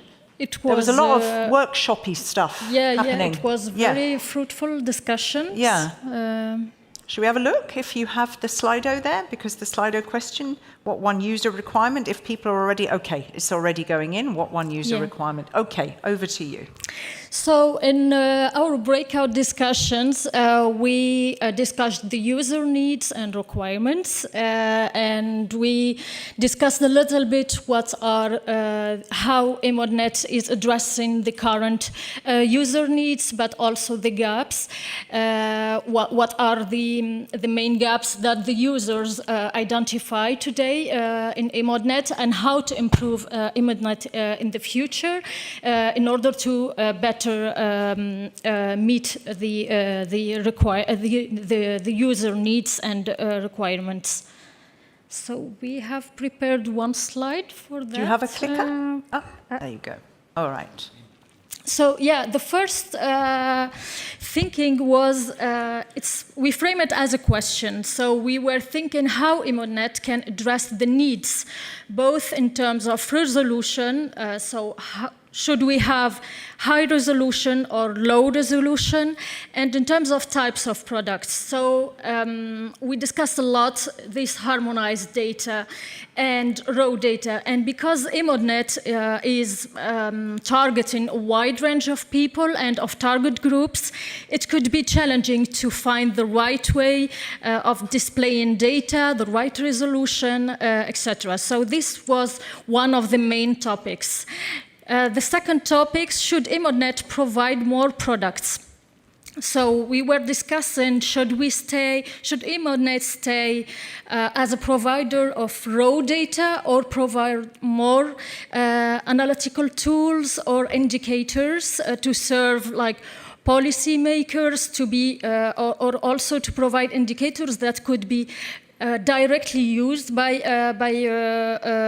policymakers, but then we also discussed the fact that there is also a need to find a balance between political willingness and the political issues and sensitivity of taking some choices and the user needs.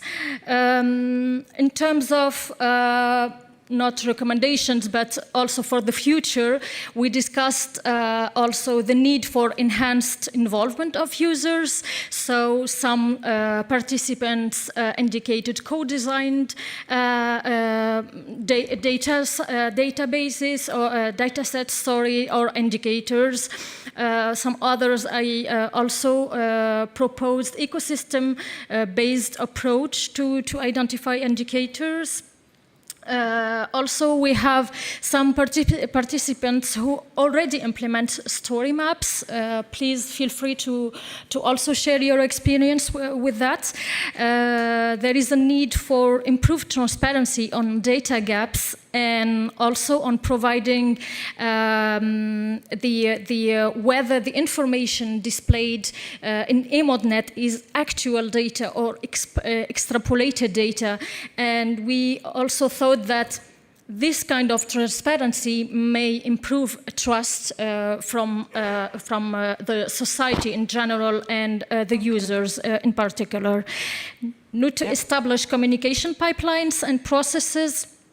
So, there is a need to strengthen the communication with the regional sea conventions, the EU agencies. So, some participants mentioned the European Environmental Agency and other institutes as well, and also something which came up like very frequently, the need to improve the coverage of EMODnet in terms of spatial coverage, temporal coverage, but again, there are a lot of difficulties also that EMODnet also should address in order to improve this coverage in deep sea, for example, or other areas. I need to ask you to round off, but I think you're there anyway. Yeah. Just to have a check, because I've been so strict on time. There are rapporteurs who took wider notes in the room, so we're good. These were just the top lines, so the audience here and the audience online can have access to those reports. Is that correct? Okay, so just to say, in the report on the conference, which I should have brought up before, we are going to get information on these breakouts. So that isn't the last time you will see or hear. Thank you so very much. Thank you to all of you. Thank you for allowing me to be a bit of a hurricane, Katrina. It is just to keep these good people with us for the last session of the day, when it's a long day. But thank you. Warm applause for these excellent leaders. Oh, sorry. That was so rude. I didn't run your. There you go. We have it. There was a lot of interest there. There was a lot of. Yeah. There was a lot. So. Yeah. Yeah. Harmonized data, data access, accessibility. Improvement of search Somebody else options very drunk has put user interface improvements, haven't they? Look at this. I love that. I love seeing that people have been at the gym. One? Here, improvements. Yeah, that's a good one. Okay, there's a lot there. There's a lot there to work on. Thank you so much. And the information will be curated and will go in the report. You may take a breather off stage. Thank you. All right. Okay, so we have an extra chair in this one because we are now coming to the community insights. So we've got people from across the diverse partnership of organizations, and we're going to go behind the scenes to discuss the process of how EMODnet delivers the marine data and the data product assets, highlight the key partnerships that function to make that happen, and hear their feedback. This is all moving towards tomorrow, the evolution, the discussions that need to happen for this under the MFF, and also the vision that we will hear about tomorrow. So it really is by the community, for the community. Now, there is an empty chair. If you fancy popping up in that empty chair and asking a question or making a comment, it is there for you. If you don't, it remains an option to raise your hand from the floor. So let us meet our panelists, okay? So first of all, stay in your place until I've read, if that's all right. We have senior geoscientist Annette Blischke from the Marine Geophysics and Geology at ISOR in Iceland. So we have Antonio Novellino, he's just been mentioned there in the technical breakout session from ETT, where he is a smart city market line manager. So it's an Italian ICT and creative industry SME based in Genoa. Joanna Becher, who is senior scientific data officer at Flanders Marine Institute Data Center. José Luis Santiago Castro Real, who is at CETMA, so the Technology Center of the Sea in Spain, and Thierry Schmidt, marine geophysicist expert at Shom, the French Hydrographic Service, and he holds the position of deputy head of the bathymetry department. So can you all please come to stage? Annette, starting from, how many do we have? 1, 2, 3. Starting from the second one in, please. Annette, Antonio, Joanna, José Luis, and Thierry. So if you can all sit in and maybe pull your chair a little bit forward there. So a warm welcome to you. So you are representing 5 of the 7 thematics, but across the programme we have heard from all of them. Here we are going to go behind the scenes, and I'm going to just give you one moment to introduce anything that you should have said extra about yourselves. You can say that just very briefly at the beginning, and then you need to present what you've been doing. So who should we start with? We start with you, I think would be a very, very good idea. So let me give you the floor. Just a couple of minutes if you can. That would be wonderful. Do you have a clicker? Yeah, you have the... It's on. Perfect. So I'd like to just show you our case from Iceland and how EMODnet actually helped us to get a blank map to some really nice data products. And so it's basically the base of the deep oceans and shallow seas, our journey through EMODnet, just to show you here to the right, and also a link to a story map where you can read up more about it. But we joined EMODnet 2013, and since then we have learned a lot, especially about EMODgeology, but also we connected to the bathymetry group and also talking to the habitat people, because it's not just a single standard we can do or interpretations. So there are different processes that happen on the seafloor, and it's so they connect to each other. So data harmonization and integration is extremely important. So because the geological processes they connect with also the ocean floor mapping, but also with ecosystems and spatial planning. And 2 years ago, we worked for the government, as a government, to get our first assessment on wind energy feasibility. So that was a big step forward. Here you can see the EMODnet Geology Group in June this year in Reykjavik or in Iceland, and also on our field trip. The lava you see there is, I brought a piece. So it's also to say, even though geology moves really slow, but we're steadily growing, it's also dynamic. So we don't have just static maps, we also have dynamic processes. We're just a little slower to map them out. Then just to say what is important, as I said, linking to bathymetry and habitat is extremely important for our case, probably also to other themes. So we have also looking at the natural resources. That links us directly to the blue energy theme and also to the marine spatial planning. So this is all interconnected and we need to be aware of this. So the challenges that we see for now are pretty much keep on collaborating and communicating, because what if we have done one thing a lot, it's exactly that, to have the knowledge exchange but also move forward on our own turf. So that's not just for the themes, but also science and also the stakeholders. And seeing this, how it's done internationally, we did the same also back at home on a national level.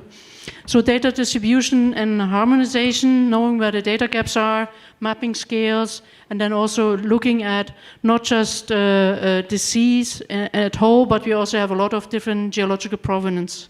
So we have to focus on that. Focus on needs. Looking at scale, it's from the data, but also what we're going to do, and also focus on that, what we need, and prioritize that, what it's nice to have. So that's kind of really rush through, so I finish here. Thank you. Thank you again and again, and that is only, and thank you for being short, just only in the interest of the amount of information that these good people have been taking in across the day. I just really like the way this is phrased here. Of course, the blue economy, essential for identifying vulnerable habitats and opportunities to coexist, which must be hellishly challenging, and just to get all of the stakeholders to kind of come to an understanding around that. So thank you so very much. We have the EMODnet physics coordinator, or you are going to come back. So have a chat about EMODnet physics. So I have the pleasure of coordinating EMODnet physics for the past 14 years. It's really like a son, I have to tell, like a growing child. It's keeping increasing and became more mature. So, for example, in the past 2 years, we were able to largely increase most of the data collection that we have, with major increase in rivers data, temperature and salinity of the water column, waves, and so on. You may slow down. I promise I won't interrupt. Just a little bit of slowing down, slowly, just for the benefit of them. Yeah. So if we want to consider, for example, the day of recordings as a metric. Now we exceeded the 80 million days of observation in EMODnet physics. So this is a very massive, huge number that we are offering to our communities. And for each platform, EMODnet physics is making available a specialized dashboard that we call a platform page that is representing the data that is collected. And in the slides, you can see some example from gliders, moorings, casts, and so on. But as I also mentioned this morning, EMODnet is also a very powerful backend infrastructure that can support the scientific community to implement their action. And the SUS map is one of the best examples of this framework. EMODnet physics is receiving data from many partner activities and programs. For example, we have the Marine Copernicus service that is supporting us. We have the CDataNet network of National Geographic Data Centers. We have ICES, we have OceanObs, we have the European Research Infrastructure. And all these partners are coordinating and supporting the workflow of the data from more than 600 partners globally.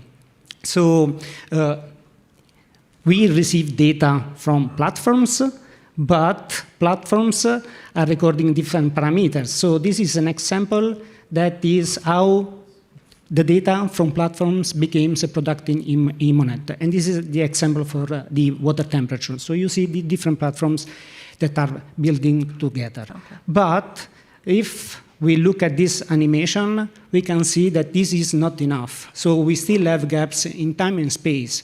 So this presentation is also a call to action because we need to have more funds in order to keep working together, and we need to give priority to some specific areas.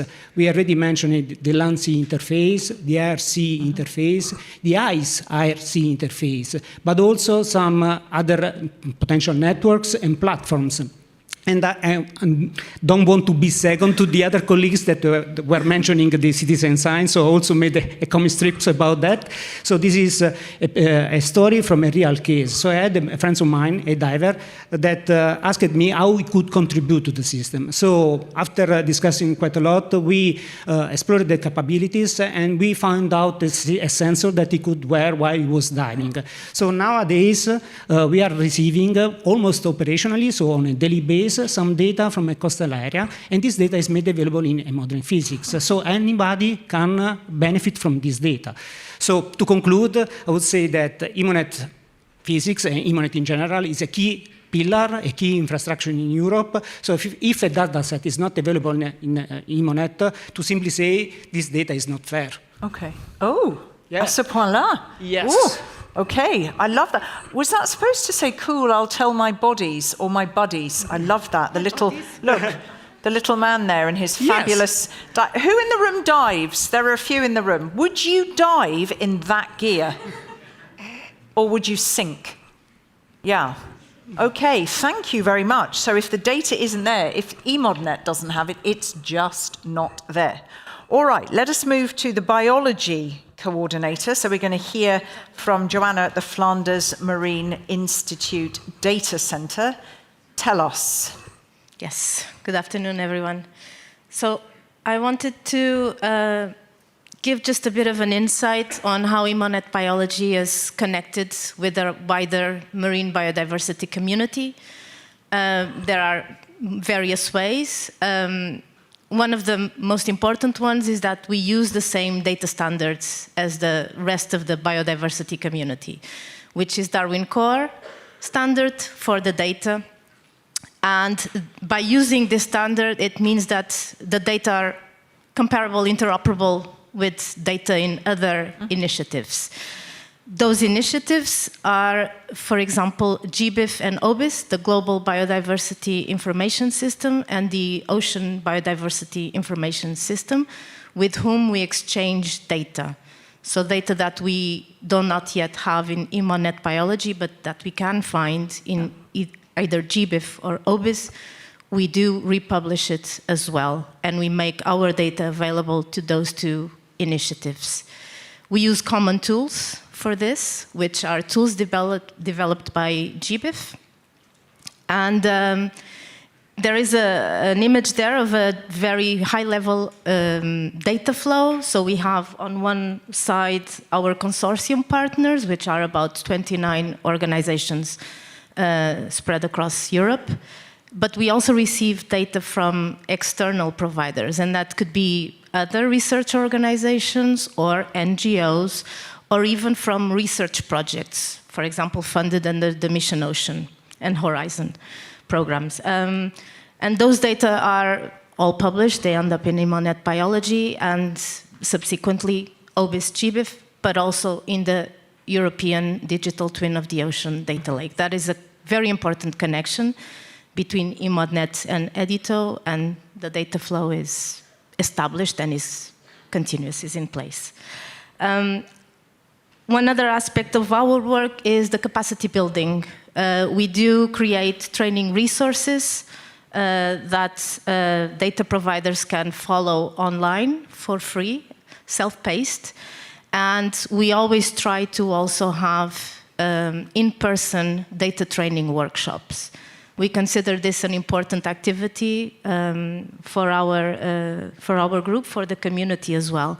Spread the knowledge, share the knowledge. And then on my second slide, I just wanted to have some few highlights in terms of data and data products.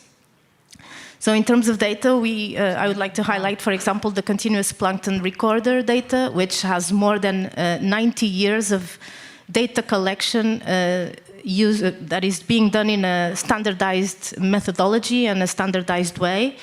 And it's currently managed by the Marine Biological Association, so it's quite a relevant data set. We also receive data from the Joint Cetacean Data Program, which is managed by ICES. So there is, ICES is part of the consortium. There is an established data flow, and again, cetacean data is quite important. And for example, one of the oldest observations that we have comes from the Norfish project or initiative, which looks at historical records in old reports, old logbooks from sailing expeditions or fishing expeditions also. So in total, at the moment, we have almost 50 million taxa observations occurrences, which is quite big, feeding into the global system as well. And we will continue that work, of course. And on the data products, just two of the most recent data products. One which is actually includes data from or product from the seabed habitats, EMODnet seabed habitats thematic lots. So it allows for the users to look for the species present in specific habitats, or to know in which habitats specific species are present. So you can do it either way. And the other one is global predicted distributions of intertidal macroalgae.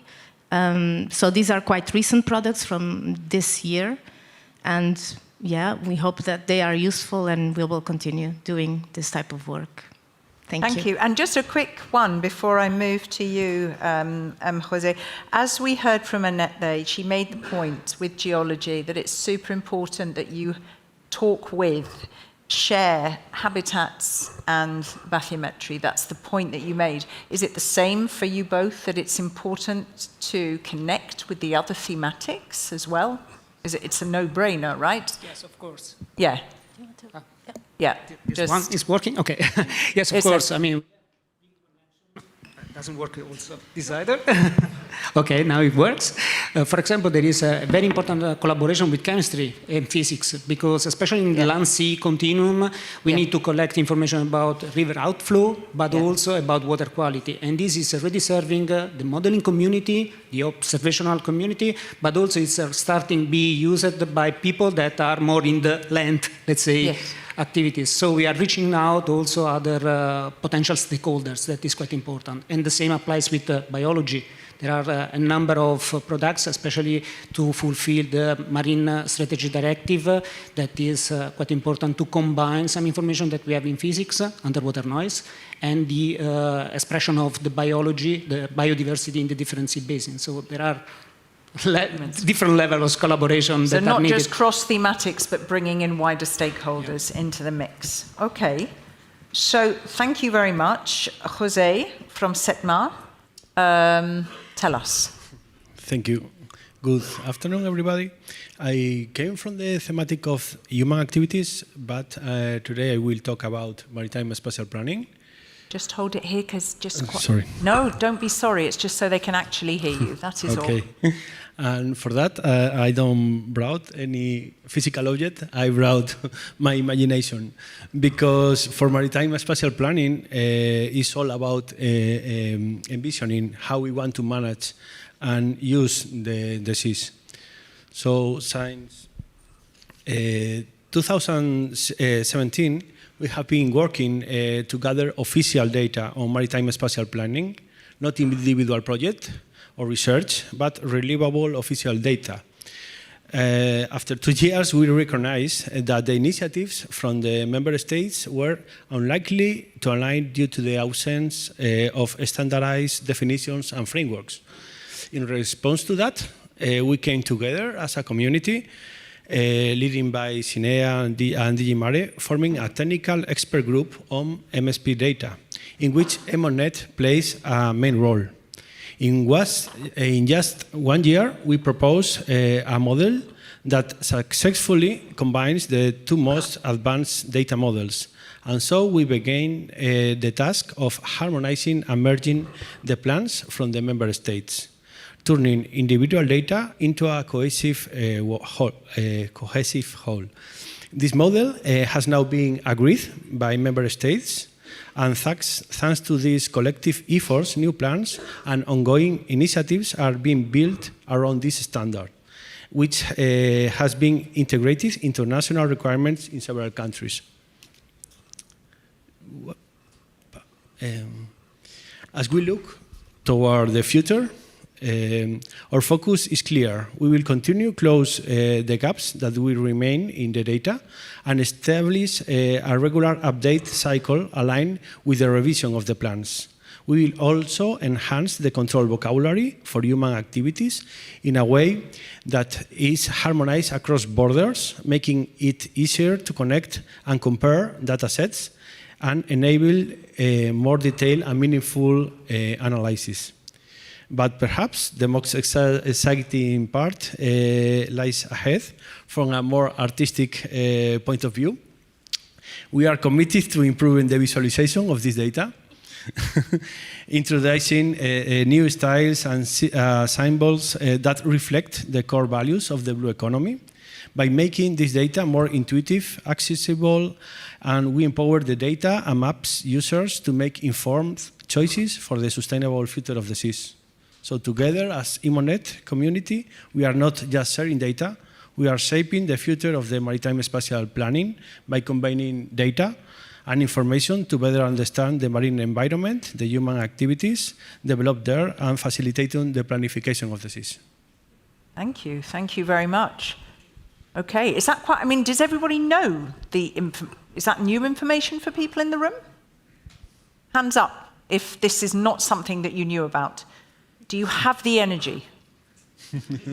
You didn't. Thank you very much. Okay, so over to our last bathymetry specialist, because that's what you are going to feed back on, Thierry Schmidt. So tell us more about what's going on in bathymetry and that thematic. So, hello everybody. I'm very happy to be here in front of such an excited crowd. They're a tired crowd, aren't they? They are tired, but tired. In all fairness, they've done a hell of a job today. No, I'm gonna be fast. So basically, well, you know a little bit about bathymetry already. So our main flagship product is obviously the EMODnet bathymetry grid, which is the picture you can see in the middle. So that's a 100-meter resolution DTM. Covering the European area plus the Caribbean area. In order to do this kind of compilation, obviously what we are also doing is gathering surveys, and that's what you can see on the left. Basically, 100-meter resolution is like a common denominator for most of the data providers when it comes to the diffusion of their data. In sometimes bathymetric data can be sensitive, so we came also using the on the left hand side picture you can see this inventory, but it's also a system or a place where you can find the data at the resolution that the data provider is also willing to provide. So we can also, on top of the DTM, we can also provide higher resolution depending on the data provider. We obviously, since the inception of EMODnet bathymetry, we had a lot of different feedbacks from the users. And, well, I'm not going to go deeply in this kind of feedback, but what I can say is that, coastal surge modeling, for example, is really something that our colleagues. Well, they are looking after bathymetric data. It's obviously a physical constraints that they need to include in their DTM, and we could see from time to time with the improvement of the DTM that it also improved their modeling. So how we do well at the moment? How we are strengthening our work and how we get closer to user needs.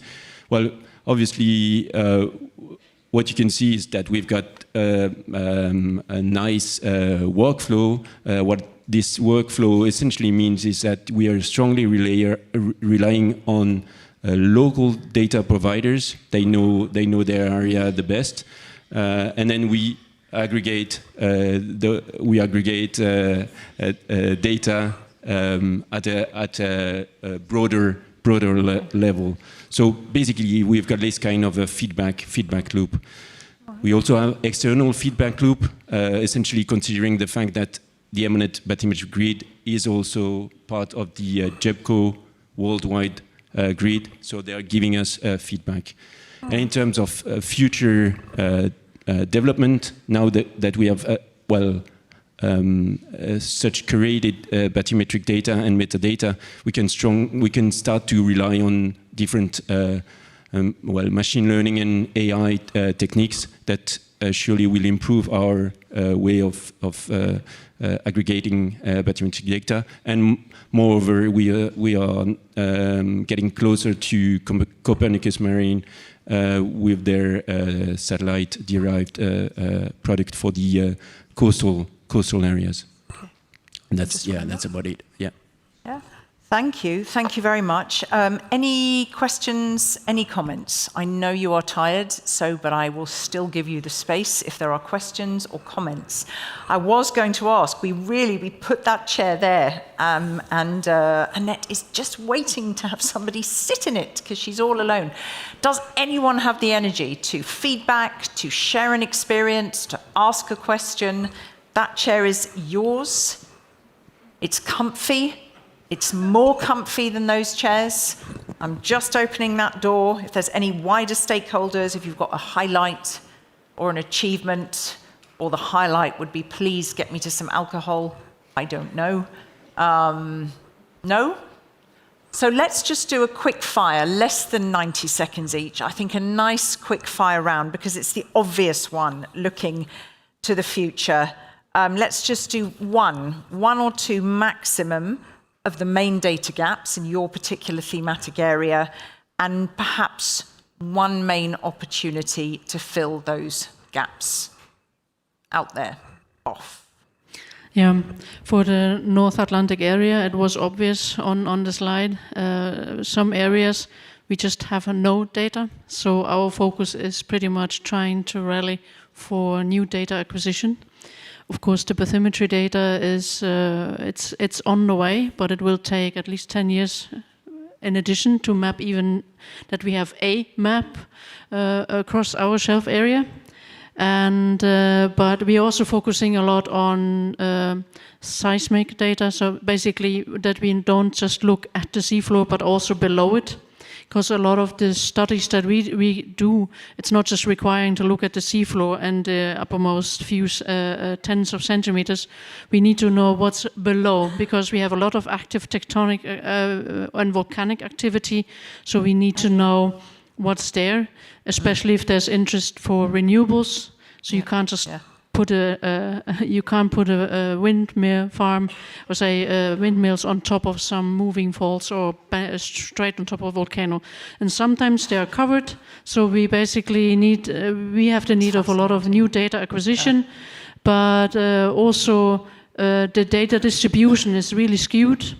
So we're trying to work together with other institutes, or what we're really trying to do is get Iceland also an interesting place to come and do research for collaborations, bigger international collaborations. Iceland is a small country, so there is not so much money and resource to go around.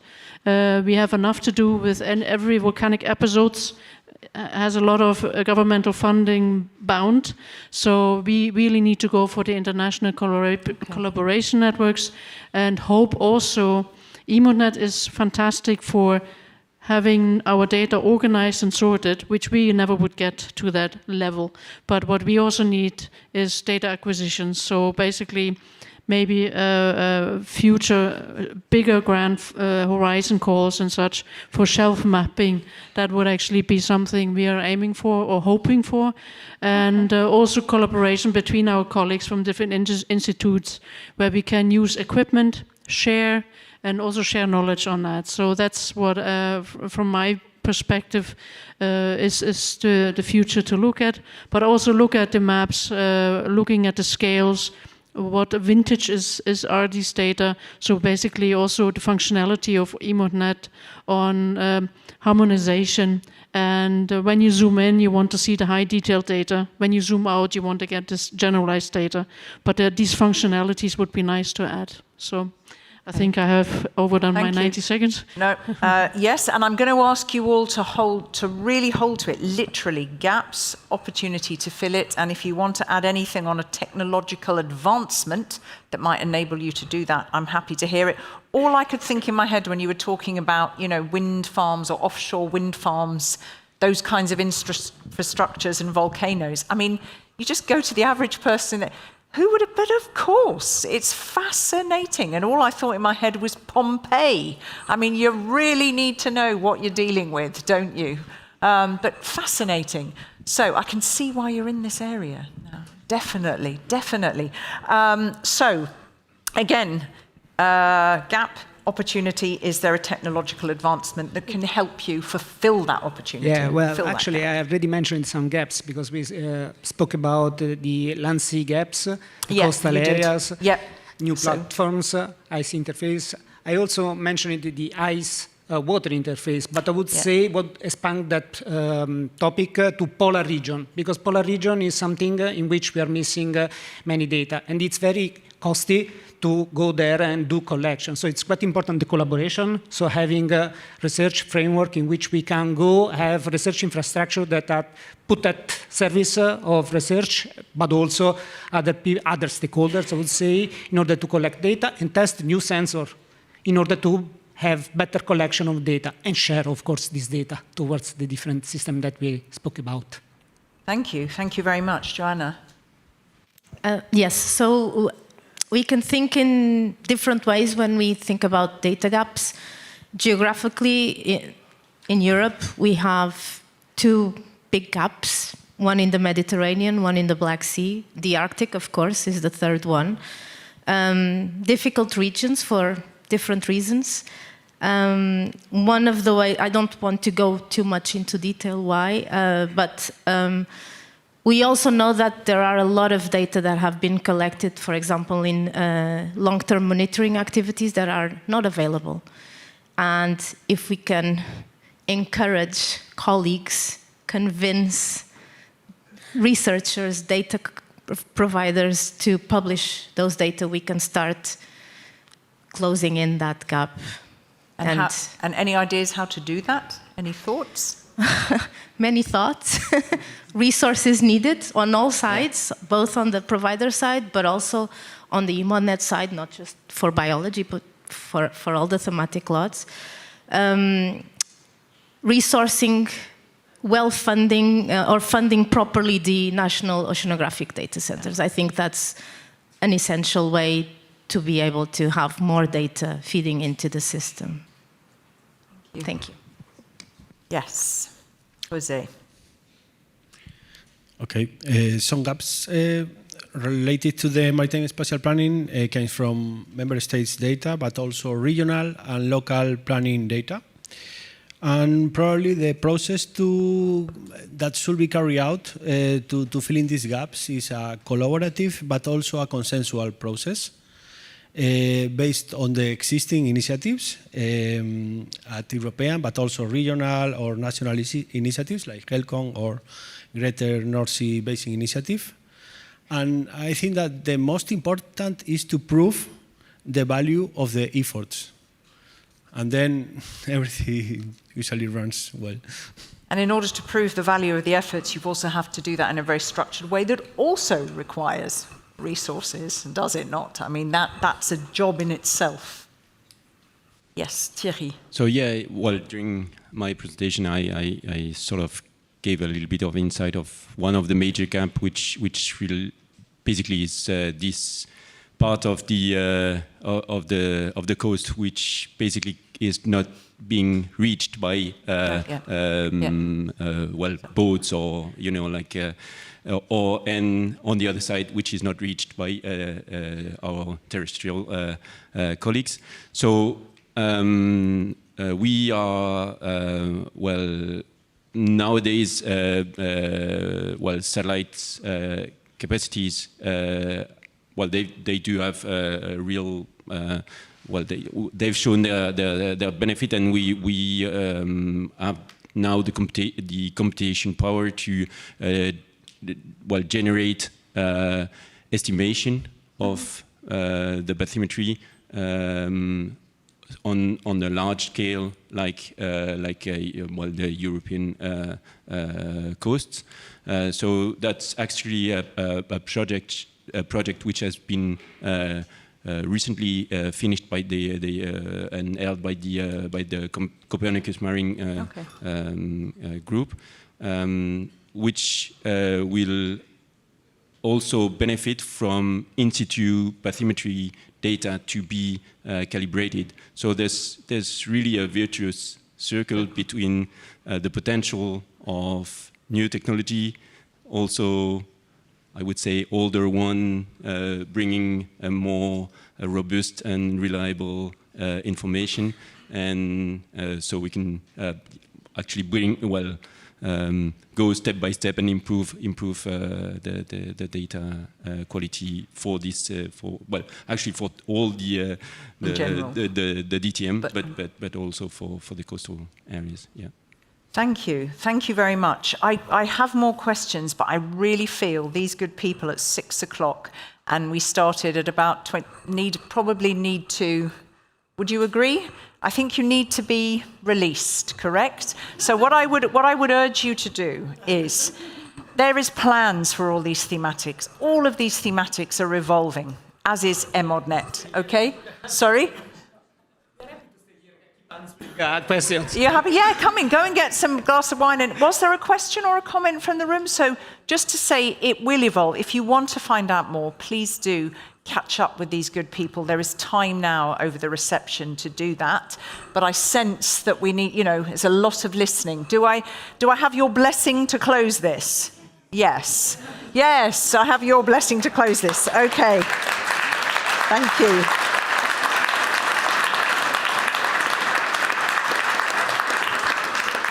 Stay with me as I release people, just to say you have deserved it. Listening is tough, right? And I want to say one important thing in a terribly non-patronizing way, because for an English person, I do speak 3 other languages, and I've moderated in French, and it's tougher. I have to think differently.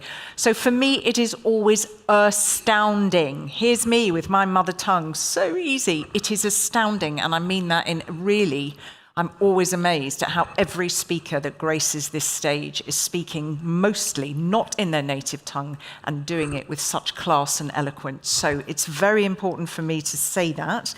The reception now is until 8:30. So please just chill and connect and do whatever you need to do. Tomorrow we start at 9 o'clock sharp, but I think there's pastries and things, are there, coffee and all the works on offer from 8:30, so please don't be late.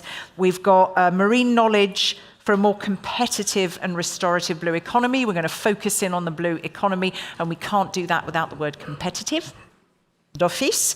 And then, of course, what we've also been waiting for, the EMODnet service evolution. So get your hands, the vision, are people allowed to get their hands? The vision document is over there, very modestly piled up on that table and on the EMODnet stand. So if you want to get a copy, do go there, share your words of wisdom online. Thank you so much for having me. Thank you for all of you, if you are still with us from your homes and offices. Of course, be energetic, because we're going to see you back here tomorrow. But before you do, we're going to do a photo. as was taken last time.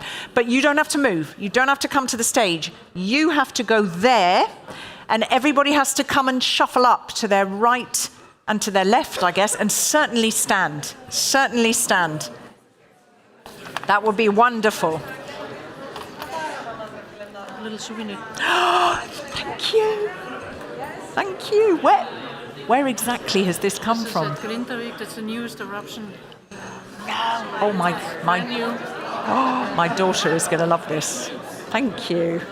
Oh, my God. All right.